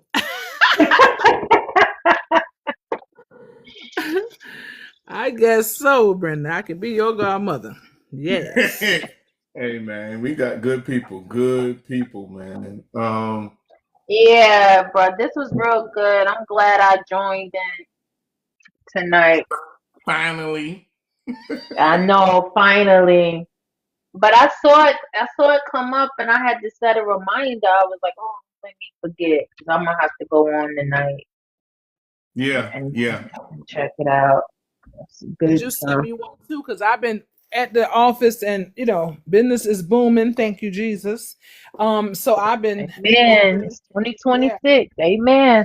Well, he was doing it in 25. So I'm Well, saying it's still going. So oh yeah, we gonna push on. So I was like, oh, so I came in and I came and that's why I was sitting in the truck trying to figure out when I need to go back to the office or do I need to just go on upstairs. So I came on upstairs because since y'all couldn't hear me, that was the Lord, I guess, speaking. Made that way. But either way, like I said, it was good being here. I hadn't been here in a while. So thank you for having me. And it was nice to meet everybody. Fly Chick, Watson, nice Big meeting Head you already. too. I'm gonna send you a follow. Okay, that's what's up. I'm gonna follow you back. Make sure you guys unfollow me and follow me back. I just did it. Watson was trying to say something. Go ahead, Watson.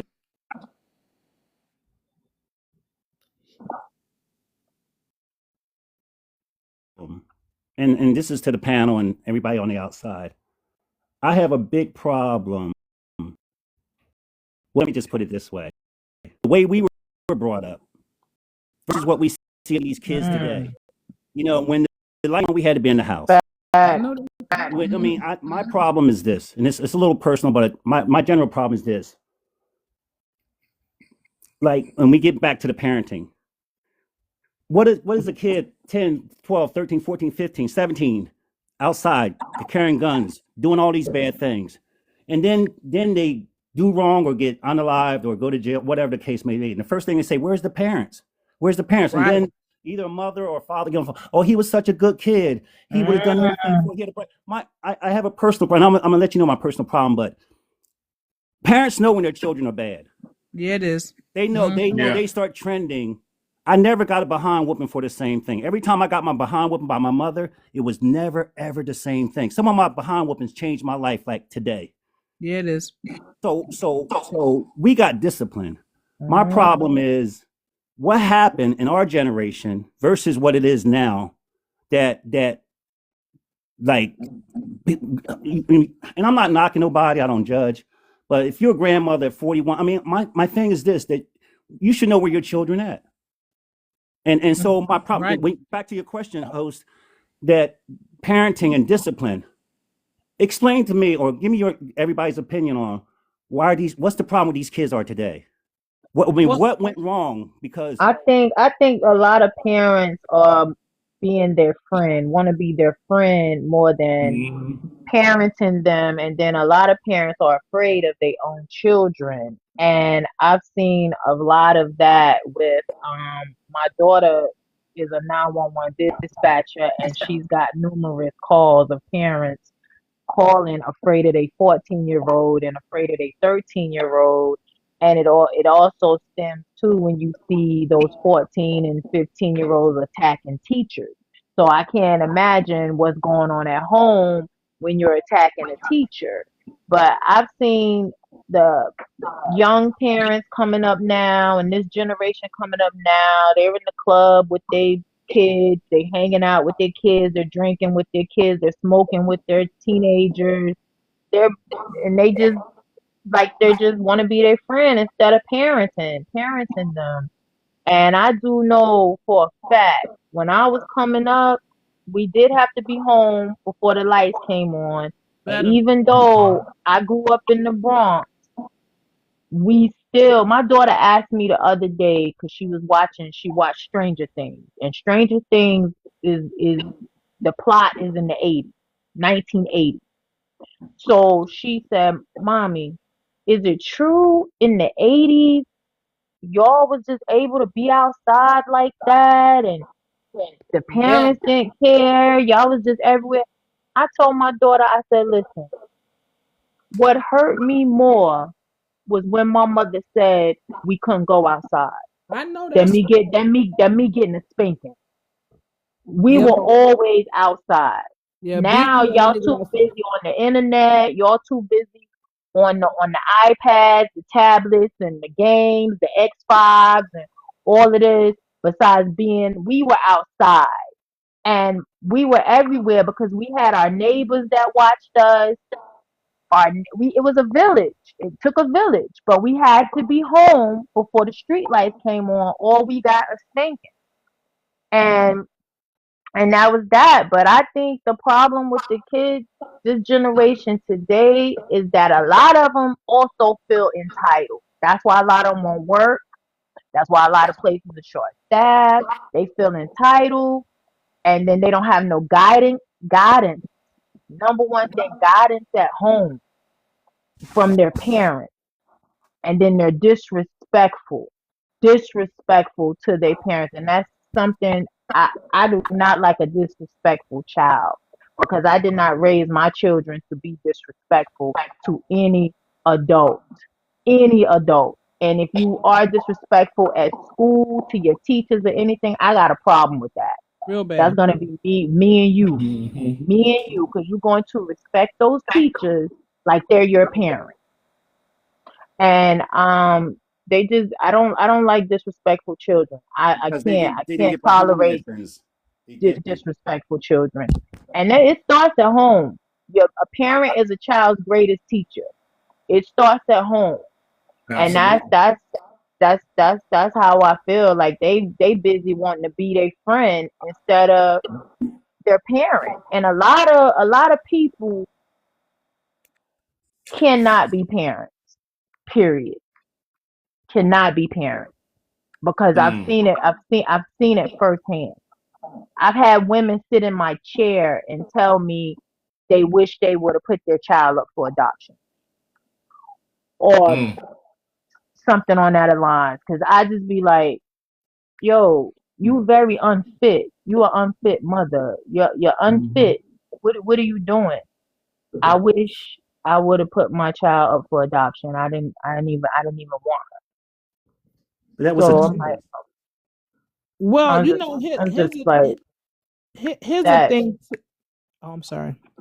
So Um, she just let her do any and everything, and it's like they're just friends. It's like that's her homegirl. So well, I don't know. well, I don't. the I think the thing about this, going back, not to cut you off, fly check, but you said a lot of key things. And before you get into that, before one thinks about this, to go back to what Watson was saying, is how they're taught from a little kid. How Mm, many of us have had them little kids and they be playing, all of a sudden they just slap you, or you get mad and you pop them and they pop you back? And most people, Mm-hmm. they think it's funny. I would tear them Yes, down. Them you. terrible too. They trying to go no, through that's not and get. funny. And when they No, be it's sticking not funny. birdies, the Yeah. parent be laughing, and your little No, 2 year old sticking a birdie, that's and the what I'm parent saying laughing. that, or you cursing and they're repeating what you said and you think it's Right, funny. So right. Like that's I the said, it, difference. it starts So at that home. so that is the Hmm. problem. So between that, therefore, there's no accountability. When the teacher Right. goes through, Mama, my teacher don't like me. My daughter told me that one day. My teacher don't like me. I said, I guess not. I wouldn't like you either if I'm trying to do my job and you being disruptive. Let me tell you something. That Huh. lady got her education. You understand that? She ain't got no reason to call me and lie on you about yours. You the one who got to figure it out. And I don't work at that school. And if I got to come out there one more time, offer gonna be your case. You know what I'm saying? And I would get her right in the bathroom, along with a lot of them. I would take them over there. The other thing that we have not mentioned, but this is a real thing. The way that the laws were put here now, people are afraid of going to jail. But let me tell you something, and I put this on everything I love, right down to Yep. macaroni and cheese. Okay. Can't even slap your child now. Yes, I do. Gonna I get slap. locked And up. let me tell you something. No, it And ain't. No, I listen. wish you And would. I Don't remember, try. hello, I wish you would. First of all, Don't how in try. the world did they see? I wish you would call somebody, go through and tell about about some 911. And so we had an incident like that with my husband's son, the baby boy. He called this up. That's what he ended up doing. So the girl come up in there. She was a little young, young YT chick, and she told me something. We don't like abusers over here. Now, again, she's coming up in my house. We live in an actual mansion on Hilton Head, gated community. The whole now we doing the most. You gonna come in my house and tell me about how I'm gonna treat my child? I turn around and said, "Let me tell you something, little girl. I don't even know or care where you came from, but let me be real clear with you so you understand." Yeah, oh yeah, because she was like 20 something, but I don't care, whatever. I want to make sure she understood. She had the right one, and I had time that day. I said, I pay your salary. You understand that with my taxes. You're not gonna come up in this house and tell me how I'm gonna raise my child because see, when you and your little white friends is out there and he go through and he try to rob y'all, the first thing you gonna say is, "Where's mom at? Where's daddy at?" Oh, we right here. And when he acting up, he gets punishment, he gets scolded, and there's times when he gets his behind tore up. Corporal punishment is not against the law in South Carolina. Okay? So don't you think you won't come up in my house and tell me how to raise my kid, because if that's the case, you can take him. How about that? So I stopped that right then. A lot of times people take that, oh, it's against the law. It's against the law to do a lot of things, even speed, but they'll bust on that highway 70 miles per hour in a 45, but they won't go through and discipline their kids. You see what I'm Come saying? on. And that is the difference. You're not going to tell me how to raise my child. And they try to do the same thing with DeAndre. I said, let me tell you something. It was me and her daddy laid down to get that involved. You understand that? You was nowhere around. And you will not tell me nobody care for my child more than me. I carried and I brought her here. And when sometimes she need her behind tore up, and guess what? She can and she will get it.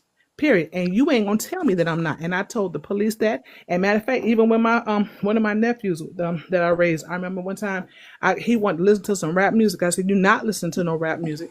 And so he called himself, and then so he still listened to it. And I came out, and he was 6'3", came out there with a belt and gave him the business on his tail.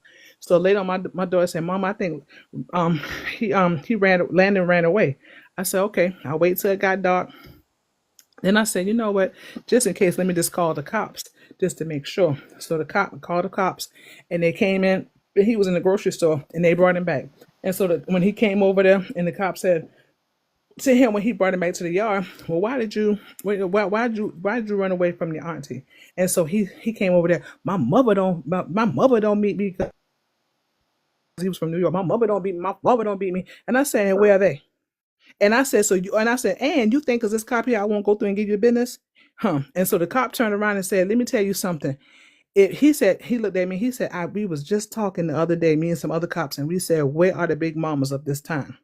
And he looked at my nephew and he said, if your aunt ever call us back again for you, you're gonna regret the day you was born. I said, "Officer, don't worry about that. You ain't got to worry about it, because just like I told him up before, I tell him up again, but you walk in this house again, and that's where you are. Because this is my house, and no police can't tell me how to go through and govern here unless they making this mortgage payment." And so I said, "So get on there and go to bed." He went in the kitchen. I said, "Hey, kitchen closed. You decided to run away, so you missed dinner. Good night." Sending right on up the stairs. You know what I'm saying? Right there in front of the cops. So if you stand for something, okay, how you gonna sit up there and let somebody tell you how to raise your child? But that is the excuse, and that is why they're not going through and doing any discipline. "Oh, you can't beat your children. You'll go to jail." Well, guess what? I'll sit right there. I done went to jail for less. Okay, how about that? So the point is, you're not gonna come in here and run my house. You're not gonna talk to me all kind of way. I'm not scared of no cops, and you can get these hands just like another adult would be. Period. We not even in disrespect. That's also something that you teach them, because when they go through them little teenage stages, and every time you say something, they say something back. When it was us, what happened? We got smacked in the mouth. Got Now our you teeth sit over here knocked trying to out. be their friend. Hello, you got up Got our off the floor. teeth. Next thing Got you know, our teeth you knocked saw out. a wall and baseboard. And Facts. again, when you don't change the wheel, don't reinvent it. It worked for us. Look at us. We work. We don't steal. Mhm. We're respectable. We have morals. When these kids start going through and giving these kids these tablets and iPhones and stuff so they could go through and be entertained, so they don't have to deal with it, that's where the problem comes in at. You know what I'm saying? Bottom line, we used to love to go outside and play. I was sitting in my former dining room looking at these little kids across the street, little white kids. And every time you come, like we had a little small cul-de-sac to come to our house, so we always went slow because they would be out there playing baseball, hockey. It was the sweetest thing I would always see. And sometimes they would hit the ball in the yard, and I always had all these, flowers and stuff in there. And so their mom would say, "Oh my God, you put the ball in Miss Carmen's yard." I said, "Child, that's so fun." It was so refreshing to watch them play outside because kids don't play outside, and their parents were millionaires, so they definitely could have anything they want. Matter of fact, and their little brother sung on Broadway, but they still gave them same morals, and that's what their daddy would say, because he said, Miss Carmen, if you ever have a problem with them, you let me know because I don't play. And he went through and grabbed and popped his belt. I said, I know that's right. I said, no, but those little boys are very respectable, and and they have character. Come over there, they were sweet, sweet kids because their parents could give them anything, but they still raised them the way that they were raised. So I would say again, stop trying to be them kids. They want to be their kids' friends. They don't want to be accountable. I don't care how much you party and everything, because to be real straight, I party. You know what I'm saying? I went to a time when I was in church, but I went to a time also where I did my share of partying. I never did drink or smoke, but I used to dance all night, and you could have gave me the key, and I would shut down, lock up the club, and turn the lights off. You know what I'm saying? So that was my time, and I still was able to go through and maintain. So this whole thing of making up excuses, no. The kids are that way because of the fact these they don't have no type of accountability, and everybody want to be their friend. And I have always told mine to this day, even mine is 35, I am not your friend. I'm your mama. Okay. I I agree. can pick any other person. I'm gonna always choose to be your mama. That's Not right. your friend. And Watson, back to what Watson was saying, another issue is a lot of these parents are the problem, because instead of defending, you need to be disciplined. When someone tells you something, your child is doing this, your child had a gun, your child was stealing, you busy defending instead of disciplining, and then now you're up at the prison visiting them But because at you that weren't point, it's already too disciplining, late, though. or you At at that, the grave site, Putting and exactly. putting wings on something, t-shirts talking about they went to heaven. They didn't. They did not go to right, heaven because you didn't teach them right. and having balloon releases, And that's only and this because they is didn't get behind whippings when they were young. right. They didn't tear their behind up when they were young. I got a That's why behind I whooping in said, church. Let me tell you what my mom did. I got a behind whooping in church during service, and she took off her hat and she beat me in church. And then I had to get in front of the church, apologize in front of the church. And listen, that's wherever we showed off, that's where we got it. Hello, Marlon. What we just you talked don't about wait, earlier, Marlon. That's where we you got don't it. wait, you And don't Marlon, wait. what we talked about earlier. That's right. Did We not did tell do you You right gotta that. when we hold do the them. You podcast. gotta We hold did the them song. accountable. You don't I was wait. Don't 30. worry about them being embarrassed. If you act up at that moment, you're gonna get it at that moment. I'm gonna tell you Right. that too. You don't wait. I'm big on that too. I'm not waiting. I'm not waiting till we get around the corner, around the block, go in the bathroom. No. You're gonna get it right here. Yeah. Right. Yeah. You're gonna get it right here. Oh My Well, wow. I'm daughter seeing a lot of even people. said not long ago too. She said, "Bring back the shame." Now she said that. She said, "Bring back." Dex, what's going on, brother? Oh wow, I'm seeing a lot of people popping up that I follow, Carla and some other people on here that I was on the other line. But what I wanted to say is that Godmother, oh my God, look, I made a friend. Godmother's sister was the assemblywoman where I lived at in East Flatbush. I'm a tenant leader and an advocate for Brooklyn. And her sister, Latrice Walker, I know her. We Yep, rally and advocate together. Look at this. that's So, it. Godmother, I put my email in the box for you, in the chat for you. So just reach out, and I'm definitely going to let her know that I And met she you met on the her big live. Look at sister. this. God Yep. is so good and amazing. Look at this. Yep. Yep. Wow. Small I just looked world. at Small the world. picture with me and her. We was in New York at the what's the Brooklyn House. We was over there and we met the comedian Oh, I was up there 2 Christmases ago for the tree lighting, and we was hanging out Oh, there. okay, during the Rockefeller day. Center. Rockefeller Yep. Center. Yeah, and Right. we had a whole escort up there because she's assemblywoman, so we was right there. They was like, I didn't get to walk over there. And I was with the Are you really VIP. her sister, godmother? Yes. Yep. Oh, wow. Look at God. And just to let all of you know, I am a tenant leader and an advocate for the tenants in Brooklyn, New York. Across, we rally. I know most of the politician, assembly people, all of them. So I'm out there in the community. And wow, godmother, I am so excited to meet you. Look at God. I came on the Yep. live not knowing that I'm connected. You see this? Yeah, that's it. This is the best New Year ever. I can't wait to Yep. let her know. I'm going to mess with her now. I'm going to say, can I work for you now? But godmother, please reach out to me. Let's stay in touch. And Marlo, I'm going to be praying for you all. I just love this live. I saw some other people that I follow on another live with KKWP. 2 of them popped up, Carla and another young lady, but you didn't invite them into the box. My Lord, look at God. He's Yep. You can amazing. invite him. You can So invite godmother, him. you going to be my godmother? Okay.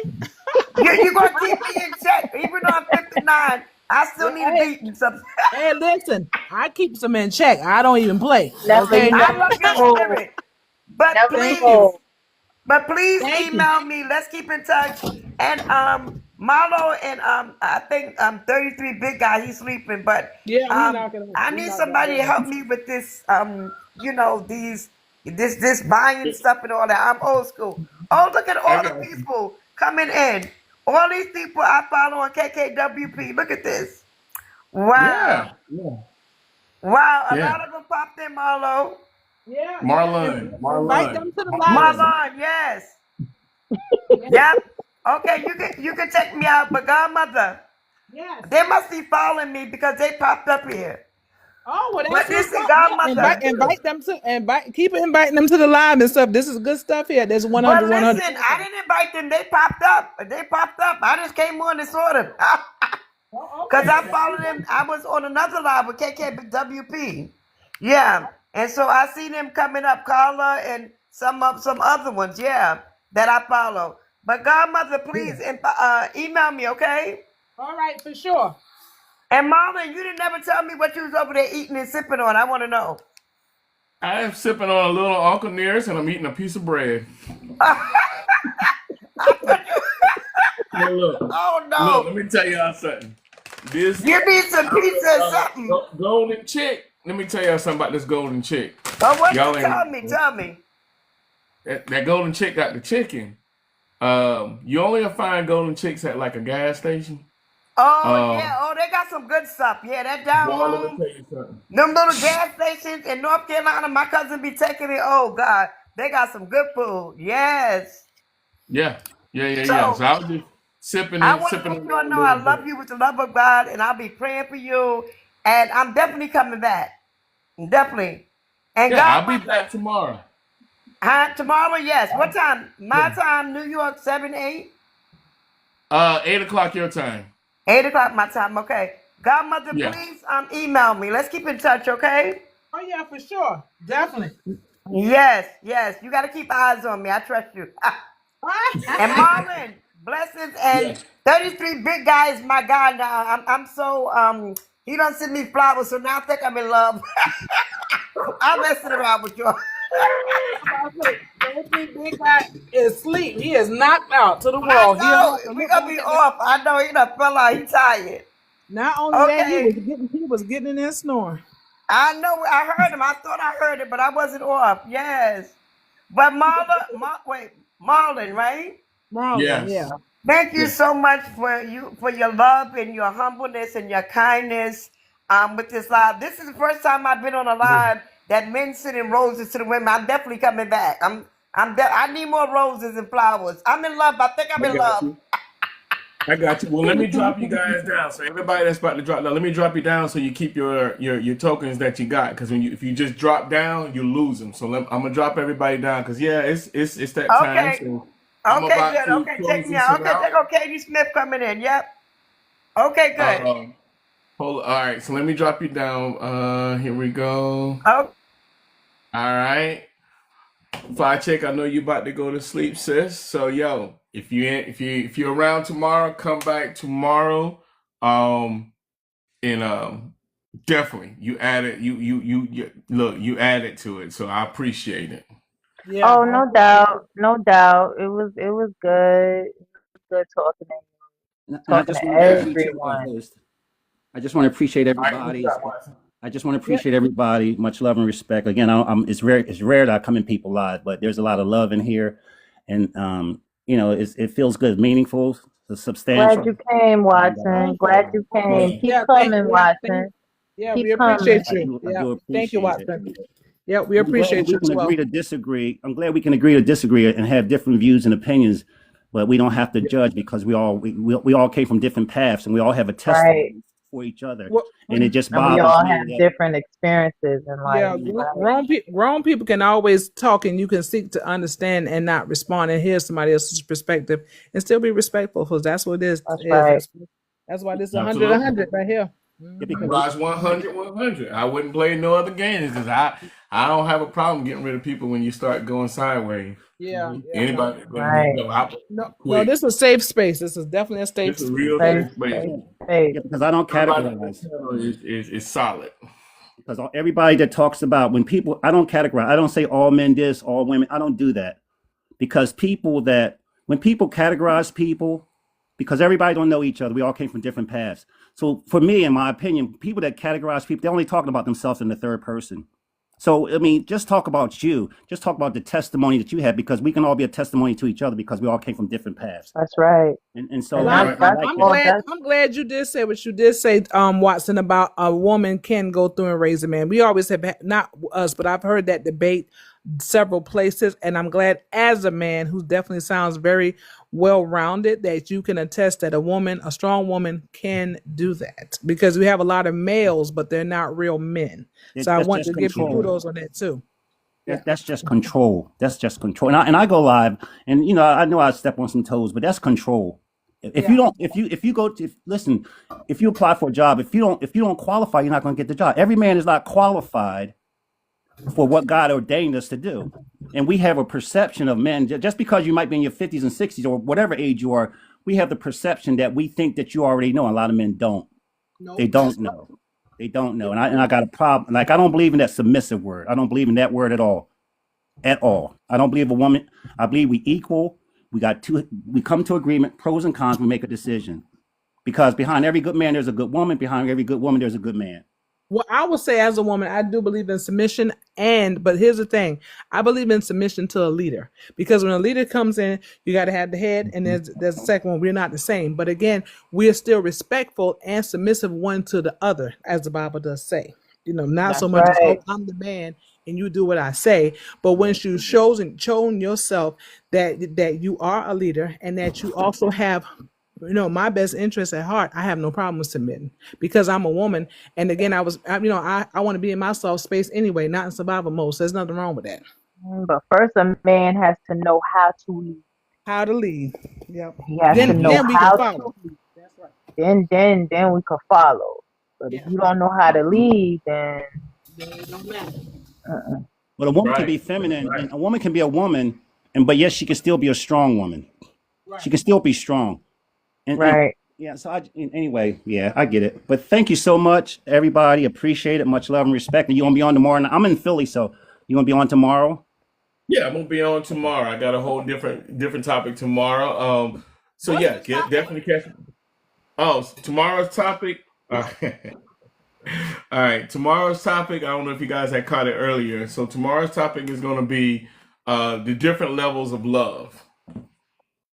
The different levels of love: attraction, dating, deep connection, commitment. Attraction gets your attention, but infatuation gets your emotions. But intentional love is what keeps two people together when the feelings fade. Um, Mm. that's going to be tomorrow. Okay, bruh. Before I go, bruh, I want, if you haven't done it yet, one night, could you just do this topic for me? One night. What I is that? want you to ask Do you prefer transparency or honesty? Well, transparency is honesty, isn't it? No, to a Well, degree. It's they're two different. to a certain It's degree. different. It's different. It's different levels. Like they both, to me, when you being transparent, honesty should be in your transparency. But some people, when they being transparent, you don't have to ask no questions. You don't have to be wondering. They just come straight out and tell you what they doing on that day and where they going or what's happening and what's taking place. Correct. So that's Besides, honesty. besides, but So they no, being that's being transparent, but letting you that's know, but opening that's up honest. without you asking, It's or a little jumping to different. conclusions. It's a Yeah, difference I see where than she's going with it. versus me asking a question and then you lie or you Well, not honest. that's two different things. But that'd be a good topic, by the way, because I'm saying Yeah. if you're transparent, then that is your honesty because you honestly saying what it is. I'm gonna tell you what I want. Hey, I only want to come and see you, whatever that is. But when you going through and you not being honest, you know what I'm saying? So I would say the difference in that one. What do you want? Do you want the different? Do you want what would you prefer, character or charm? Because that's pretty So much the difference, what I'm meaning is when you conversing with someone and it's certain things that you talk about because a lot of people give people when you first meeting someone and everything, a lot of people give people a benefit of a doubt, and I used to always say, why do we have to give a benefit of a doubt? But when you getting to know someone, you would think, okay, let me just give this person a benefit of the doubt with what's going on in their life or what they telling you. But I feel like when you're transparent, it's certain things that I shouldn't even have to ask. I shouldn't even have to ask because you're opening up to me and you're telling me what's going on in your life, whether it's a lie or whether it's honest. But So that's let me that's the ask you this, question. this right here. You talking about in a relationship or just in general? I'm talking about it could be in a relationship or I'm referring to in a relationship though. Or when you first start dating a person. When you first start dating a person, do you want them to be honest or do you prefer transparency? I'm still struggling. I think they're the same, but I hear Yeah, you. yeah, I do too. I did It's too, but it's a difference because I feel like it's certain things that go without saying. It's certain things that I shouldn't have to ask. If Well, you if you if you if you get if you want to be in a relationship with me and I'm someone that you see yourself having a future with, then you're going to be transparent. You should want to be transparent with that person. or you should. I mean, so. that's if you ask them and then they would be honest. But I want to say this right here, real quick, Marlon, before you jump in. I would Mhm. say this that my thing is that there's certain things when you say honesty and or transparency, and I think 33 said that you don't want to have to ask. My thing would be that for me, let me speak on me. One, I'm gonna do like Watson. I'm gonna talk directly concerning me. This is something that I do. A lot of times you run across some people, and as soon as you meet them, like I said, you look at each other, you think they're cute or attractive or whatever case may be, and then everybody just starts giving away everything. There's some things that you have Mm, to earn. You see you what I'm got to saying? keep. Some Mm, things you have to earn. Not so much as that you yeah, you keep them until that time that they till open that it. So time there's is no such thing ready. as yeah, so it's no such thing as well, I shouldn't have to ask. But because at the end of the day, when we take it slow, especially to that bedroom, you know what I'm saying? And then we gonna take our time to learn. But a lot of times people selfishly jump in ways where they shouldn't have, where they should have had clarity, where they should have had the conversations instead of being afraid of what that person is saying. So that way that by the time if you Just go to the being bedroom, then you know what transparent. it is. Yeah. So but if you don't, that's it. And people are always able to change their minds. They Yeah, thought they that's were why Well, I doing said something, if but you it's see different. yourself let's having not a go so deep future, into it. that's why I said if I, you see I got yourself having a highlighted. future with that person. You want to highlight it, you say, Martin? No, I said I got this highlighted. Let's not get too deep into it now, because then we'll Okay, wrap. okay, good, good, good, good, good. So So, Yeah. I'm gonna make sure I don't miss that day because me and my oh, girlfriend I'll in do New it now. York, we were having that discussion and we were talking about it. Me and her was talking about it. We was Yeah. debating on it No, and I got everything. you. So Yeah, let me know when And you have that conversation, I'll swing it Marlon. in next week. Yeah, let me know. Let me know when you have that conversation Ain't it? because That's a good for me, people only lie when they have an agenda. People only lie when they have an agenda. People only sorry and people only sorry when they get caught.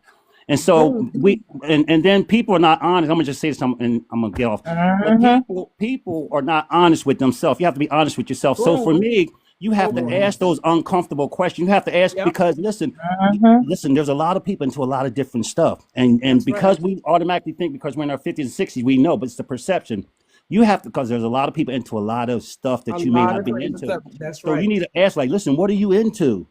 I mean, and be blunt and be honest with yourself because they into a lot of different stuff. And then take out the time to watch it so that even when they tell you whatever, you can see if the actions match up with what you say.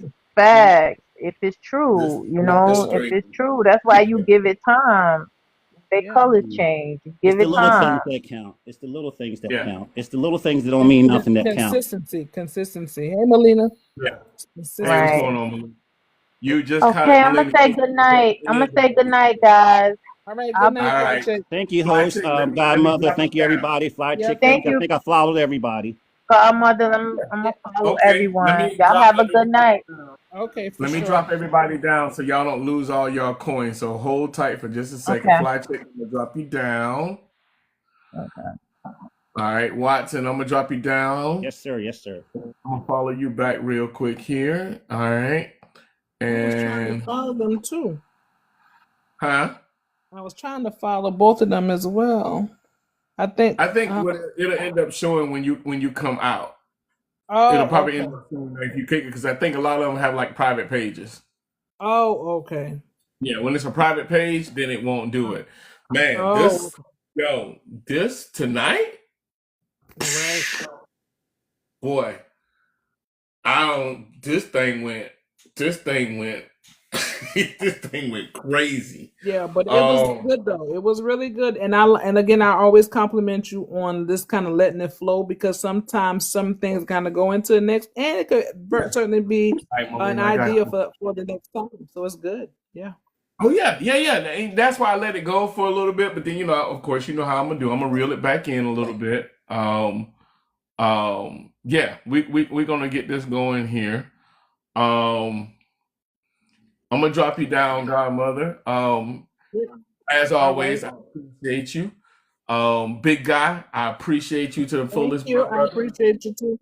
Melina, I'm trying to follow you back, but it keeps not doing something. So Melina, I do. And Godmother, I appreciate you and what you brought this evening. I do apologize. I swear my hip is killing me, dog. It feels like a daggone toothache. I'm literally passing out from pain. But no words, but don't say it's killing you. Just say it's hurting because words is powerful. But I hope you feel better because I know that's true. That's true. You're right about that too. Yeah, you're absolutely right. But feel better. Feel better for sure. I'm trying not to take anything for it. That's the thing. It's just you turn the wrong way, it bites you. That's the way it feels. Yeah, I'm with you. Well, look, definitely you guys tune in tomorrow, man. We're gonna be a good one tomorrow. If you guys are available, as always, I appreciate you. Yeah, man, definitely get you some rest, man, and take care of that hip. I just want to say one more thing for you let me down, Marlon. My Steelers is in the playoff. Those Steelers in the playoff. And you know what? Fly Chick did barely make it. Oh, is she? Die-hard Steeler. Yeah, you hear she me? like me. Oh my God! When I say die-hard Steeler, she worse than me. It's sickening. She worse than me. She worse than you, sis. When I tell you she worse than you, oh boy, worse than she you. Bad. Yes. Hey man, yeah. Hey, Because you know I'm bad about it. I was gonna go live tonight. Okay. Hey man, look, that's what's up, man. Well, we in the playoffs. I don't know how many games we gonna win, but that's okay. We there. And we beat the Ravens and the Hey, Cowboys sitting home and the 49ers sitting home and them KC sitting home. And I don't care about nobody else. So yeah, that's what I yeah, say. yeah, Go yeah. No, Steelers. I got you. Hey, look. Hey, hey. Only reason Carolina made it in because of us of Atlanta. Oh Lord. That's Well, the y'all. that's the only reason why they made it. Oh, well, So they're in there. yeah. But look, the 49ers not out. I thought the 49ers was out. No, they gotta play the Mm-mm. Eagles on the 11th. They got to play the Eagles. What? Yeah, The Eagles is going to send them home. Okay, they ain't yeah, even 50% anyway, so send them on home, and then yeah, the Eagles can go home. Okay, yeah. yeah, yeah. But we got Aaron Rodgers on sale, and I'm trying to tell you that was a good bargain. It was a good buy. On sale. I ain't fooling We, with we, you, man. we got him on sale, and that was a good buy. You hear me? When we got Russell, we got gypped. But I'm saying we got him on sale too. But we should throw him back. But Aaron is. I'm trying to tell you. I'm showing Look, all my all teeth. I know, I'm trying to figure out what we're gonna do next year since they done got rid of the coach and the GM. Y'all do the same thing every year. And look, Hey, y'all might start out come. with you start out with them boys. Them boys, I said, why but they beat when they beat the Eagles and oh Lord, and the other one, Mahomes now. They beat them Cowboys. They this our year. We going through then they start tagging me. I said, yeah. Are you slow? You know good. We go through the same thing. Y'all haven't won something since I was in my 20s. I am 54 years old. Since I was I mean, why be doing I'm Look, man. literally I was in my 20s the last time y'all won. Okay, I am And, 54 now. how This old still is your baby? it just it's not your year. It's just not your year again. Oh yeah, let's just leave it like that.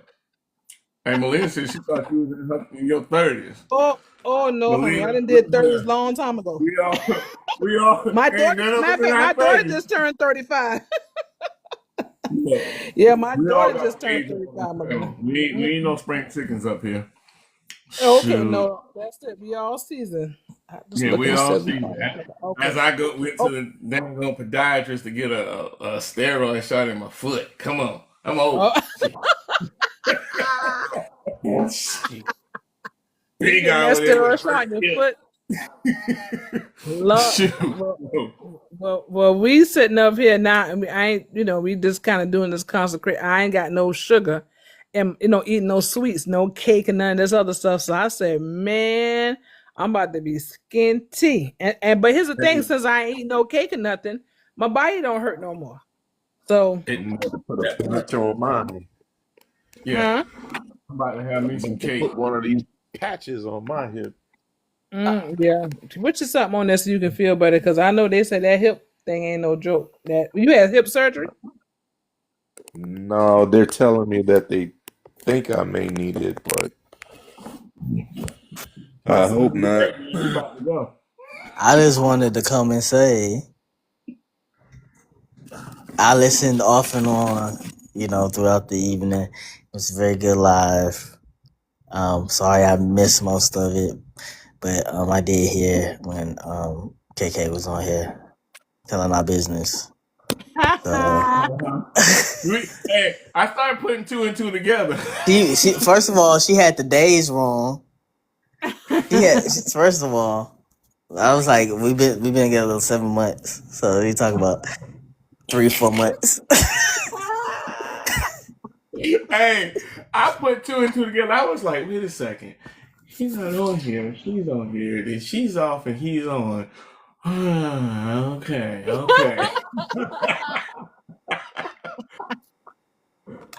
But he on there telling all his business. All his business, man.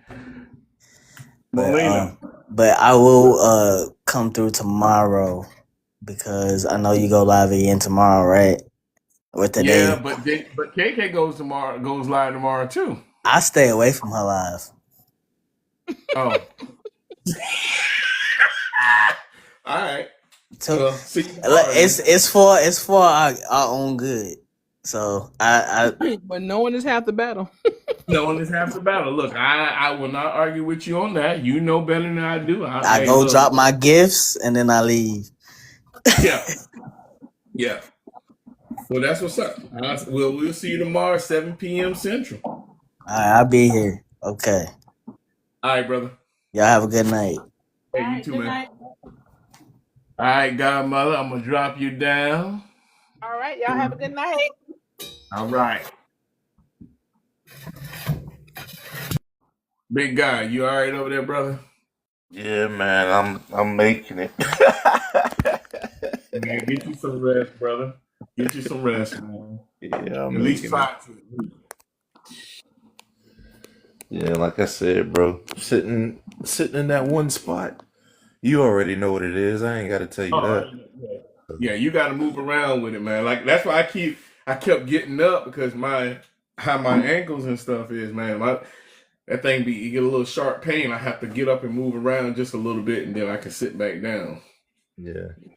And it's, thank God for it, man. It's, it's slow moving, but hopefully within the next month, I'll have another guy in another truck. So, Yeah. A truck a year, that's the goal. And being able to get out of it and put somebody in it. So that's going to be a big help. Godmother say feel better. Oh, El I Michelle, appreciate you, love. Thank you. I just followed you, El Michelle. We just came to the end of the pod, but we'll be on tomorrow for the 100 podcast. Got a good little topic tomorrow, so definitely join in tomorrow. 7 p.m. Central, 8 p.m. Eastern, 5 p.m. Pacific. So not sure where you're at, but definitely join in tomorrow. It's going to be a good one. Big guy, I'm gonna drop you down right here. Yes, sir. I appreciate it. Yes, sir. You got all the little points up there, boy. Everybody loving on Big Guy over there. Let me see. Did I get enough? Okay, I got 8 new followers. And how many say I need to get? 4. Excuse me, 5. As long as you get 5 every time we go live, then you'll be. I'm at 40% in this live. That's what I was gonna say. Slide it to the right or slide it to the left and see what your percentage is. It should say 40. Yeah, I'm at 40. Yeah, you're good then. Then you'll get over the percentage. Yeah. For what it is. Yeah. I got like 405 diamonds on this one. So all right. All right, well, cool. she said, Michelle said she'll see if she feel like talking about something serious. Well, we got it. Hey, we got a serious. We got a serious. Yeah, Molina. Yeah, we've been on here since 7 o'clock, Molina. We tired. We old. we gotta get some rest now. But we'll be back tomorrow. So definitely drop through tomorrow, love. It's gonna be a good little topic tomorrow. Different levels of love. So come through tomorrow and L. Yeah, come on and give us some seriousness tomorrow. All right, different levels of love. Don't worry, 33 gonna invite you. All right, let me drop you down, brother. All right, bro. Have a good night. Yes, sir.